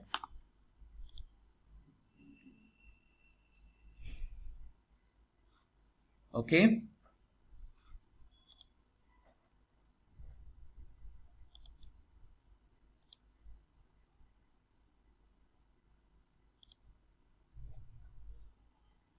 Now I'm going to create another conditional column over here called as order status.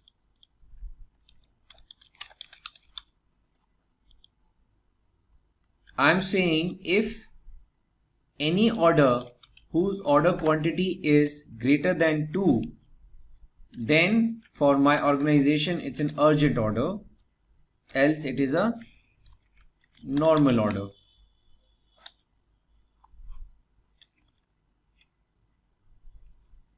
Oh, sorry, I lost it.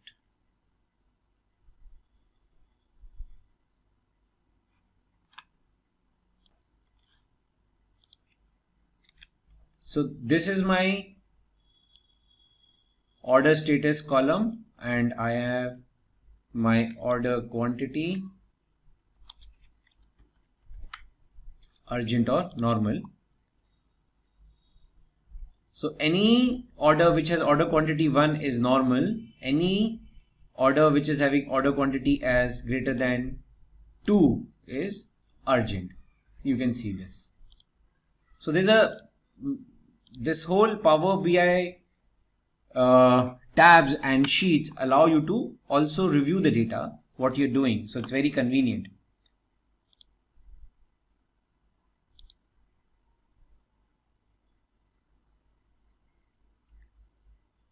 Now I have my sales data. Now what I want to bring within the sales is my discount column. So here also I want to bring the discount which I have created.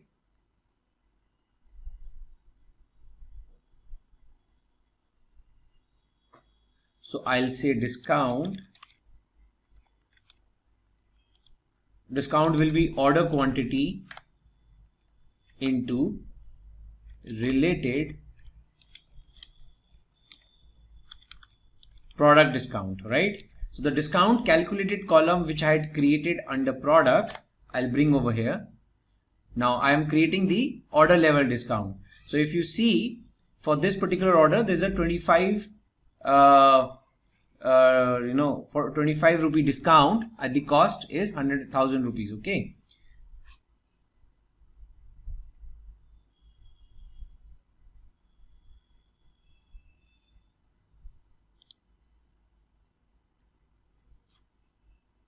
And what is the order price now? So I have taken the order cost, the discount. Now I have to create a column called as price, order price. So that will be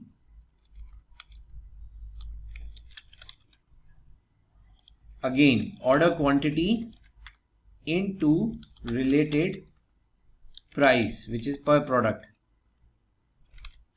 Price, enter. Okay, so now I have the cost, the discount and the price, right, available with me. Now I want to calculate the total revenue, total profit and loss, right? Per order, how much?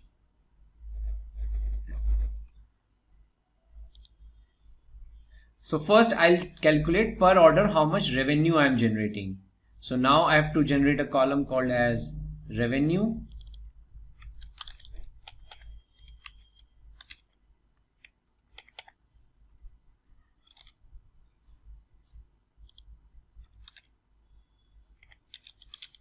Revenue is price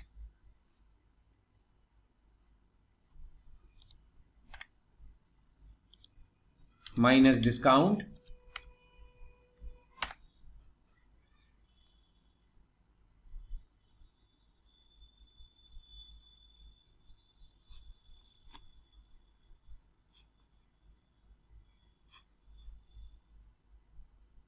so 1700 minus 25, 1700 minus 25, 2071 minus 42.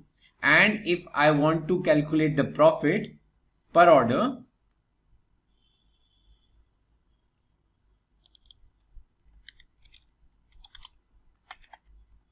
then it is revenue minus cost.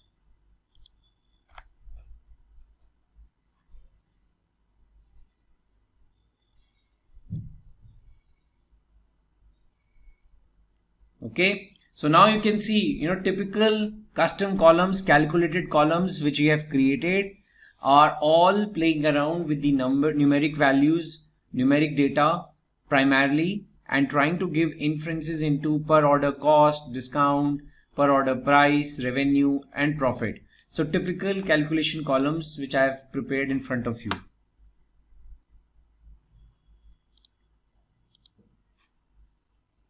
Now let's take a look at other different variations of custom columns. I'll create certain columns for text-based custom columns, calculated columns, using text-based data. So I'm now moving towards my customer table, in which I have customer key, prefix, first name, last name, birth date, marital status and gender. Now I want to create a new column in which I want to derive the age of each customer as of today, right? So I'll use another function, a date function called as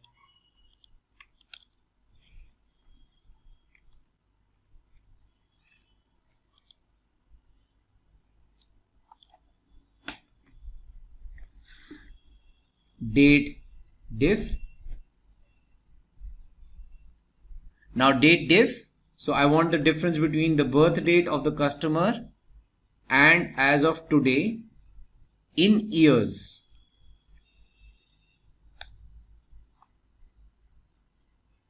Okay, so this customer as of today is 68-year-old, one is 74, 68, 57, etc. So this is one derivation of a calculated column of age. Let's take another example. Now this is a text-based column where I want to derive the full name of the customer.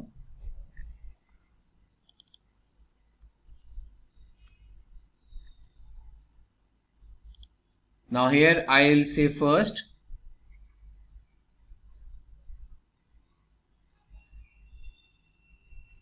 lowercase, in lowercase I'll concatenate the prefix, then ampersand, space, ampersand, first name, ampersand, space, ampersand, last name and closing brackets, etc. Full name.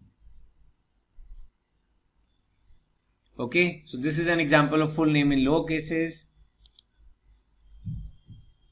Now another calculated column, conditional column. At the customer level, I want to identify a flag which says who is my target customer basis the demographics shared over here. Target customer. So I'll say if the marital status is equal to M and total children,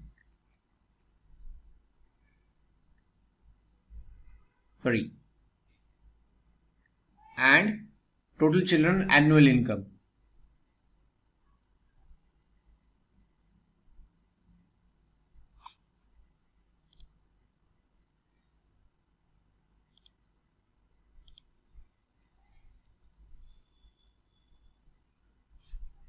So okay, so let me change the logic a bit. So marital status is M and age is less than 50.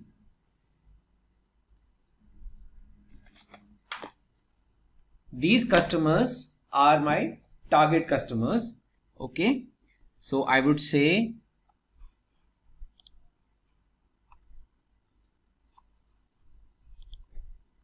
yes, else no.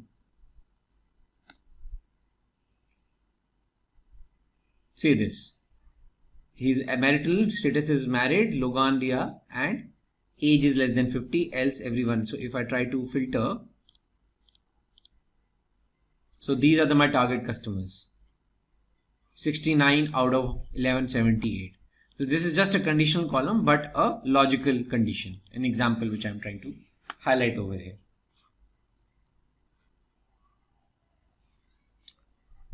Okay. Now let's look at certain calendar date oriented columns, calculated columns. Very typical, like now I have a simple date column. Now I'll keep adding certain columns which which will help you understand how you can do some calculations on the dates. So like for example, I want a date which is 12 days after the current date, the date in the column. So just simple 12 days after, select the date and add 12.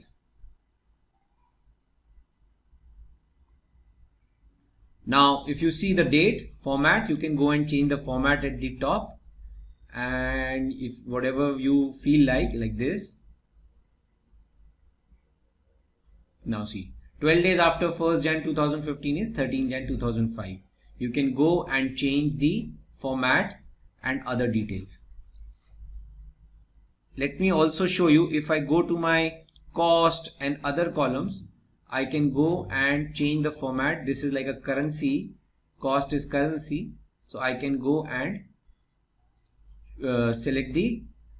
change the currency type, and you can even show the dollar value or whatever currency type it is. So for numbers, you can do currency, or text or dates, you can select the format. So this is available at the column tools level. Now in customers, like we had our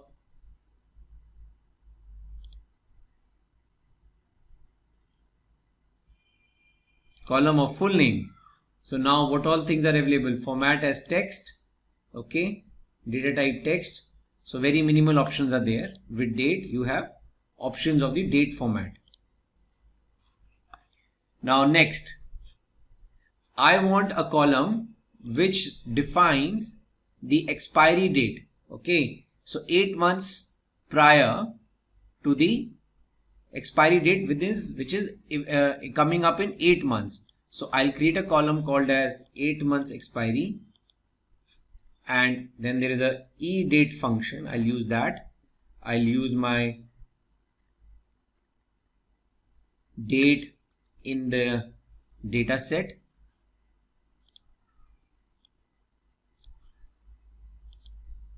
comma, I'll say 8. So now this date column will append 8 months to my actual date, and again I can go and change the format.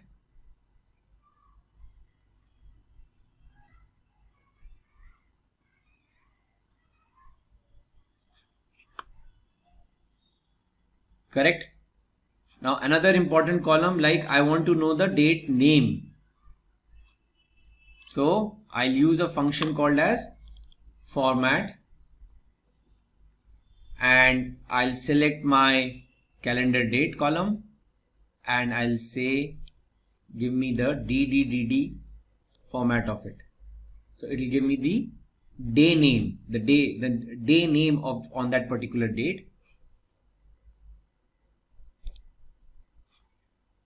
Next, years in between. So I want the years in between the today's date and the date of my calendar. So equal to date diff, the calendar date,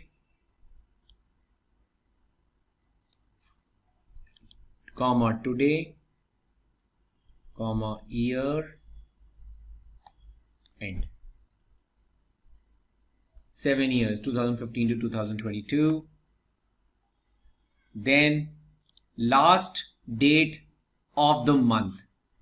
So if I want what is the last date of this particular calendar month, I will use a function EO month, which is there available in the Power BI. So I'll say last date of the month equal to EO month. Then just select the calendar CSV date, comma 0 in months, and enter. Change the format.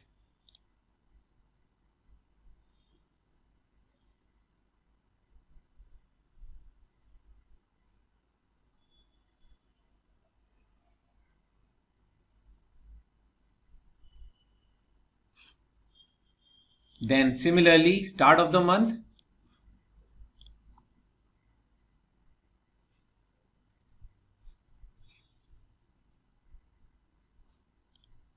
So I'll use a function called start of month. So for all January dates, end of the month is 31st Jan and start of the month will remain 1st of Jan.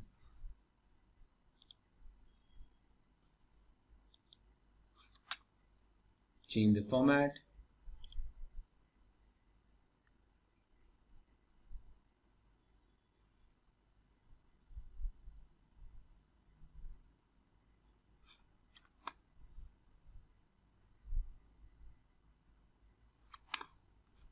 Next, I want to know what is the week number of that particular date. So now there is an inbuilt function called week number, week num, and just pass the date and you will get the week number. First week of the year, second week of the year, etc.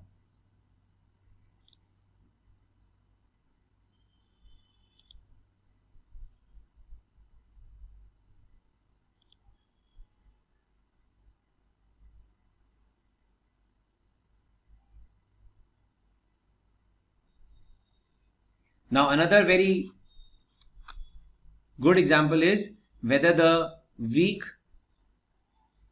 day is a weekday or a weekend, right? So what is it? It's a week type. Okay. So I'll put a if condition and there is a function called weekday and I'll pass the calendar. If it is less than 6, it means it's a weekday, else it's a weekend. So all Saturday and Sunday day names will come as weekends, else everything else will come as weekday.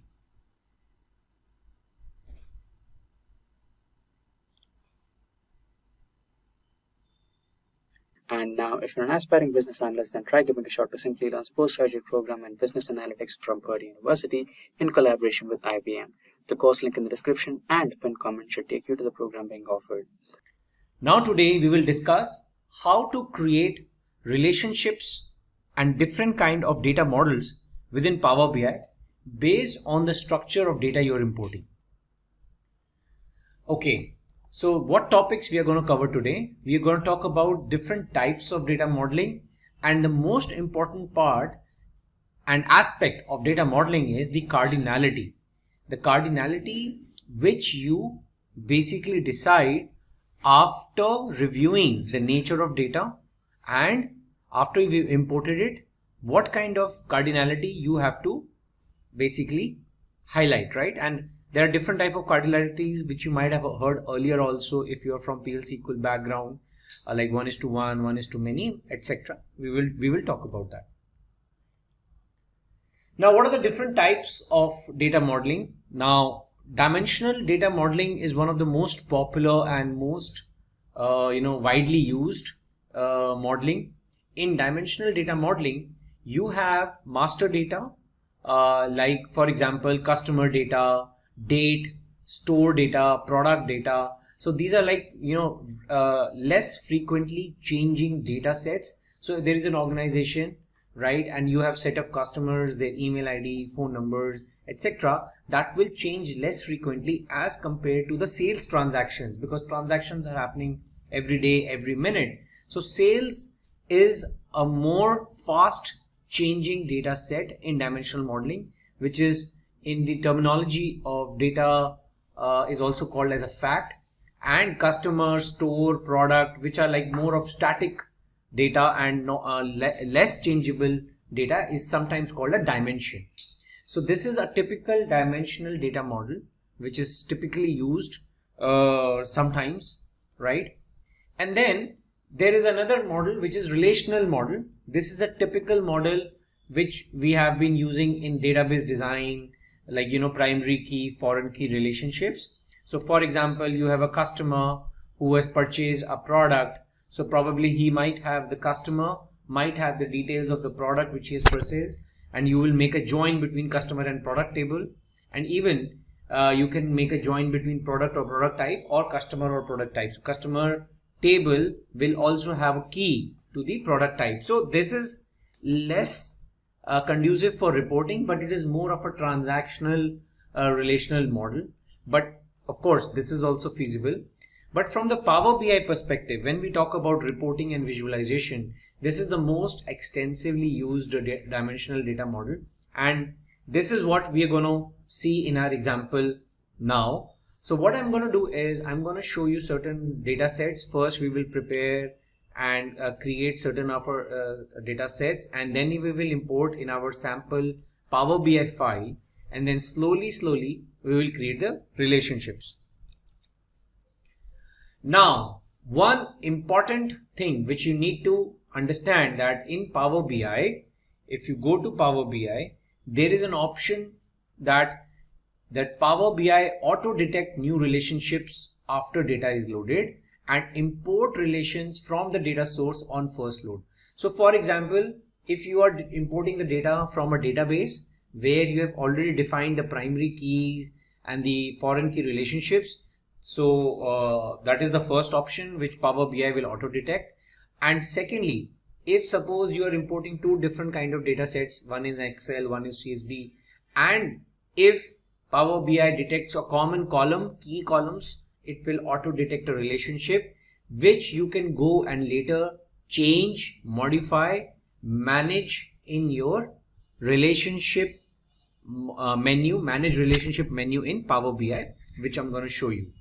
Okay, so if I open a Power BI, and this is where the option lies, go to File, go to Options and Setting, Options, Data Load, and these are the two options which are by default checked. You can uncheck it and manually prepare relationships. There's no limitation to that, but if you keep it checked, then Power BI will do its job to detect the relationships. Okay, Now coming to the next important factor, cardinality. Now before I start playing around with my data and start showing you certain relationships, it's very important to understand these 4 types of cardinalities. One is many to one, right?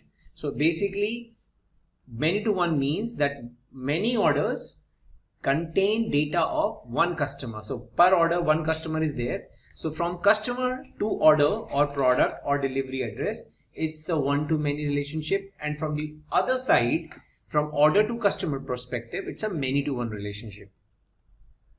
Okay. Second, other cardinality is 1:1. 1:1 relationship is only applicable when you are saying it's an extension of the current table.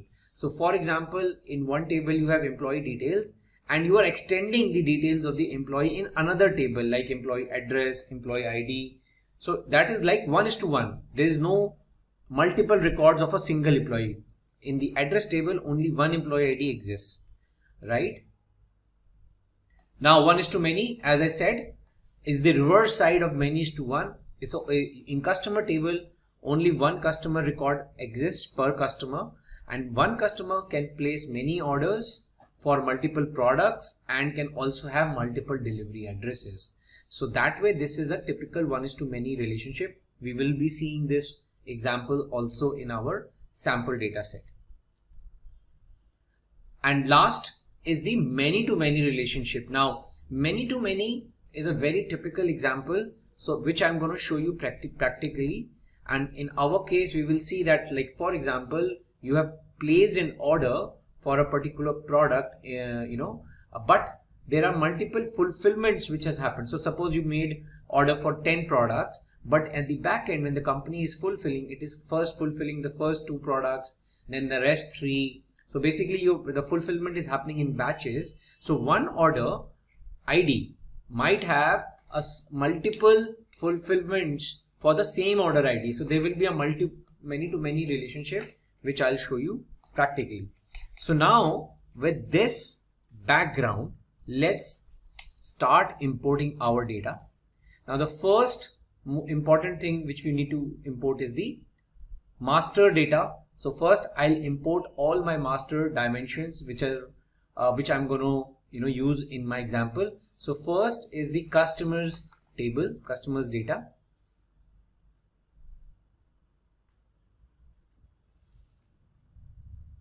So this is the customer details like customer key, prefix, first name, last name, birth date, marital status and gender. Some redundant columns are also present, but we'll remove it.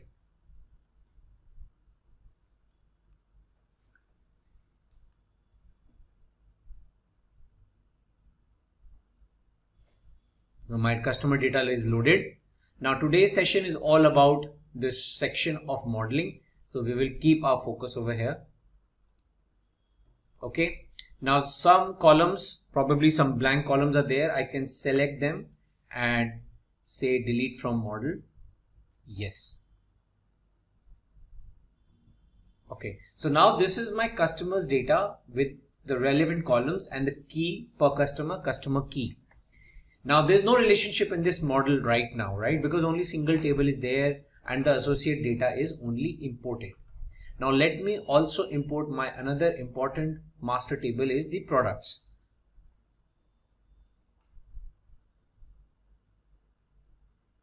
Select the product data, product key, product subcategory, product SKU, product name, model name, product description, color, size. So just see all the relevant information only specific to the product is available. So I'll import it. Okay. Now see, there's no relationship between product and customers directly because unless a customer makes an order, places an order for a particular product, there is no join, right? So now between these two tables, the most important now another table which will now make sense is the sales order table, sales table.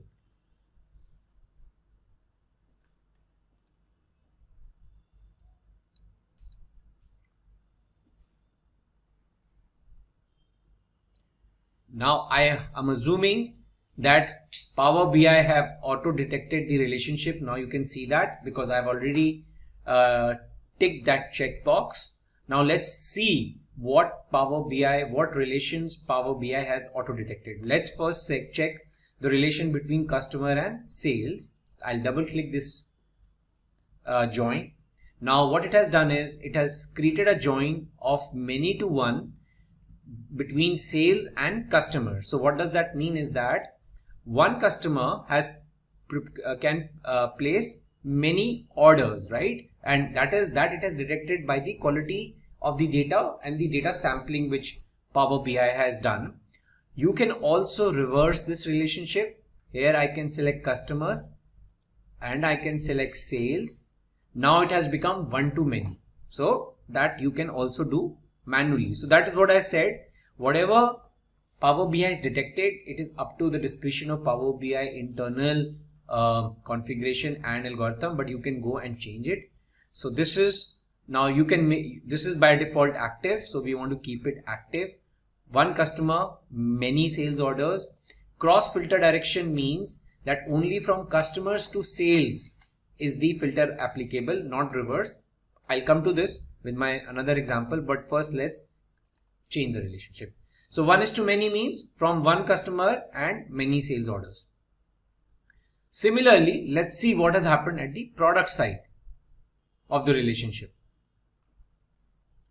Similarly, Power BI, many sales orders for one product. You can, for simplicity's sake, you can say products, sales, product key is the join. Now just focus one more thing. Please also see the column on which the join is the grade column, grayed out column. Product key is also here and product key is also there, and it is what we wanted. So 1:many relationship from product to sales table and active. Now looks fine. This is something which is looking logical, and probably now we can proceed further to create a report. Now let me explain the cross filtering with an example. Now, for example, I want to check in a report that what is the count of products which a particular customer has ordered. Okay, so what I'll do is I'll select the product count of product name.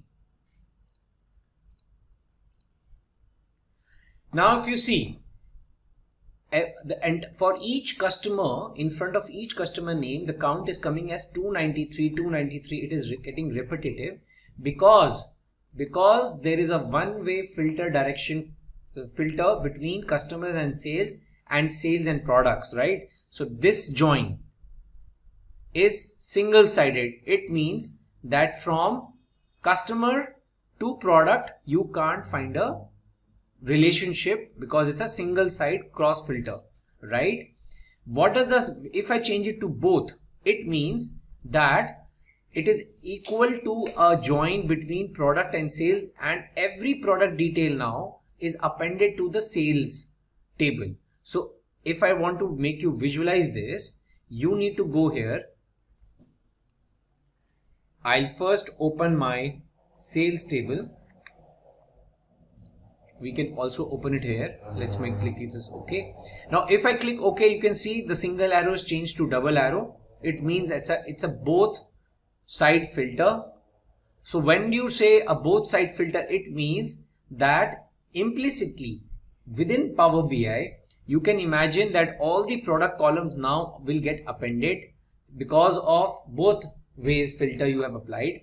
And if you go to your report now, see the change of the numbers now 40, 20. So the total count of products across all my customers come out to be 293. Now the report looks correct. If I change the relationship from back to single between product and sales, then you can't make a join between customers and product. Basically, you can't derive the product count from the product table.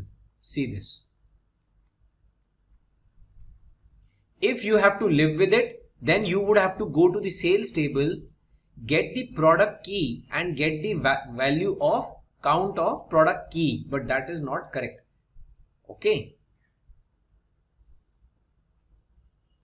So if you want a report in which you want the count of product name, and even if you want a count of distinct product name, so this will not come correctly. You would have to go and change the direction of the filter, which is from single to both. So this is a typical example there where you want to use a two-directional filter. Now let's proceed further and import other data set in order to show you another example.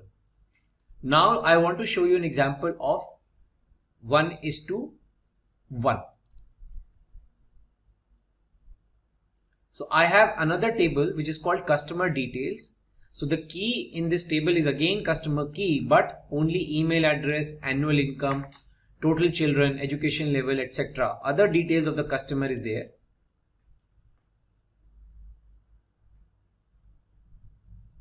So I'm loading the customer details. Now you see it has auto detected a 1:1 relationship. Now what is the meaning of 1:1? Means one customer key only has one entry in customer details. There is no multiple entry. So if you click this button, it's a 1:1, and the cross filter can be both or single, doesn't matter, because one customer will have only one value. You can make this as active. Okay.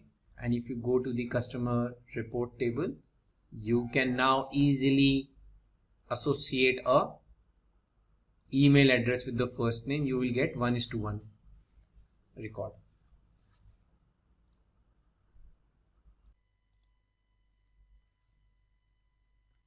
So now you can see that with 1:1 relationship, with the first name, I have associated the email ID, and for each email ID, there is a associated first name with that. So this is an example of 1:1 relationship. So in this example, what we have explained is that for each customer, there is an associated customer detail, right? So you have the first name, email address, education level, homeowner, occupation, and total children count. So in this report, what we have done is, if you click over here, so the first name and the email address. Okay. So there is a 1:1 relationship, and if you drag the customer key, report takes time to render, and even if you can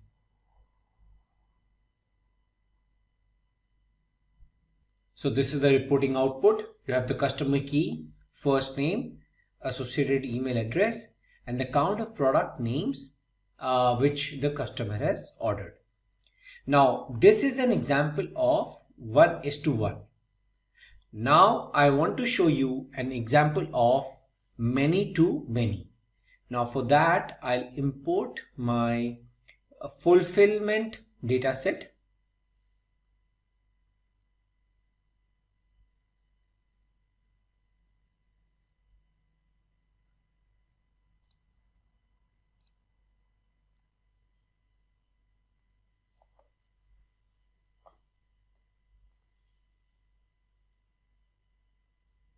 Okay, now in my fulfillment data set, there is a column for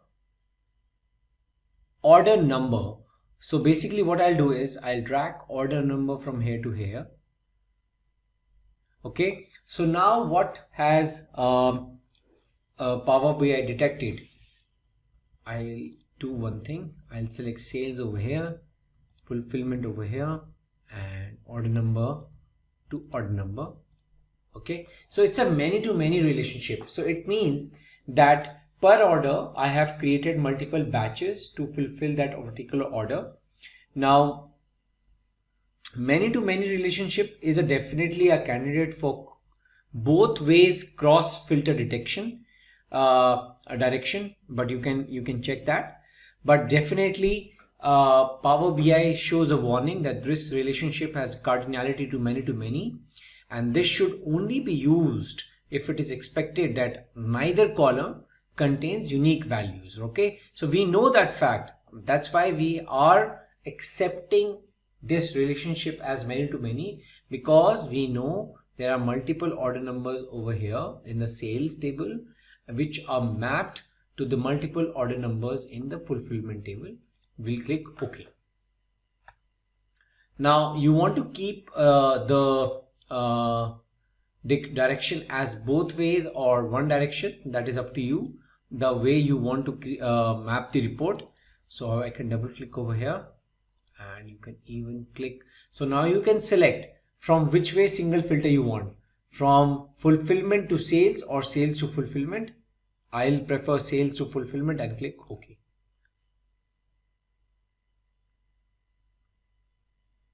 Okay, now we have all our different kind of relationships over here, which we have tried to shortlist. One to many, many to one, one to one, which is this example, and many to many. Now, if I show you further relationships which you can keep on adding, like for example, I have the example of territories. Now, in which particular territory the sales was done. So I can map it over here.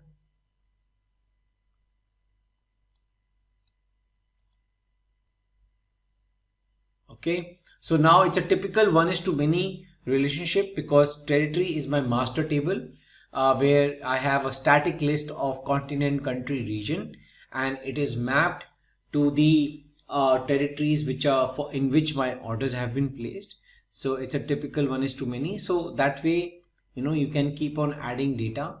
Then you have details of returns.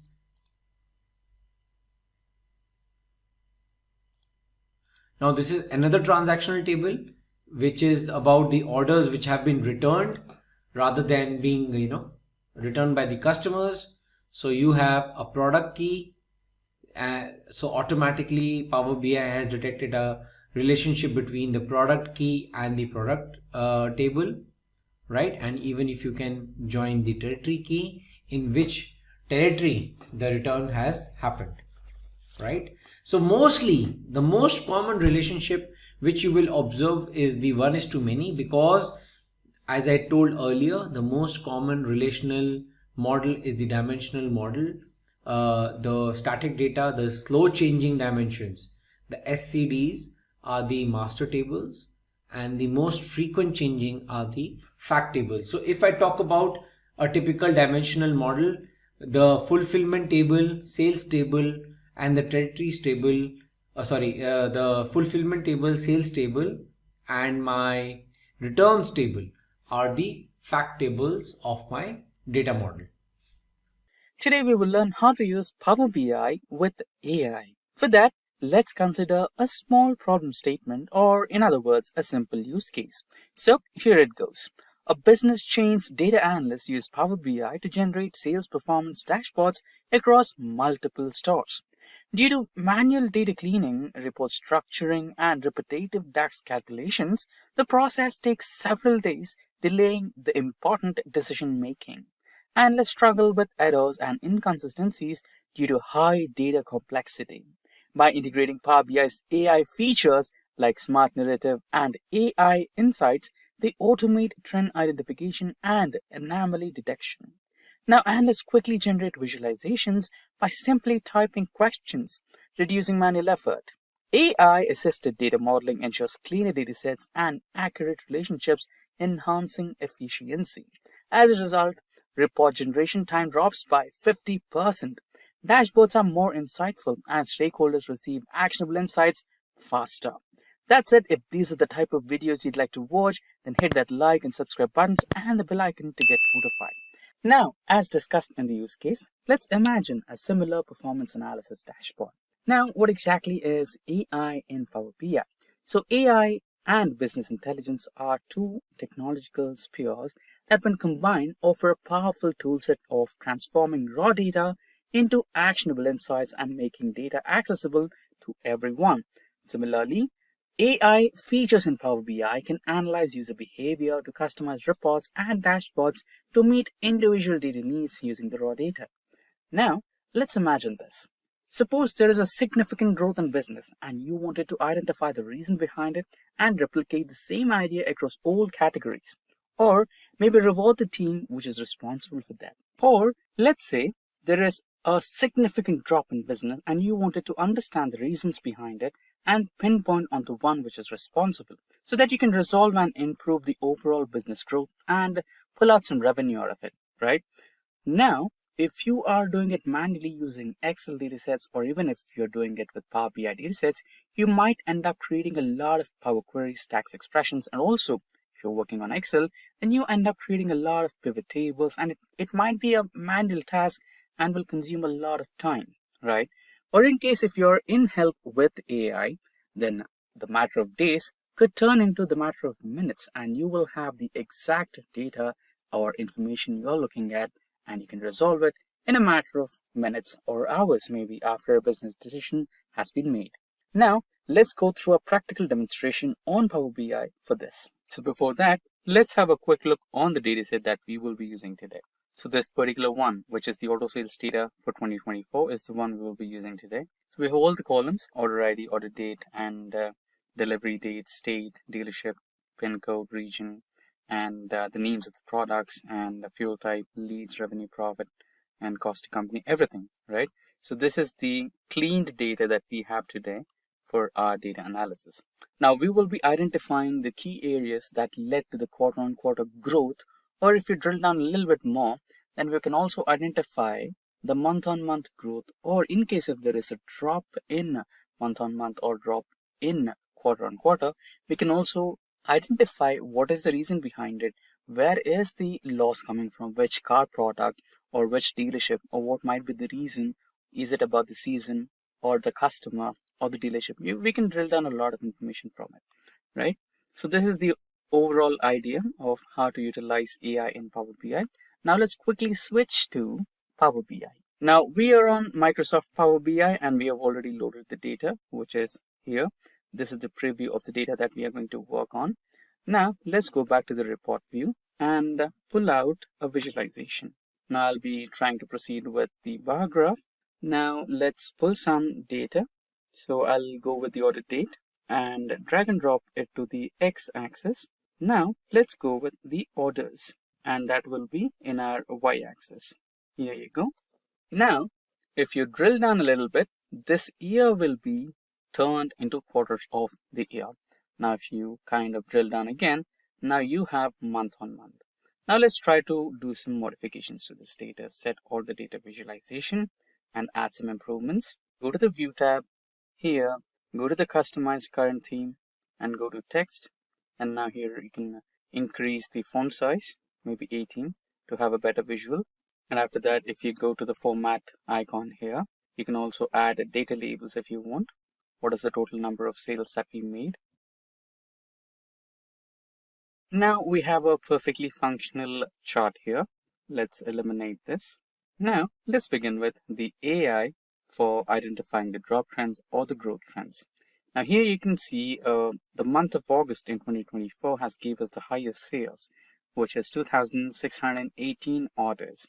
And you can see there is quite a good growth here. Now if you wanted to find out what is the reason behind this growth, then just click that bar and right click or double click and go to the option called Analyze. So this is similar to the Excel's what if analysis, but with a little change. Now here you can see that Power BI will automatically give you a lot of charts and visualizations like this one here, which is a waterfall model, and this will indicate you what was the reason of the growth. And here you can see we have received 11 orders from Andhra Pradesh. This is a state-wise analysis, and also you have decrease. So there is a decrease in Mizoram and a few more regions like Karnataka and everything. So this is something behind the reason for growth or drop. And here you can see the product-wise analysis where we have some growth from cars like 8 Series, Wellfire, and others. And after that, you have some dealership data as well. So there is a good orders that is received by Prime Auto, Elite Auto, and a few others. And there's a drop in Asian dealerships, etc. And here you have the status on delivery, so this is also good. And now let's say now you wanted to identify what's the reason for drop. Now what you can do is you can just click on the month which showed you the maximum loss or the least orders received, and you can go to that. So the least orders is practically from March, and here you can see there is a sudden drop from August. Let's say you wanted to compare with these 2 months, and then what you can do is you can just same procedure, you can just analyze and now explain the decrease. Now you have the reasons behind the decrease here. So we have a couple of cars which are not receiving good amount of sales, and after that you can also see state-wise a drop in orders, and after that you can also see the type of car which has stopped receiving orders. You can see sedan class has drastically stopped receiving orders. That's the reason behind it. And after that, most of the orders are in transit. So you can filter out the in transit ones because this will be delivered to the customer. So the overall, sales will be, or the overall orders number will be increased once this transit becomes to deliver, right? And here you have delivered as well, right? So it might be a drop in delivery numbers as well. And compared to the previous month, the number of orders delivered will be low. Or if you had to talk about the in-transit, I think this is about the in-transit one as well. So previous month had a lot of cars in transit, and this month compared to that number, it is a bit low. So that can be the reason. And after you drill down a little bit more, you have region-wise analysis. Now, this is also another way to find out the drop analysis. And let's say you wanted to compare 2 different months of a quarter, right? So here you have quarter 1. The highest performing month of quarter 1 happens to be the the January one, and you wanted to compare that with the highest performing month of quarter 3, which is August. In that case, you can just hold control and select the first month from first quarter, which is the highest performing one, and you can compare month on month. Going to the Analyze button, explain the reason between the increase here. Now you have the entire report. Now let's say you have a brilliant looking chart over here and you wanted to present that to your stakeholders. Now all you can do is you can just select this particular chart and select the option which says plus, which will automatically get added to your dashboard, which is somewhere here, and you can set it in the way you want. Now you almost have a semi-functional or mini dashboard for you, which explains you the decrease or the gain in orders and also the month-on-month performance. So you have a fully functional report in front of you, which is explaining the comparison between the highest 2 performing ones. So this is how you can make use of AI in Power BI for data analytics. Hey everyone, welcome to Simplilearn's YouTube channel. Today we will learn about data transformation in Power BI. That said, if these are the type of videos you'd like to watch, then hit that like and subscribe buttons and the bell icon to get notified. So what exactly you mean by data transformation in Power BI? So data transformation can be a little similar to data cleaning. So before any kind of data analytics, you might be receiving raw data from a website source, a SQL database, or an Excel file, or multiple sources, right? Once after you receive the data, whether it is batch mode data or streaming data, you are supposed to clean it, right? You might have to clean up the discrepancies like the blank rows or the blank cells or any irregularities in data, such as wrong data type, right? Such discrepancies from the data should be eliminated in the first stage of data analytics. So that's exactly where data cleaning and data transformation comes into the picture. So you have various tools for data cleaning and data transformation like Excel, SQL, but if you are a Power BI user, then good news for you. Power Query in Power BI can assist you in terms of data transformations. So in this tutorial, we will be discussing the fundamental, the most important day-to-day data transformations which a data analyst takes care of in the process of data analysis is what we are going to discuss today. So let's quickly switch to Power BI. But before that, let's have an overview of what kind of data we are exactly dealing with today. So we are dealing with Superstore dataset, and that's in Excel format. So this is our Superstore dataset, and we have 4 tabs here. The first one is Orders tab, where we have Customer ID, Order ID, Date, Ship mode, and Customer name. And in the second tab, we have Stores dataset, which has the details about the customer, from where he or she is, the state, city, postal code, and which category or subcategory did they purchase, and order, sales, discount, profit, everything, right? And here we have some information about any of the orders which were returned and some people over here. So these are the 4 tabs that we are dealing with today. Now that we have an overview on the data that we're dealing with, let's quickly now switch to Power BI. So now we are on the Power BI window. You can just discuss changes.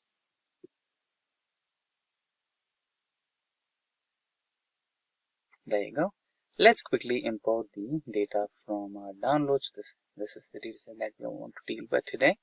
Now, it might take a little while to connect to that particular data set and load the data onto Power BI. Just a couple of minutes, since the data set is a little too heavy. It's about 10,000 rows. So let's wait. Shouldn't take long.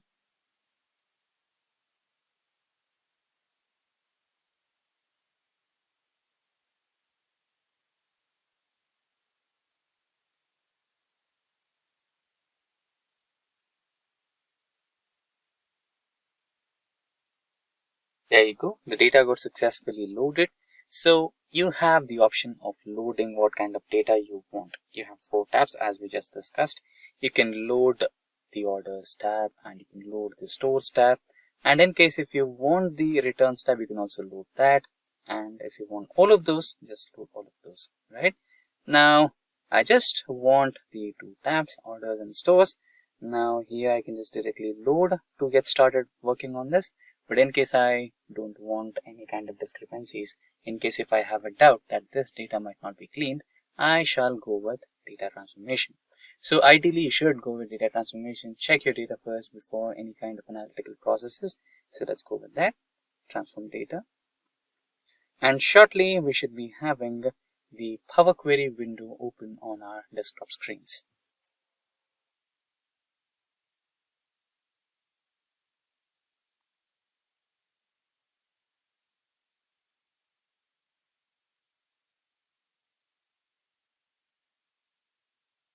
So there you go. You can see the complete data set has been successfully uploaded, both the stores and orders data sets.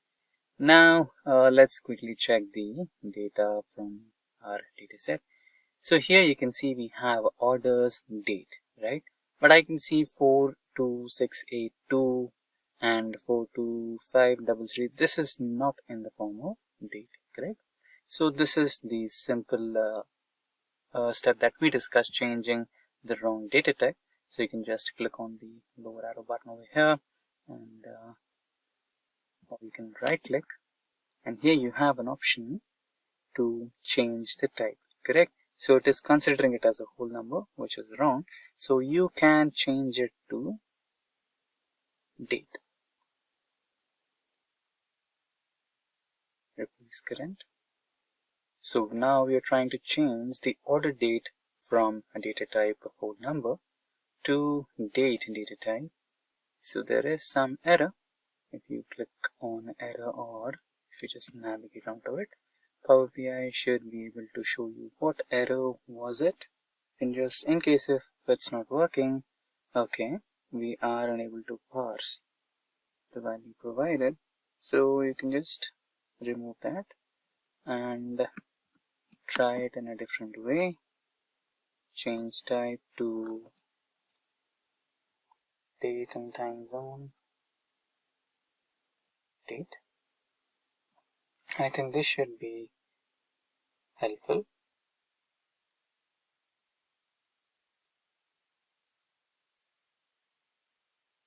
Or if it's not working here, let's quickly check what could be the error. Date time.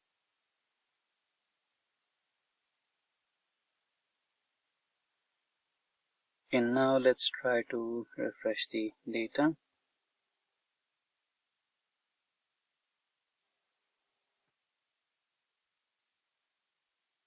It is taking a little while. We also have another information that to deal with. We have the first row as row headers. So we should be declaring Power BI that we also have a row header over here. It's taking a little while to refresh. Meanwhile, let's quickly check into the stores data, and here we have customer name. So let's try to apply second type of data transformation, which will be like, let's say, split column. We have the complete name of the customer. Let's try to split it into first name and second name. So by delimiter, and we can give multiple options over here. Leftmost delimiter, let's say a person has three parts of his name: first name, middle name, and second name, or the last name. So, but we just wanted to split into first and second name, so we would go with the first leftmost delimiter and split the data set. Press OK, and it should help us to split the data first name and second name, and we can also name the columns separately as first name and second name instead of customer name. It's taking a little while than the ideal time, but it's completely alright, since considering the 10,000 rows of stores data and 10,000 rows of orders data, it is alright, not a problem.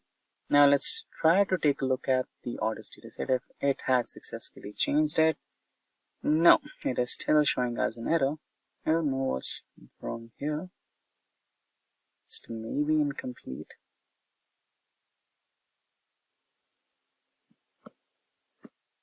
Let's quickly refresh all instead of preview and check if it can help us. So there you go. After refreshing, the first order date is changed to date data type. So what we missed is when you change the type, you're supposed to add a step. So what exactly I mean by that? Now we are trying to change the second one as well. So just wait for a while and it will give us a choice if we want to add a new step or not. That's when we select the option yes, please add a new step.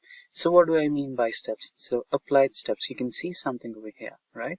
So every alteration, every change, or every modification that you're doing, every transformation you're including onto your data will be recorded as a macro. So that can be implemented if you are loading a similar data set for the next batch. Let's say this is 2022 data, and if you're trying to analyze the 2023 data, and every column is similar, then you can just follow these applied steps and the same implementation will be automated. You don't have to spend time in doing the same process once again. There you go. So this time it has recorded this step and it automatically has taken a new step over here. Change type step 1, change type step 2. If you don't want the step to be added, you can just select the red X mark over here. It will remove it. And similarly, when you go back to the stores data set, here you have the first name and second name split successfully. And now let's say you want to have unique customer data, right? In that scenario, you can just even remove duplicates from this particular column. Just remove duplicates and you'll just have unique data. It's possible that one customer might have come here to buy the same product, buy the same product on different dates, or one customer might have done a repeated purchase. So it's possible, but again, if you just wanted to know if there is a way to eliminate duplicate entries, then you can do that. So for now, let's not delete the customer IDs here, because one customer might have visited the same store for multiple times and might have purchased a different product, or might have made the same order with multiple products, right? So there is a possibility for that. Let's not disturb the data set. So I just wanted you to know if there is a way to eliminate the duplicates from the data set. Yes, it is. Now let's also check another possibility of data transformation. So let's say you wanted to add a new column and identify or include some mathematical operations. For now, let's say I have sales, quantity, discount, and profit, but I don't know what's the rate, right? So here the sale is for $261 and quantity is 2, but I don't know what's the rate of one product. So I can include that. You can just select the last column, or where you want a new column, just go to the add new column here, and here you can just choose the custom column. Should be somewhere over here. Yeah, this is the custom column. And now if you click on the custom column, you can rename the custom column to rate of product, and here you can choose the mathematical operations to be applied on the columns. So sales column insert or double click divided by quantity. Okay, now it should give you the rate of each product, individual product.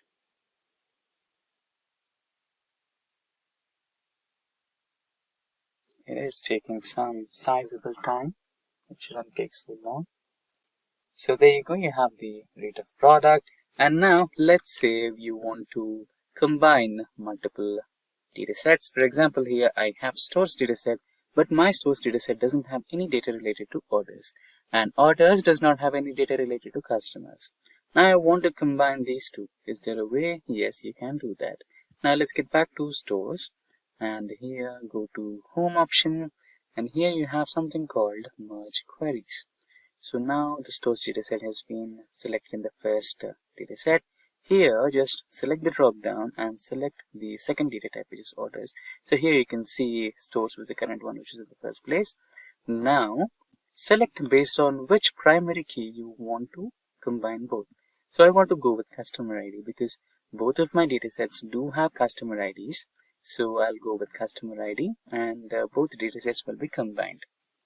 At the end, at the last column, Power BI will show me a new table, not a new column. It will give me a table combined with all the columns in one column. You just have to expand the column and select which columns from the second dataset you want to include in your overall dataset. So let's do that practically. So here you can see I just have tables. If I select the expand column option over here, you can see I have a lot of columns here. So just deselect everything. I do have row ID, I do have a customer ID. What I need is order ID, order date, shipment mode, and customer name. I do have it. So that's all I need. So just press on OK, and I should have them included in my new dataset altogether. It might take a little while.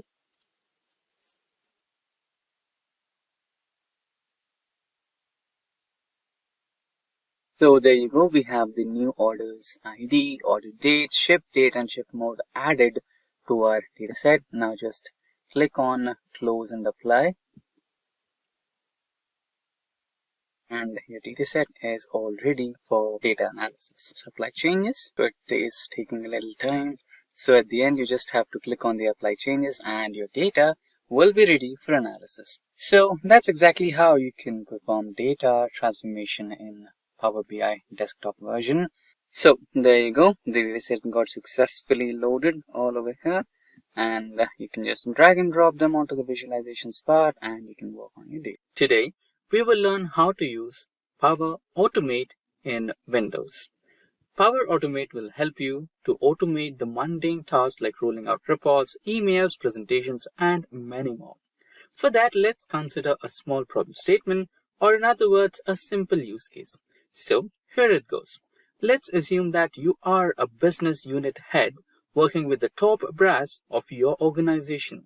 Your routine might include a lot of tasks like setting up roosters, scheduling Scrum meetings, writing down emails, common data entries, and a lot more.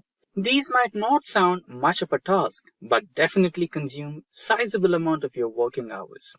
The time that you prefer to be more inclined to utilize for resource planning and setting up growth strategies for business development. If only there was a way to automate all these processes without having to hire another resource. Yes, that can be done with help of one of the most recent Microsoft Office tools called the Power Automate. With Power Automate, the time for all these tasks will be dropped by 50%, and you have a lot of time for productive utilities to build better business strategies. That said, if these are the type of videos you'd like to watch, then hit that like and subscribe buttons and the bell icon to get notified. Now, the first question. What exactly is Power Automate? So Power Automate is a cloud-based service that automates repetitive tasks across apps and services. It's designated to help users optimize business processes and focus on more strategic tasks. Now, it is not just confined to Microsoft products. It can also be get attached to Google or any other applications as well. If you want to roll out some emails via Gmail, or if you download some files and store it onto Google Drive, Power Automate will always support it. Now, let's proceed to take an overview of how to use this Microsoft tool. So, some of the mundane tasks like sending out an email, scheduling some roosters or meetings, or some points of the meeting, it'll always be a lengthy task that consumes a lot of your time. Now, for a sample task like sending out daily emails, we will try to automate this task. Now, we have logged into the Microsoft 365. So here, you can have some apps over here and you can check out the app for Power Automate. Now, we can just go to all apps and here you can just scroll down. And here you can see the option that says Power Automate. There are other ways as well. You can just search for the Power Automate app and find it out in apps here. Or now you can just find it here. You can just log into the Power Automate app. So Power Automate already has some templates for it, right? So you can just navigate to templates, and there are many uses of Automate. So if you want to do with some email attachments, or if you want to trigger a Power BI data-driven alert, or if you want to, set up something in your Microsoft Office, or you want to put a notification, or if you want to download all the attachments from your email directly to your Google Drive and connect your, X or Twitter, you can do that. So there are multiple people who have already used Microsoft Power Automate, and they've already delivered some templates for the ready for use purposes. And if you want to go with some topics, you can also go with this. Or if you're working with remote work kind of style and you wanted some applications or some automation things you are looking for, you can also look at the templates which are remote work related. You can just go through all these templates and go ahead with that. Apart from that, if you're looking for some data collection type of automation, you can also do that. And if you're looking for an email automation, you can also do that. And if you already have created some flows, you can just go through this and find the flows that you have worked on. So I've got one flow already ready here. I've set up an email, that you can be sending out to your reportees, or you can send out this email to your fellow developers or fellow colleagues. And if you have some approvals, you can also do that. So there are a lot of things. So as we discussed before, we will go with the automation of sending out daily reminders. So I'll just type down get daily reminders, and I get this type of automation here where you'll just send out an email reminder to the outlook.com email, which can be about an email to check the numbers, check the reports, and hand it over to your fellow team members, right? So or it may be about a scrum meeting or a roster meeting or roster setup.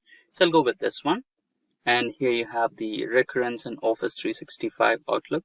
So this is my email, and I'll just continue. And here is the flow. So here you can just click and you can give out an interval. Maybe if you want to give it every day, or if you want to give it weekly or bi-weekly, you can set it up. So I'm going to go with every day, and here you can set up any prescribed, or if you have any type of time zone that you want to select, you can go ahead with that. So I'll go ahead with anything here. I'll go with Alaska maybe. And you can also provide some time, and it's not a mandatory one. And apart from that, here you have some hours you want to select. Maybe I'll go with 10 a.m. in the morning, and also I want another setup at 6 p.m. which might be the logout time. And this is the one. And apart from that, just go back to the flow once again, and here you have to set up few parameters. So let me give out an email here as well, the recipient email. You can add multiple, but I'll go with one. So I'll add one email recipient address here. That's the one. And apart from that, subject could be about Scrum call.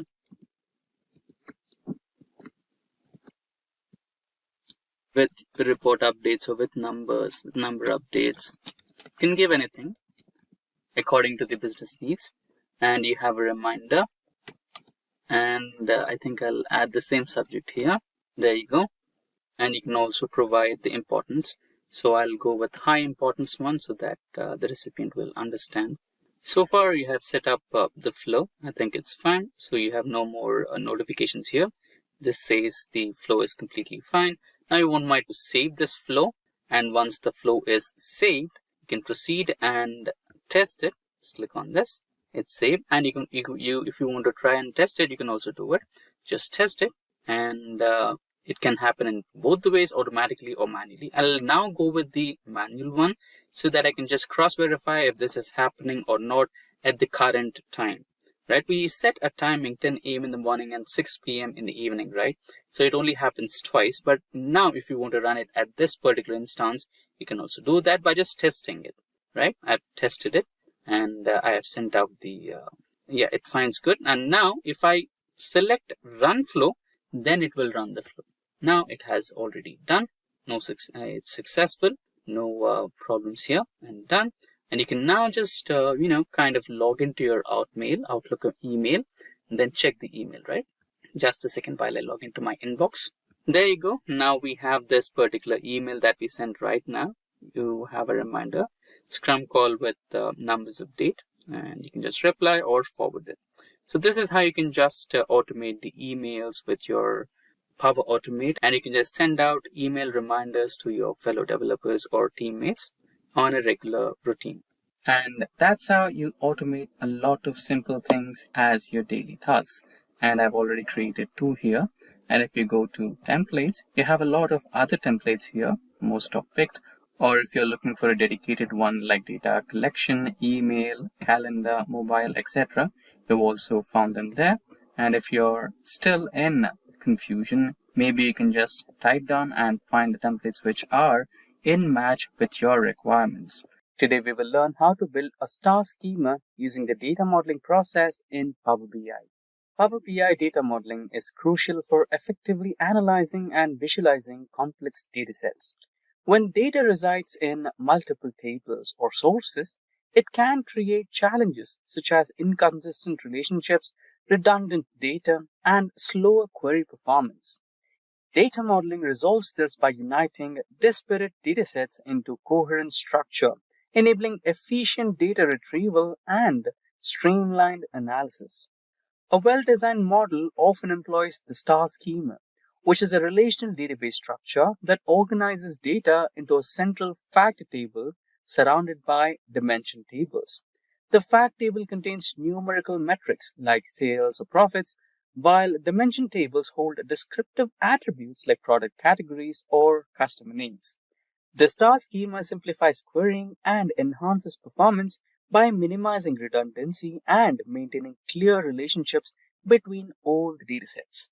This structure is particularly advantageous for reporting and business intelligence, as it ensures faster processing and more intuitive navigation for users. By implementing a robust data model, Power BI users can overcome fragmented data and unlock actionable insights with ease. That said, if these are the type of videos you'd like to watch, then hit that like and subscribe buttons and the bell icon to get notified. Now we will understand what exactly is a star schema in Power BI. So in other terms, people also prefer to call this as a snowflake schema in Power BI because the shape of the schema represents a star shape or a snowflake shape. So basically, there will be one fact table which stores the major part of the dataset, and there will be some sub tables or the subordinate tables which store the relevant data to that particular fact table. So the fact table maintains many to one relationship with these dimension tables, right? So basically it will be interconnected with each and every table in the particular schema, and you can extract information in the way you like. This might be a little confusing theoretically, but let me navigate you through this session through a practical demonstration. Let's actually create a dataset using generative AI, and moving ahead, we will extract or we will pull the same data onto the Power BI platform, and then let's look at the star schema practically. Now, let's go to the ChatGPT or any of the generative AI platforms to create the dataset that we are looking at. So this will be my prompt for creating a star schema. So we will be trying to generate 5 different data tables with 2000 rows each. So we will be creating one fact table, which is the sales data.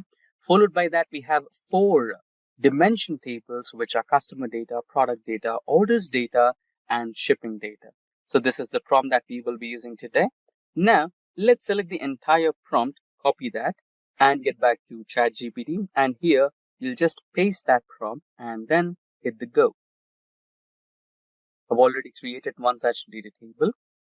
It would take a little time to generate the data set. While ChatGPT is working on creating it, let's look at the data that I already have in my inventory. This is the data that we have in inventory. So as for the inventory, the sales data, which happens to be our fact table, has order ID, price, discount, cost to company. Let me expand this, profit and rate, right? And then the fact table is then connected to the dimension tables, which is about the customer information, customer data, customer name, state, city, etc. And the product details, to which category or which product is being bought by the customer. And then we have the orders data and shipping data. Right? So shipping data includes the type of shipment mode chosen by the customer and also the order date and the ship date. Let's save this. Now let's have a look at the generative AI prompt that we just wrote. So there you go. So ChatGPT has successfully created us the dataset, and here the link is. You can just click on this link and you'll get the downloaded dataset, which looks something similar to this one, right? Now, how exactly Star Schema or Snowflake Schema works. Now, let's say I have this order details here, the sales data here. I have order 0, 0, 0, 1, 2, 3, 4, and 5. Let's say I wanted to track this particular order with ORD 0005. So I want to find out the customer who bought that. Now, I can get connected with customer data having the order key, order number as the key in between, which is common in between both the tables. And based on that, I can extract the customer details, the customer name, the customer city, the customer state, country, and region. And now let's say I wanted also to extract the product details of what the customer 005 has been buying, or on the order number 005 is at, right? Now, if I trace down the order details further, I can identify the product ID, product name, and product category along with the subcategory of the product name, which happens to be tables, right? And now if I drill down a little more bit, then I have these many number of traffic, leads, and orders received to buy 13 quantities of that particular item called table. And they preferred, kind of same day delivery. So this is how the Star Schema works. All tables are interlinked to each other. Now, let's quickly switch to the Power BI platform and try to extract or pull the same data set onto the Power BI platform, and then let's wait for Power BI to generate us a schema. There you go. Now we are on the Power BI platform, and now the data that we are working with is in the form of Excel. So let's prefer the Excel workbook as our source. Now this is the data, the demo data that we just created. You can just open it and the data will be pulled for you onto the platform. It might take a little while. Let's wait. So here we have the data ready, and we have 5 tables according to the discussion. 1 fact table and remaining else are the dimension table. So the customer data, orders data, product data, shipping data are the dimension tables, and the fact table is sales data. And then you can just load or transform. As far as I'm concerned, my data is clean and I don't have to proceed with the transformation. But just in case if you want to perform some data cleaning, then you can go ahead with transformation of data. And if you have to look at an exclusive tutorial on data transformation using Power Query, then we have linked it in the description box below and you can have a clean reference to it. So far, so good. I'll continue with loading the data since I'm confident with my data set. Just load it, and it might take a couple of moments. The data is slowly loading.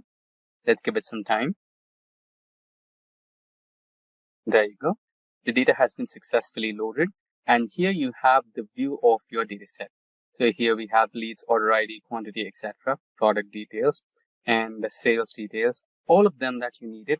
And if you proceed with this particular table view, you can see the tabular version of the data set. And here lies the most important part of today's discussion, the model view. And if you go here, the Power BI platform has already created the relationships between your data sets. And if you just rearrange a couple of those schemas, you can literally make a star pattern out of it. And also, if you look at this particular position here, you can see that we can establish some new relationships, or you can try to edit some existing relationships with the manage relationships option. Now you just have to drag and drop a few of these tables over here so that you can exactly maintain a star type of pattern. There you go.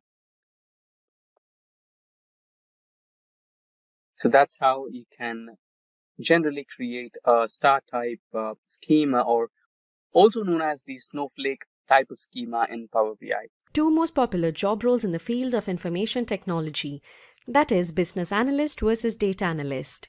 Business analyst is a professional who bridges the gap between the IT and the business teams in an organization. They use data analytics and modern technologies to assess processes and deliver data-driven solutions. They understand and solve a business problem and validate business requirements. A business analyst generates reports for executives and stakeholders. They are part of the business operation and work closely with the technology team to improve the quality of the services being delivered. They also assist in the integration and testing of new solutions. Now let's talk about the job description of a data analyst. With the rapid increase in data generation today, the term data analyst has found its prominence. A data analyst collects, processes, and performs analysis of large data sets. Every business generates data in several formats. This data can be in the form of customer information and feedback, log files, transaction data, marketing research, and so on. It is the duty of a data analyst to transform these business data into valuable insights. Some of the problems that can be addressed are how to improve a business, how to provide good customer experience, what would be the ideal price for a new product, how to reduce transportation costs, and so on. Data analysts deal with data handling, data modeling, and reporting. With this brief understanding of the job description for a business analyst and a data analyst, let's now shift our focus towards the various responsibilities of a business analyst. A business analyst identifies the business goals, understands the problems faced by an organization, and comes up with a cost-effective solution to tackle the issues. They thoroughly understand the requirements from the clients and assign the right resources. BAs communicate and work closely with the development team to design the solution for a problem. They ensure that the development team doesn't spend their time understanding the stakeholders' requirements and often give iterative feedback on the solution being developed. They check and validate if the project is running fine with the help of user acceptance testing. They also verify if the solution being worked on is in line with the requirements and ensure that the final product satisfies the user expectations. BAs assess the functional and non-functional requirements. A business analyst documents the project findings and results. They present the project conclusions to the stakeholders and clients along with delivering maintenance reports and building visualizations to make decisions. Now, let's take a look at the responsibilities of a data analyst. First and foremost, a data analyst must identify and understand the organization's goal and requirements. This helps to plan and streamline the analysis process. Data analysts collect data from various heterogeneous sources. They assess the available resources, comprehend the business problem, and gather the right data for analysis.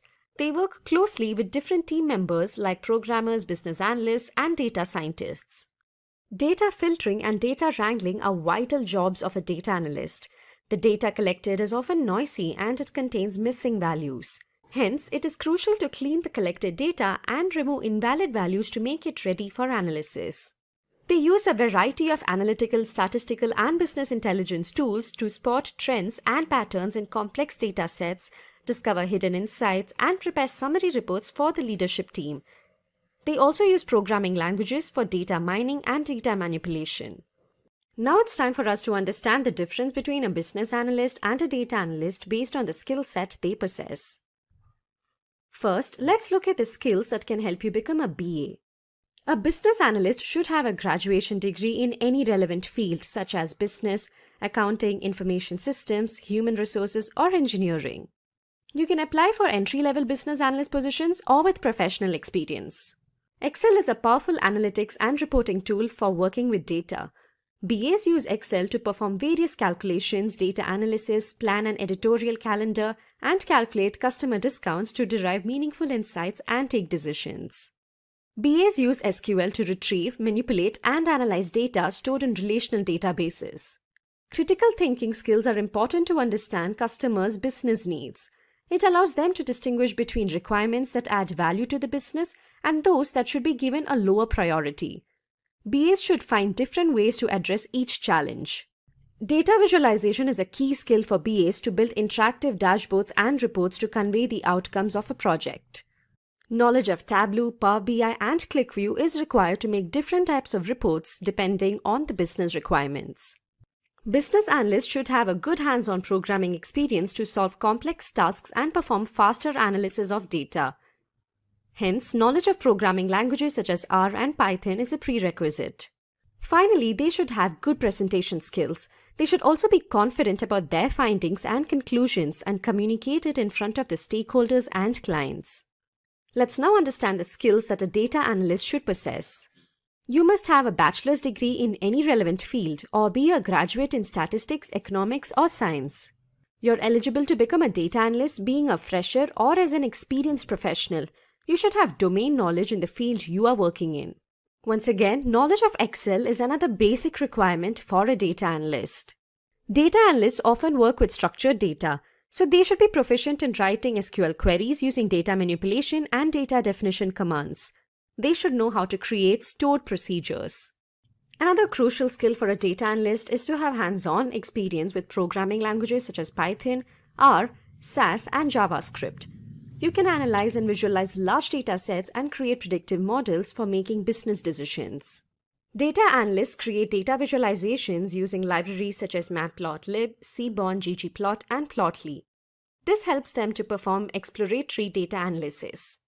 Knowledge of Tableau and Power BI is required to create different business reports with the help of graphs and charts. Data analysts should have knowledge of machine learning algorithms to build sophisticated models and make future predictions. So they should know about linear regression, logistic regression, support vector machines, k-mean clustering, and other supervised and unsupervised learning algorithms. Finally, data analysts should also possess good communication and presentation skills. Now, let's discuss the salary structure for both of these job roles. According to PayScale, a business analyst in the United States earns an average salary of $69,000, while in India, you can earn nearly 6 lakh rupees per annum. Now, talking about the salary of a data analyst, according to PayScale, in the US, a data analyst earns an average salary of $60,710 per annum. And in India, you can earn around 4,24,000 rupees per annum. Let's now move on and look at the different companies hiring for business analyst roles.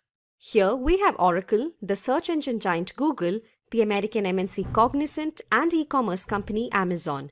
In addition to that, we have Ernst & Young, technology giant IBM, Dell, and Cisco hiring business analysts. Talking about the companies hiring for data analysts, we have Twitter, Google, the social media leader Facebook, and Amazon. We also have the American oil company Shell, the electric vehicle company Tesla, Apple, and the American credit reporting agency Equifax. Now, choosing the right field, that is, to become a business analyst or a data analyst, could be a challenging task. The key points that you have to keep in mind before making a decision is: first, review your background and see what qualifications you have. Check what skills you possess and the domain knowledge you have. Then, gauge your interest to see what suits you best. And finally, consider your long-term goals and see the job roles that will help you grow in your career in the long run. Now, let me tell you how Simplilearn can help you grow your career as a business analyst and a data analyst. Simplilearn offers a postgraduate program in business analysis that is in collaboration with Purdue University. The endorsed education provider is IIBA. Some of the skills that will be covered in this course are strategy analysis, wireframing, solution evaluation, dashboarding, data visualization, agile Scrum methodology, Scrum artifacts, statistical analysis using Excel and SQL database. Some of the tools covered in this course are Microsoft Excel, Tableau, Power BI, Jira, PostgreSQL, Planbox, and others. Some of the key features of this business analysis program are: you will receive Purdue Postgraduate Program Certification, masterclasses from Purdue faculty. You can enroll in Simplilearn's Job Assist, where you will get IIM Jobs Pro membership for 6 months, and obtain 35 IIBA PDs CDUs and 25 PMI PDUs. You will get 170 plus hours of blended learning along with capstone projects in 3 domains. To become a data analyst, you can enroll in the postgraduate program in data analytics offered by Simplilearn. This program is in collaboration with Purdue University and IBM.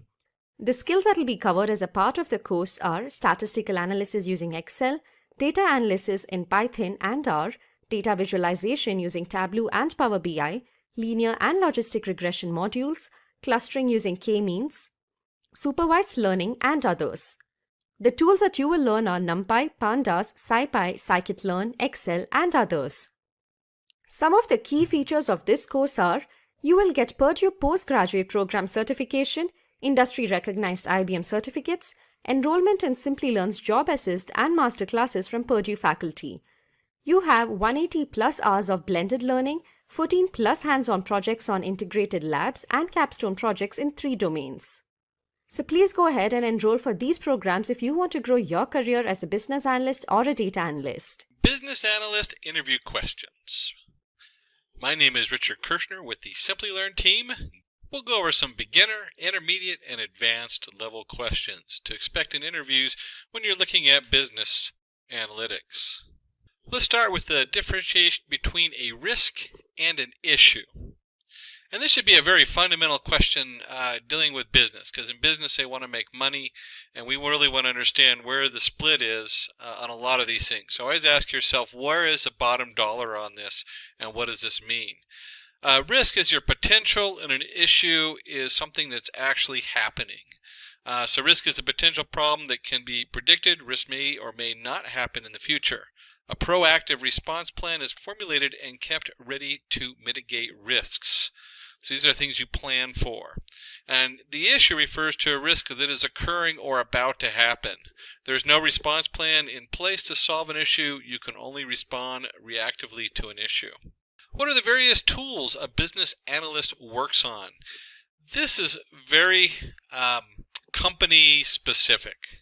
And so when you start looking for work, you start going in for interviews, you should start really asking yourself, what are these companies looking for that I'm interested in? Clearly, if you work with IBM, you want to have your tools that are central to IBM and the IBM setup. Same thing with Google, with just across the whole field. Some of the more basic ones, obviously an Excel spreadsheet, which isn't on this list, but your Python, your SQL, you should really know your SQL, because it's going to come up in no matter what format you're in. Your Tableau, your Azure, your Balsamic, all these are different platforms. There's a lot more out there, but you should be aware on which platforms your proficiencies are on, and those also that you might not be proficient on, but you at least know what they do and what their performance is, so you can answer questions. And a lot of companies will pay for you to be certified if their platform isn't on your list. What are the various stages of a business project? And we look at project initiation, project planning, project execution, project control and monitoring, project closure. And it's really important to understand any one of these in a little bit more detail than just knowing the list. What is feasibility study? A feasibility study is a method of gauging the success rate of proposed business solution. It enables business analysts to discover new business opportunities. And really, a lot of businesses, when they're looking at it for a business analyst, this is really what they want to know. What's the feasibility? That is a very central question that comes up in most business plans. What's the feasibility of doing something and getting it done? What is business model analysis? Business model analysis is a technique that helps you analyze if a business is financially, economically, and socially viable or not. I know a number of contractors that this is their sole career, is to go in and analyze ski resorts in Colorado to find out whether it's going to make it this year or not and what they need to do to fix that. So it's a very high-end job niche where you really need to know your stuff and understand what it means. What do you understand by requirement? Differentiate between requirements and needs. We look at requirements. A requirement is a targeted solution that is required to achieve the set business objectives. Business requirements are data used for business processes. Needs. Needs are the high-level representation of the terms and the result. Business needs include identifying and comprehending the business's goals and articulating its strategic direction. And you can think of needs are, what do we need to succeed? Requirements are, well, these are the things we need to put into place. This is what's required to achieve a business objective. Suppose you have been given a list of zip PIN codes from different countries. Using those codes, find the city and the state names using Excel. And so if you're given a list of zip codes, PIN codes of various cities from the US and India, here's how you can find the city and the country names. Select all the codes, go to the Data tab under Data Types, select Geography, click on the Insert Data option, choosing City from the field list. Click on the Insert Data option and select State from the field list. Really, you do need to know your way around Excel. No matter what other packages you're working with, Excel is such a base package in business analysis. So much people are given that back and forth still. It's still kind of a baseline.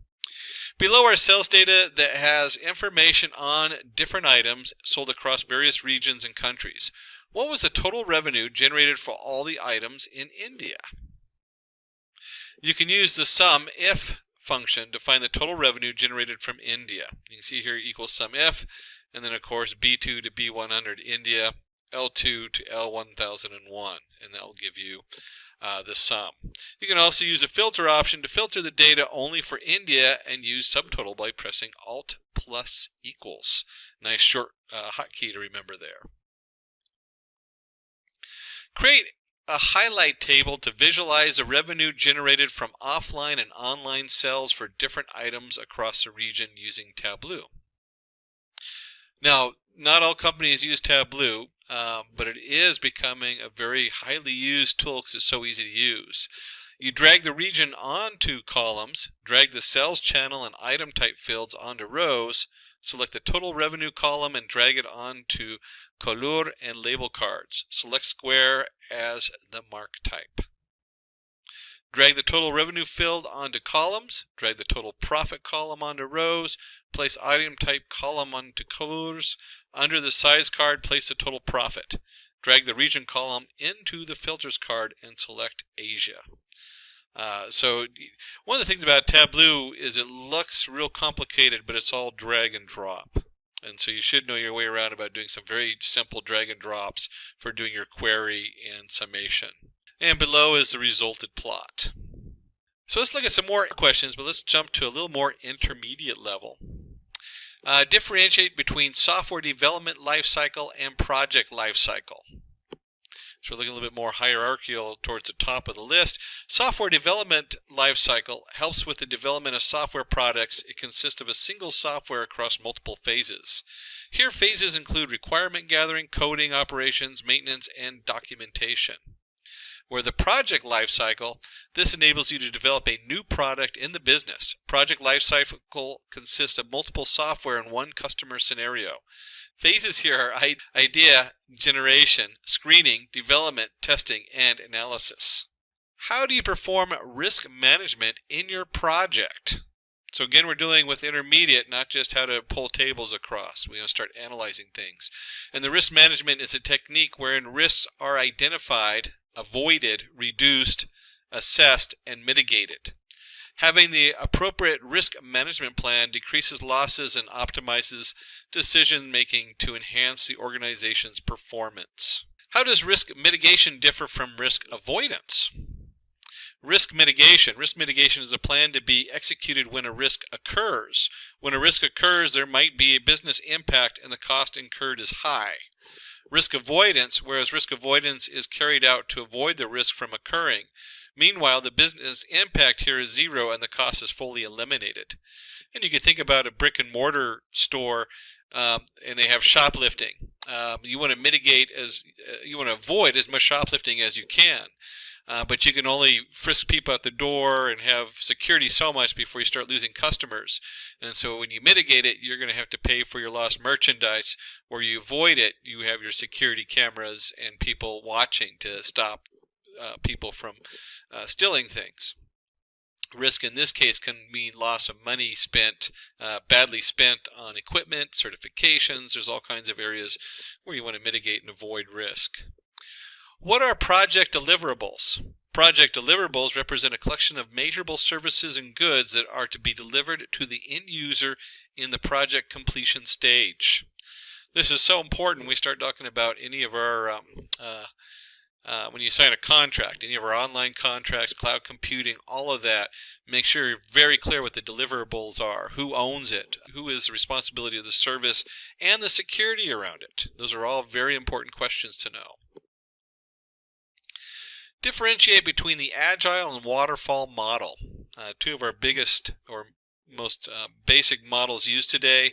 The Agile model, which is slowly taken over, especially in software. The Agile model is adaptable to requirement changes and has an incremental approach. In the Agile model, testing can be performed in every phase. With the waterfall model is referred as a structured software development methodology. Changes in requirements are difficult to implement. Meanwhile, in the waterfall model, testing is performed only in the final phase. And you can look at this as a lot of the software today has to be ready to change quickly, or in the waterfall setup, you're not looking for fast changes, you're looking for a very solid, it's going to work no matter what kind of view. This is something that we can build. It isn't going to have to make major changes, but it better work correctly. Describe the different analytical techniques like Moscow and SWOT. Moscow analysis, it is a prioritization technique that highlights a requirement's significance. Questions like, is it a must-have or a should-have? Could the demand be made better? Would a specific idea be useful in the future? Are asked here. In the SWOT analysis, it discovers the strengths and weaknesses of a firm and evaluates them as opportunities and threats. SWOT analysis consists of strengths, weaknesses, opportunities, and threats. And you can kind of think of it as like the SWAT team coming in you're worried about threats here, so we're talking about policing. Or in Moscow, really what can we get out of this? Is this, do we have to have it to succeed? Is it going to be useful in the future? So you're looking more for a general value attached to it. List various components of strategy analysis. For developing a strategic plan for an organization, the vital components are vision, objectives, mission, strategies, action plan. What is benchmarking? Benchmarking is a process of evaluating an organization's measures, like the quality of policies, programs, etc., against the standard criteria. It's so important to have that baseline of what are you measuring against. The baseline might not even be a very good one, but you can't measure something unless you have something to measure it against. It helps with the measuring the performance of the company. You can recognize the areas of improvement in a company and analyze how other companies achieve other objectives. What is the best approach to work with difficult stakeholders? A business analyst interacts with many professionals during his work. Few of the best approaches to take into consideration while working with difficult stakeholders are. Before I even jump into this, I have a friend who is working with some very high-end individuals who took their private plane, and he was supposed to meet them at the location. When he arrived, they had been in a fist fight while on their private plane. The stakeholders had so much difficulty with some particular aspect going on. So difficulties are going to arise, hopefully not at that level, but things happen. And of course you want to just work with anybody, but you want to listen patiently to the stakeholder's point of view, respond to them politely and diplomatically, have a one-on-one discussion to make things more precise, comprehend their worries and be transparent. Make sure to continuously engage such difficult stakeholders. And I'm going to highlight the last one, because if you're working with somebody who's difficult and you just try to ignore them, one of the things is that whatever problems are arising, they're just going to explode. So that is so important not to ignore somebody who's being difficult. But the rest of it is stay focused. Stay focused on what you're trying to accomplish.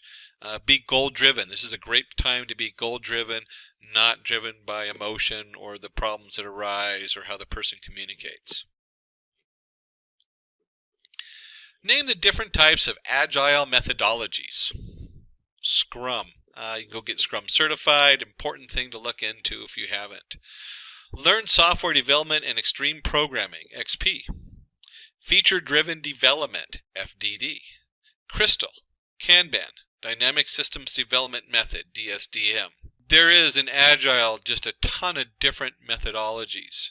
So knowing at least a few of them inside and out and having a kind of a general idea that the other ones are out there is important. So you at least know what we're talking about when someone comes up and talks about Agile. Describe the gap analysis. Gap analysis refers to the analysis of differences between the existing system's functionalities and the targeted system. The gap indicates the amount of work required to get the intended result. Gap analysis is a comparison between the current and proposed functionalities. And you can see here we put together an action plan to go from the current state to the desired state. How do you import text file data into MS Excel?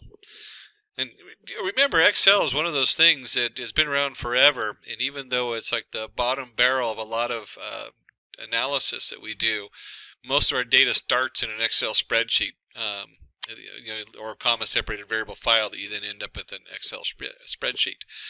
Given below is the employee text file. It has information about name, age, and company. And here's how you can import this data into Excel. Go to the Data tab, click on Get Data drop-down. Under From Files, select Text CSV. Select where the text file is located in your system and click on Import. Click on Load Data Imported into Excel. You've been given sales data that has information on the sale of different items across the world. Below is the data. Create a pivot table to analyze the profit of all the items in each region. Now remember, a pivot table is a table of statistics that summarizes the data of a more extensive table. So it takes a full data sheet, and we're just going to zoom in on something. That's what the pivot table means. And if we want to go ahead and do this, what we do is we go ahead and select a cell in the table, go to Insert, and click on Pivot Table. In the Create Pivot Table box, choose Existing Worksheet to place your pivot table. Drag region and item type onto rows, drag total profit onto values, sort the sum of the total profit column. Using the sales table, find the percentage contribution of cosmetics to the total revenue and total profit. Create a pivot table by dragging item type onto rows. Select the revenue and profit column under values. Right-click on the revenue value under Show Value As. Select percentage of grand total. Right-click on a profit value under Show Value As. Choose percentage of grand total. And you can see here when we do that, we end up with cosmetics made a 14.03% contributions to the total revenue and an 18.94% contribution to the total profit. How do you create a dual axis chart in Tableau? Drag the order data onto columns and convert it into continuous year. Drag total revenue onto rows and total profit to the right corner of the view until you see the light green rectangle. Synchronize the right axes by right-clicking on the profit axis. Under the marks card, change sum total revenue to bar and sum total profit to line, and adjust the size and color. They're lots of fun to play with as you start getting into these.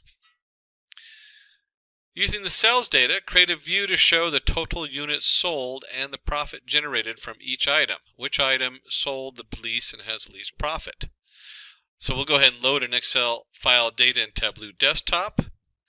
Drag units sold onto columns and item type column onto rows. Place the total profit column under Couleur and choose the desired color palette. Sort the units sold axes in descending order. And you can see here it produces a very quick bug figure, shows the fruit sold and the least and had the least amount of profit.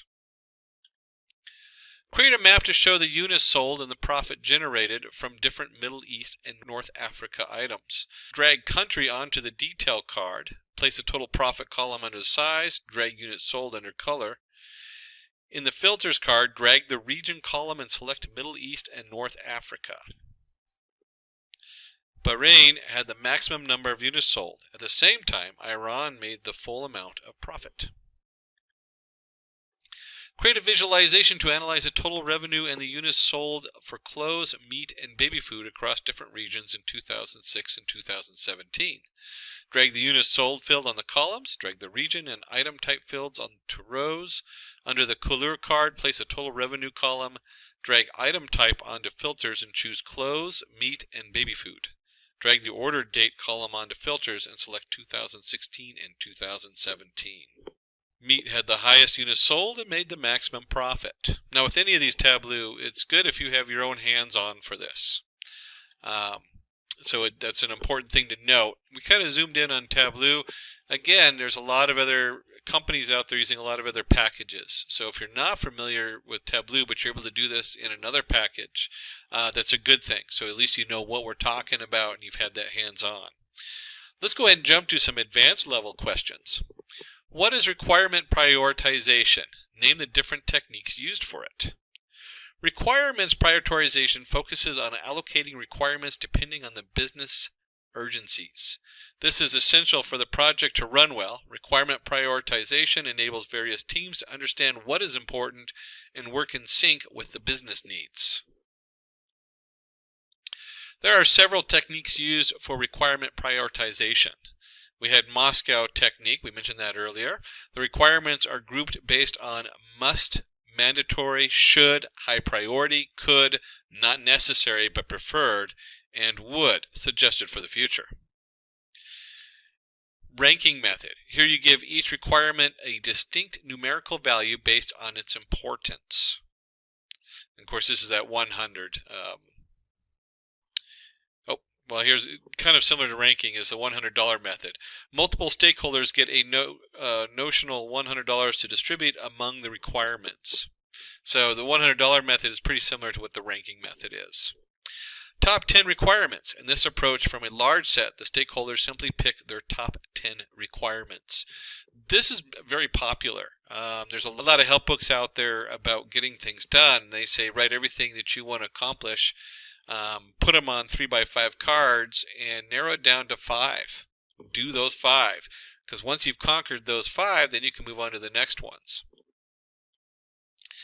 Name the critical agile metrics that should be considered by a business analyst. Sprint burn down.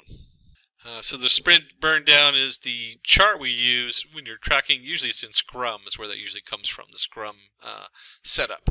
But it's a chart of the work to be completed and what's still going on. You have your work category allocation, the velocity, the cumulative flow diagram, defect removal awareness, time coverage, defect resolution time. Explain BPMN. BPMN, Business Process Model and Notation. Gateway controls the flow of interaction and sequence of processes. It is a flowchart technique which models the end-to-end business process step. The 4 essential elements of BPMN are flow objects, events, activities, gateways, connecting objects, sequence, messages, associations, swim lanes, pool or lane, artifacts, data object, group annotation. List the elicitation techniques. The elicitation process is about gathering requirements from users and stakeholders. Listed below are a few techniques that are used to collaborate with users or clients. Interviews. I don't know how many times I've been on the phone calling competition, potential clients to ask questions. So one of the elicitation techniques is to ask questions. If you're going to call clients to ask questions, it can a lot of times also turn into additional sales. Document analysis, focus group, prototyping, brainstorming. My favorite, brainstorming. All these are important. I just kind of highlight a few of them that I tend to get stuck in. Observations and workshops. Again, workshops are a great sales technique also. So as you're doing your business analysis, and you're bringing people into a workshop and do observations in the workshop and working specifically with these people, they turn into potential business growth. I tell you what, if you're a shareholder and someone's doing a business analysis and they turn around and generate a $30,000 sale for your company, they're in. You know, you've already earned your pay, and you're doing what you like, which is business analysis. Interface analysis, questionnaire and survey. Questionnaire and survey is my least favorite, but they are the most popular because they're the easiest to pump out. List the documents needed by a business analyst.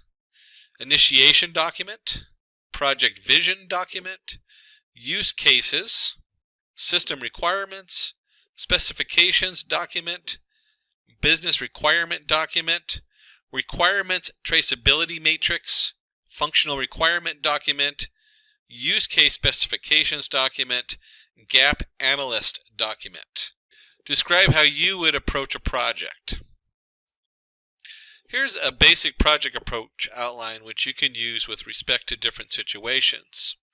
Identifying the project goal, formulating the work plan, defining the requirements, collaborating with other teams, tracking the project, documenting the progress.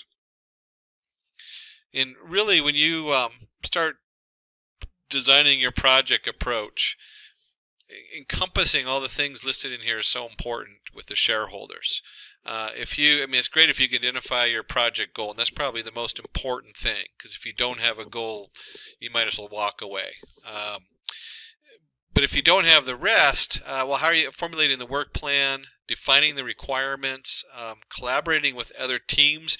That is such a big step because we're going from everything being on paper and trying to figure out what you're going to do to actually doing it.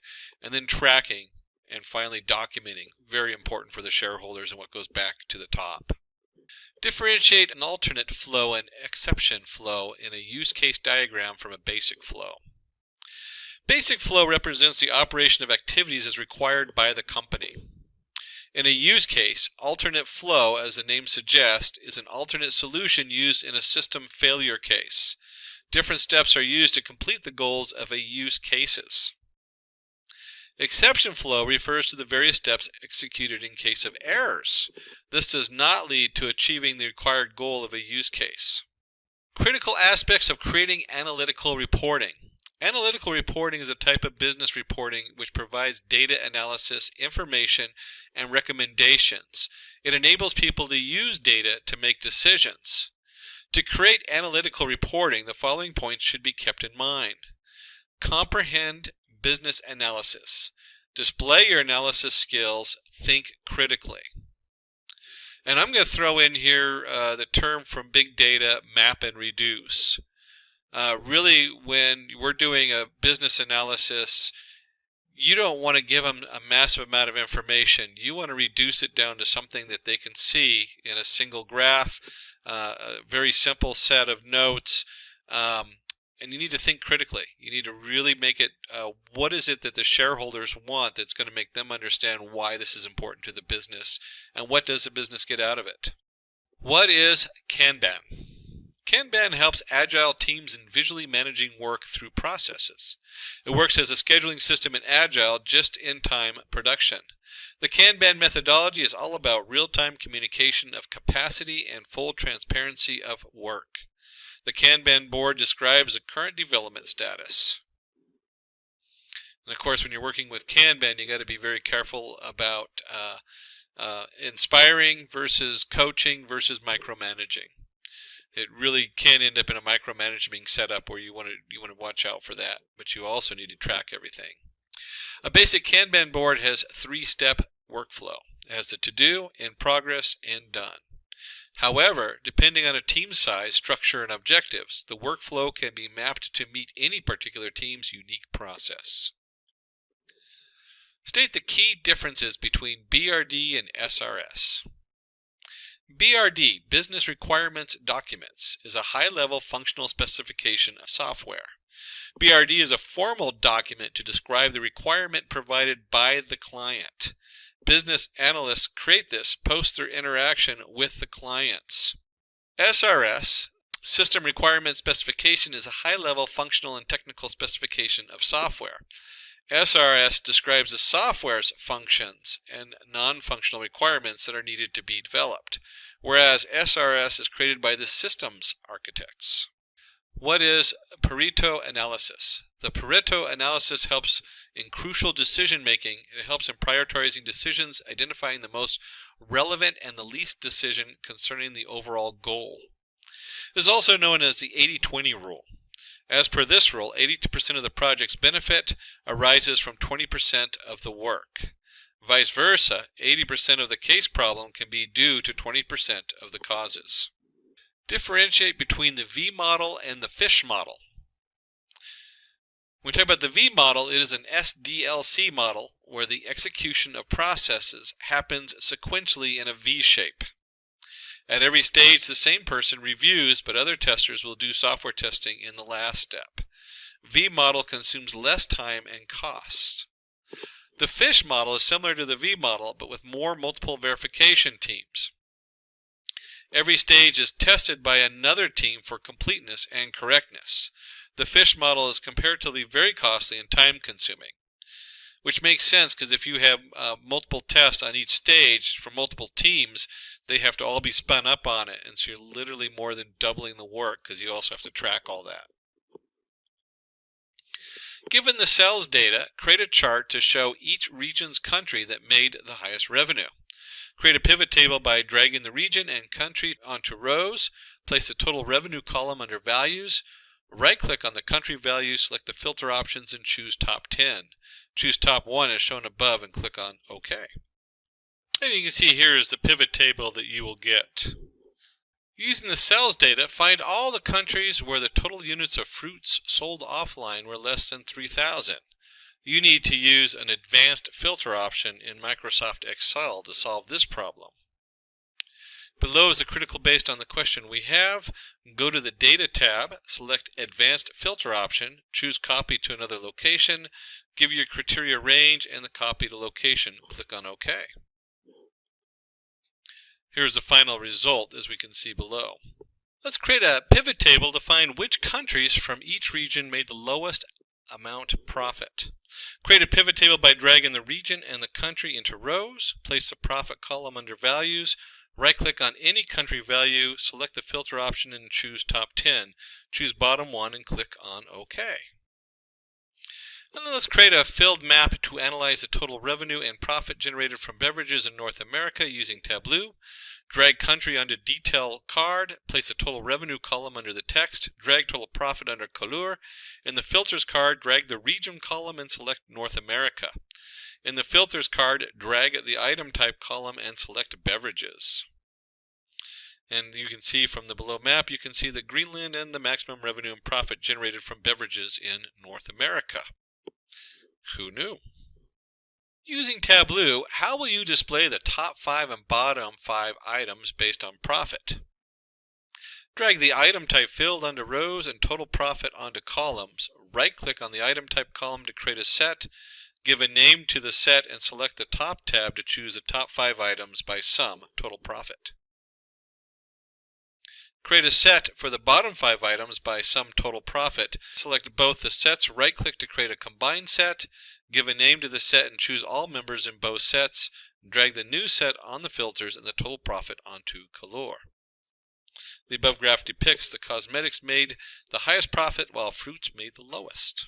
And really, when we're talking about tools like Tableau, or if you're targeting companies working in R, or you're targeting companies working in Python, you should be able to quickly do these kind of displays in any of those packages that you're focused on.